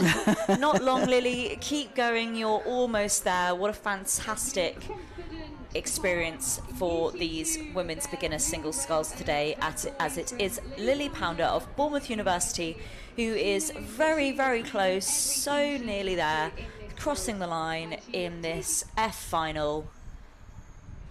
And here she comes. I'm sure she'll be very glad that's over. What a fantastic effort there from all of our athletes here today, but especially to these beginners. Indeed. Massive achievement for them to just get across that line here today. And then it's Rhiannon Evans of Portsmouth, and Jess London and Isabel Giesberg-Bamford pretty much level as they come towards us at lanes 3 and 4, St Andrews University and University of East Anglia. It's St Andrews now just inching themselves in front. I think University of East Anglia thought they may have crossed the line when they heard the beep, but they're still about 20 metres shy of it. It's always a good coaching tip, make sure you race through the line. And then over the far side we have Lucy Grossman of Heriot Watt. Bright yellow kits, you'll see shortly on the screen. We now go to the starts. Shortly we will have race 146, the E-final of the women's beginner single sculls, underway. Taking you through lanes 1 to 6, it's Georgia Gribble of Hartpury University in lane 1, Freya Finlayson of University of Strathclyde in lane 2, Emily Handel of Harper Adams University in lane 3, Amelie Williams of Hartpury University in lane 4, Rowan Airy of Loughborough University in lane 5, and Milza Ambra of University of York in lane 6. And you can just see on their screen now, on your screen now, they are off. Indeed they are. It's so nice to actually get it. I had a walk earlier up to the start just to catch some of the Coxless 4s on the start. It's always nice to just watch them go off the starts from a side-on view and just see what they can do. And some of them were really nice. You can get a lot of information from a crew of how they attack the start or tackle the start. But these beginners will just be at that stage of finding out which start works for them. Some crews, some people have very long start sequences, programs, and some people are just quite short and just get onto it pretty fast. But, you know, everybody is an individual and everybody has different ideas as to what makes a good start. Exactly, and we will very shortly be bringing you... Oh, here we go. Just as I said it, they've appeared on our screen. The 500 metre times. It is Freya Finlayson of University of Strathclyde who is leading at the 500s by about 3 seconds over Harper Adams, followed by Hartpury, University of York, University of Loughborough, and Hartpury again. And this looks like a much closer field than the previous final, which is great. It's going to make for some really exciting racing, isn't it? Well, we've now moved into the stage of where, from the time trial, these times will be much closer together. So when they're closer together, the boat speeds are pretty much closely matched. So now in the next 2-3 finals we'll see, I'm hoping for, much closer racing as these boat speeds become more evenly matched.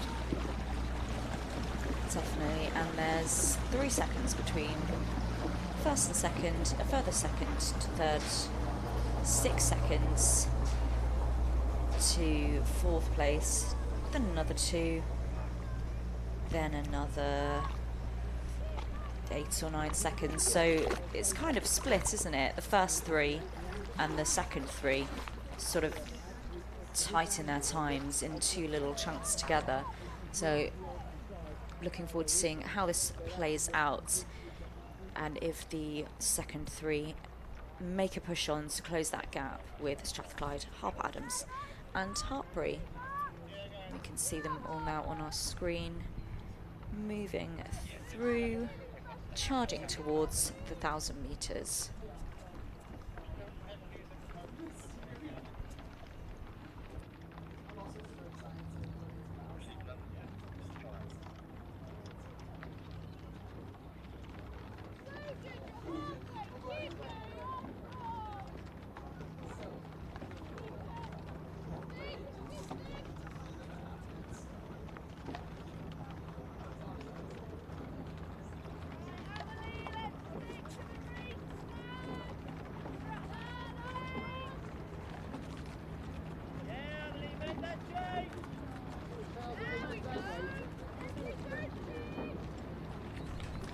Great side-on shot there we've got for you on the screen there. The crews moving through. Looks like at the bottom of our screen that's lane 2, University of Strathclyde, Freya Finlayson. So we will shortly be having the 1,000 metre times, but it does look like, Harold, that she has been pipped to that first place. Dropped off the pace somewhat, I think, just judging by the screen angle there. It's always funny when the camera swings round and you lose the sign lighting across the boys. The boys are lined up beautifully, but it's sometimes hard to gauge where the straight line is. Definitely, we will hopefully have some updated 1,000 metre times for you very, very shortly in this E-final of the women's single sculls. I think that looks as though it could be another capsize. Unfortunately, yes, we do have another capsize. That's maybe York in lane 6. I did see the launch head towards it. I can't quite get the colours there. No, I mean, I'm not sure if it's the sun on the screen or the sun in our eyes here in the tower.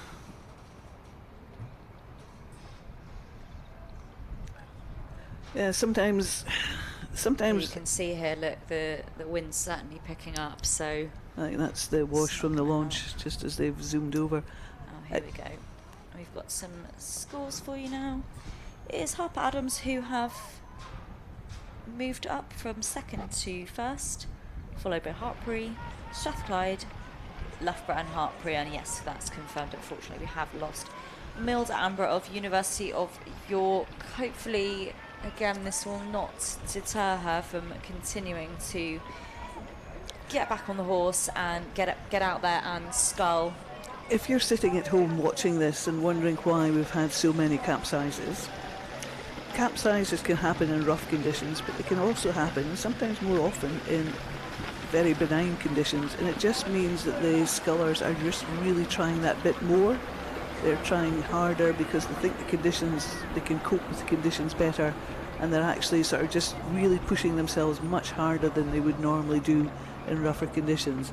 So sometimes, you may be sitting there sort of thinking, oh, I can't understand why they've gone in. And it will be because these athletes are just pushing themselves out of their comfort zone, really, really pushing on, because sometimes in the race the adrenaline takes over and you really want to push yourself as hard as you can.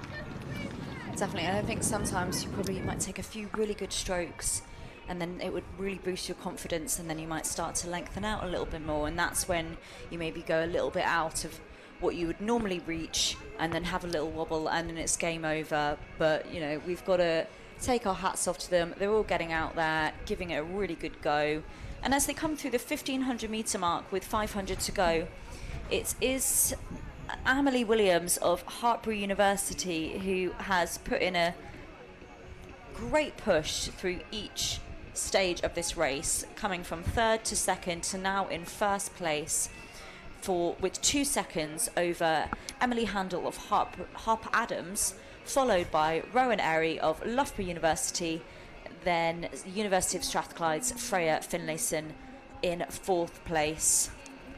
Just watching these scullers, you called it correct. I was about to say that's not lane 4, but it is. I'd forgotten that we lost sculler in lane 6. But these two scullers in the middle of the field, Emily and Amelie, Harper Adams and Hartpury, it's probably a commentator's nightmare to sort of get them correct, are doing amazingly well. They've just really pulled themselves in front of the rest of the field. They're being chased by Freya Finlayson and Rowan Airy of Loughborough. They're slightly behind, and slightly behind them we have Georgia Gribble of Hartpury.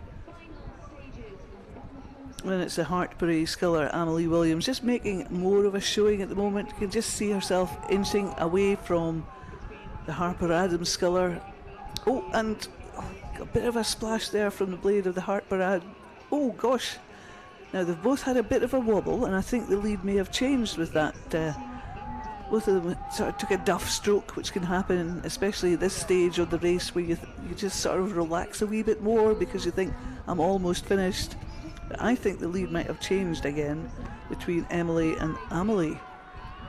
Oh, there again, maybe not. I can hear the shouts of encouragement from over the far bank, and they can get the parallax even better than we can to just see where that lead has gone now. Has it gone with Amelie, or is it Emily? I think it's maybe with Emily of Harper Adams. Hartpury, Harper Adams. It's just it's a challenge. They're really tripping us up there on our words, aren't they? I can't quite tell from this angle. Plus, the sun is really in my eyes, but it looks like it is. Emily Handel of Harper Adams just got her bows out ahead, and she's got the confidence now. Look, she's just picking it up as she's coming towards the line.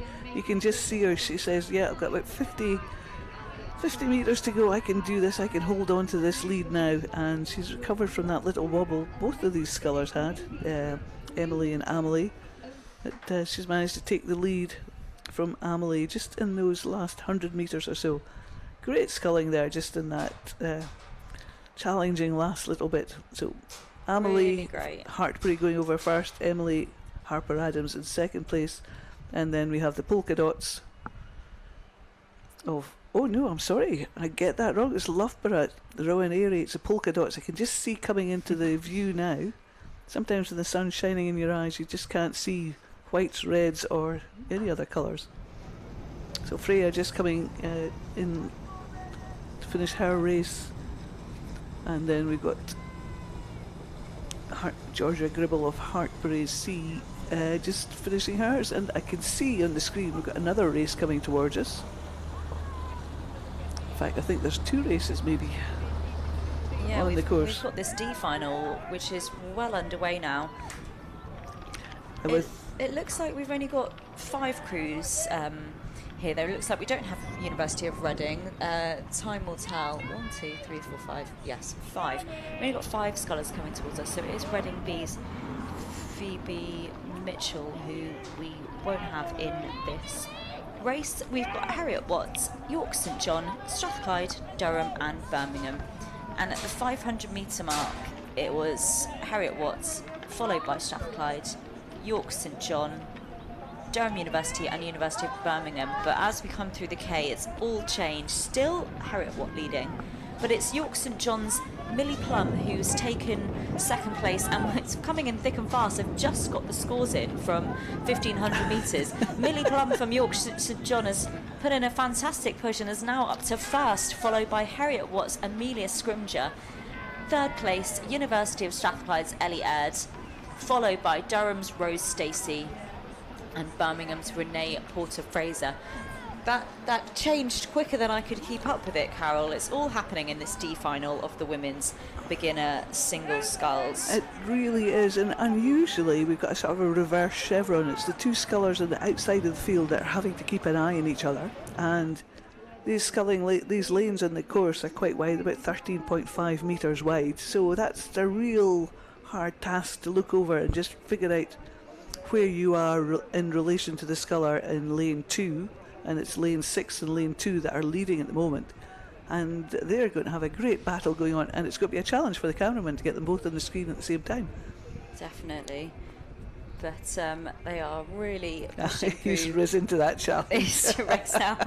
It's like, I hear you and I raise you this shot. Thank you very much. And they're coming into the final 250 now, almost at the final 250. Those red boys, for those of you who don't know, you reach those red buoys, that means you've got 250 metres to go. It just gives especially the Cox boats too, but especially the Coxless boats, just differentiates between all of the buoys and lets you know that you're in the final bit now. Time to go, time to give it everything and wind up, as I'm sure they will be doing very shortly. See the bright yellow of Harriet Watt there, just Amelia Scrimger, but I think she is still behind Millie Plum of York St John.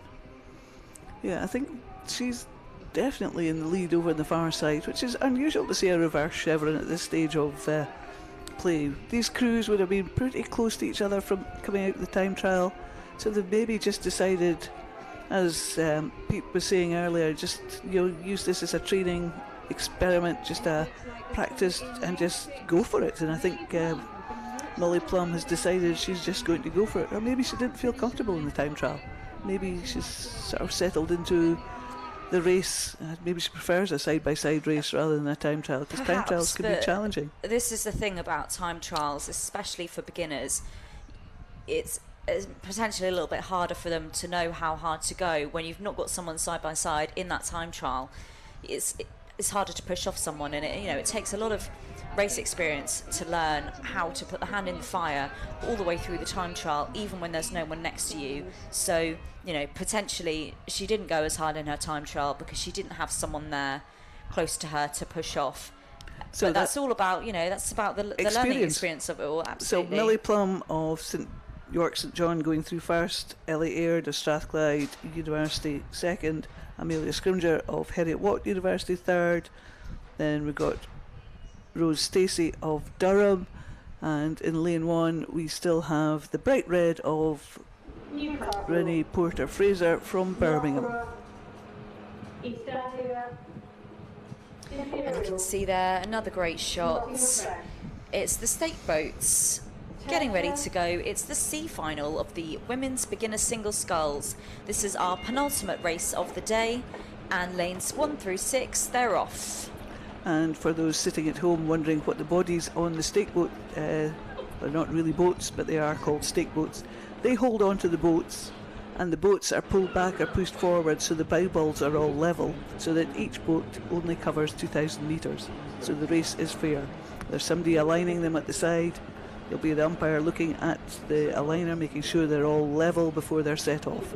And the stake boat just holds onto that boat very gently, just to keep them in place so that they can set off cleanly and fairly. Definitely, and I'm not sure who it was. Perhaps it was on the left side of our screen as they set off on the stake boats, but whoever that was on that far side had a fantastic start coming out those stake boats, really punchy, which is just what you need. Great to see from a beginner as well. Well, it could be, there's two on lanes 1 and 2. It's Northumbria, Phoebe Skinner of Northumbria in lane 1, Penny McSween of Newcastle in lane 2, Cameron Mitchelson of Loughborough in lane 3, Lillian Walthew of East Anglia in lane 4, Laura Smith of Imperial in lane 5, and Emily Turnbull of Nottingham Trent in lane 6. So it's one of the Newcastle boats, I think, that you spotted making those flying starts. I think so. It was really nice and punchy, and again, it all comes from experience, learning how hard to go out of the stake boats, having that confidence to really go for it on those first few strokes. As I said earlier, it's somewhere where I'm not very comfortable in a single scull on the start. And it's really nice to see, just looking down from the tower here, we can see all of the Newcastle athletes just getting up now. Off they go, heading towards the barriers, ready to cheer on Penny McSween of Newcastle University. Great to see the support here from all of the crews. I would say that Newcastle supporters are probably some of the best, and I love the little migration patterns they have. There you go, coming onto the side of the course just for a Newcastle athlete, and hiding in the shade as they should do when there's nobody of interest. So it's just lovely to see them just coming out in force. And I'm sure Penny McSween will just love it. She's on that side of the course. She will hear them in full voice.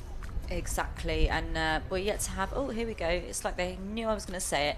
We've got some scores in now, and I don't know if the Newcastle students on the bank will know this, but if they're listening to our lovely site commentary team, they probably will, that their very own Penny McSween is in first place in lane 2, leading the field by about 4 seconds over Emily Turnbull of Nottingham Trent University. So she will absolutely need their support when she gets to this final couple of hundred to go to maintain the win in this C final. And it's Northumbria in 3rd, Loughborough in 4th, UEA in 5th, and UCL rounding out this field. And we've got about, I don't know why I do this to myself, Carol, 16 seconds between 1st and 6th. So pretty strong there. Nice and tight in the 3rd, 4th and 5th. There's about a second in it between them all. So it's really great to see in this C final. Early days though. As you said, you saw a really blistering start from lane 1 or 2, and it must have been Newcastle to get herself that far out in front. But it's early days, is it a long race? Sometimes it feels as though it's just passed like that, and then sometimes you think, oh gosh, will this never end? It's sometimes it's how you're feeling in yourself, sometimes it's how the race is going, how your race plan's being executed. So these girls will, still beginner sculls, they will maybe have some experience, but the time trial this morning is very different from a side-by-side race, as we were talking about earlier. It will most likely feel like a much longer way than usual. All of these students here today come from all across the country. Some of them will have some really big long straights at their home water to train on. Some of them will have really windy rivers and lakes and all sorts. So some of them, when you've got to steer and you've got to go around all the bends at home, it might make a 2K go a little bit quicker because you've got all these things happening. But when you're just going dead straight the whole way, it may feel like it's taking a little bit longer than usual. And they're just coming through the halfway now, 1,000 metres to go, and it is Penny McSween from Newcastle University who is still leading the field. She's looking very comfortable there, she's quite confident. I know the time can be quite bumpy and choppy. I wouldn't necessarily always go out in a single in the time, but... No, me either. No, thank you. But yeah, she's looking really confident, great.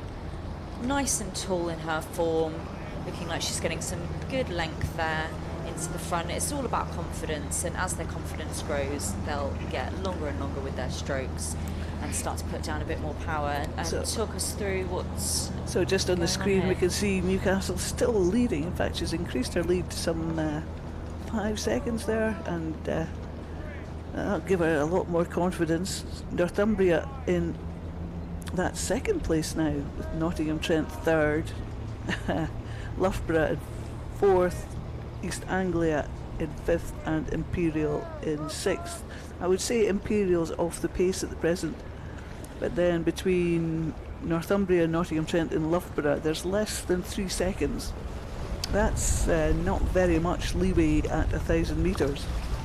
So we'll see maybe some positional changes there as they come through. I think Northumbria, because Penny McSween of Newcastle is so fast, sometimes if you've got a fast sculler beside you, it just pulls you along, just sucks you into their rhythm, their pace, and it sometimes makes the race easier for you because you've just got somebody there just to sort of, like a companion, just to sort of pull you along. Yeah, 100%. But Penny's in a great position now. She's got a good lead over the rest of the field. She can see where everyone else is, and hopefully they won't catch her napping when they all start to inevitably push as they move into the final 500. So they're just pushing through the 3rd 500 now. This is where they're probably starting to go into the next phase, working on their race plans. Thinking, what are we going to do in the last 500? Just slowly giving it a little bit more and more, starting to build up for the line, going through those phases, and they're getting into slightly better view now for us here at the tower. But can see, not just from the screen there, but from the tower, that it is still Penny McSween who is out ahead, but can't quite tell from this angle if Phoebe Skinner is hot on her tail or not. Time will tell. Indeed. And this lighting, it's sometimes hard to see the blue star of the Newcastle blaze, always very distinctive from a distance. Here they are, you can just see them on screen now. As I said, very distinctive from a distance, and there you can see Penny McSween just sculling away quite comfortably there, and just coming through the 1500 metres first, some 7 seconds in front of Phoebe Skinner of Northumbria. Oh, it's Nottingham Trent, sorry, it is Emily Turnbull of Nottingham Trent in second place. So as we keep saying and banging on about, anything can happen in any of these races, no matter if it's an A, B, C, F final, beginner, intermediate, champ, anything can happen and anything will happen. And Phoebe Skinner has dropped back to 5th place now. Yeah, I think what's caused us some confusion is that Nottingham Trent's away over in lane 6, and we've got Emily Turnbull, Nottingham Trent in lane 6, Penny McSween.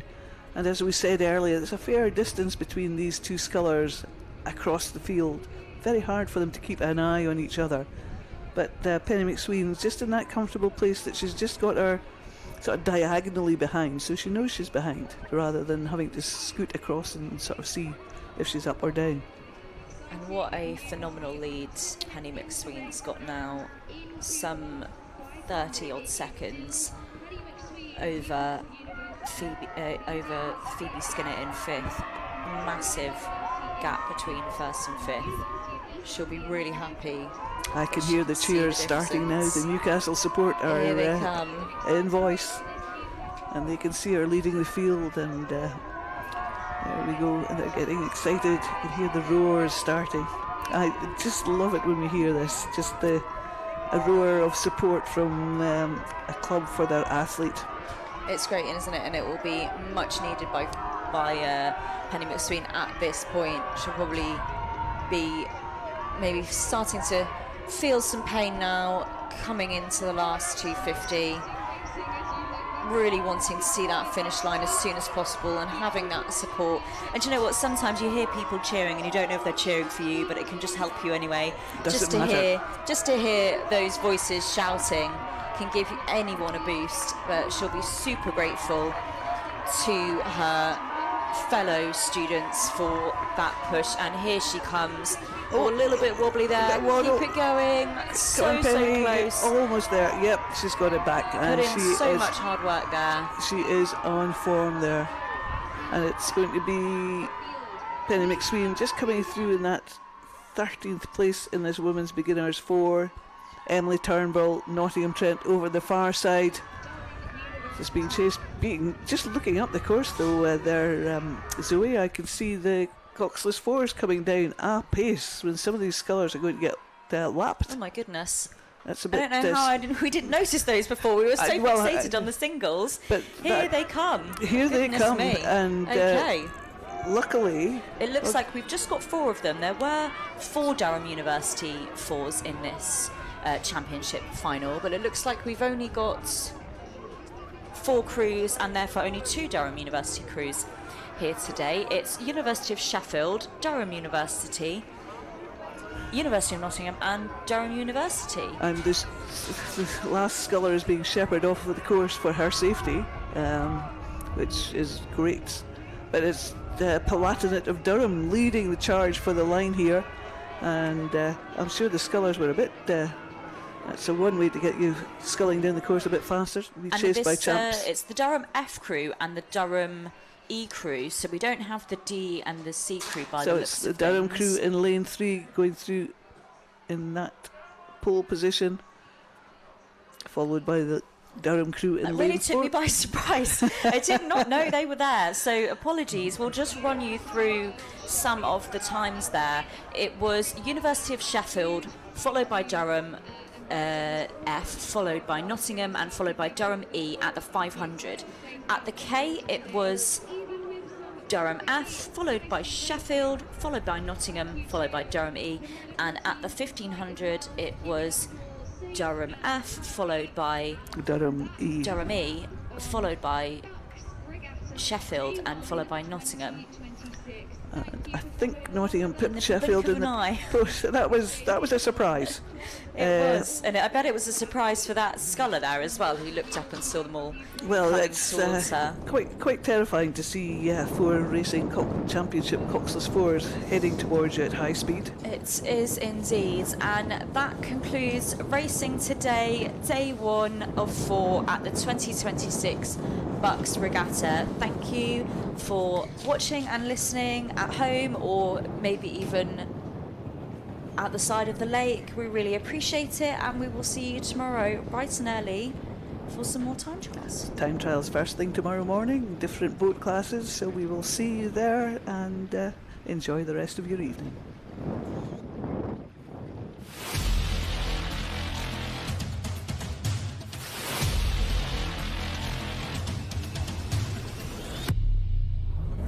BUCS is back, and it's bigger than ever. We've got a man in the corner, and it's caught! Can he hold them off? The roof will be raised in front court. Like an enemy in the night, mission impossible for 2. Both teams hungry, desperate to win that title.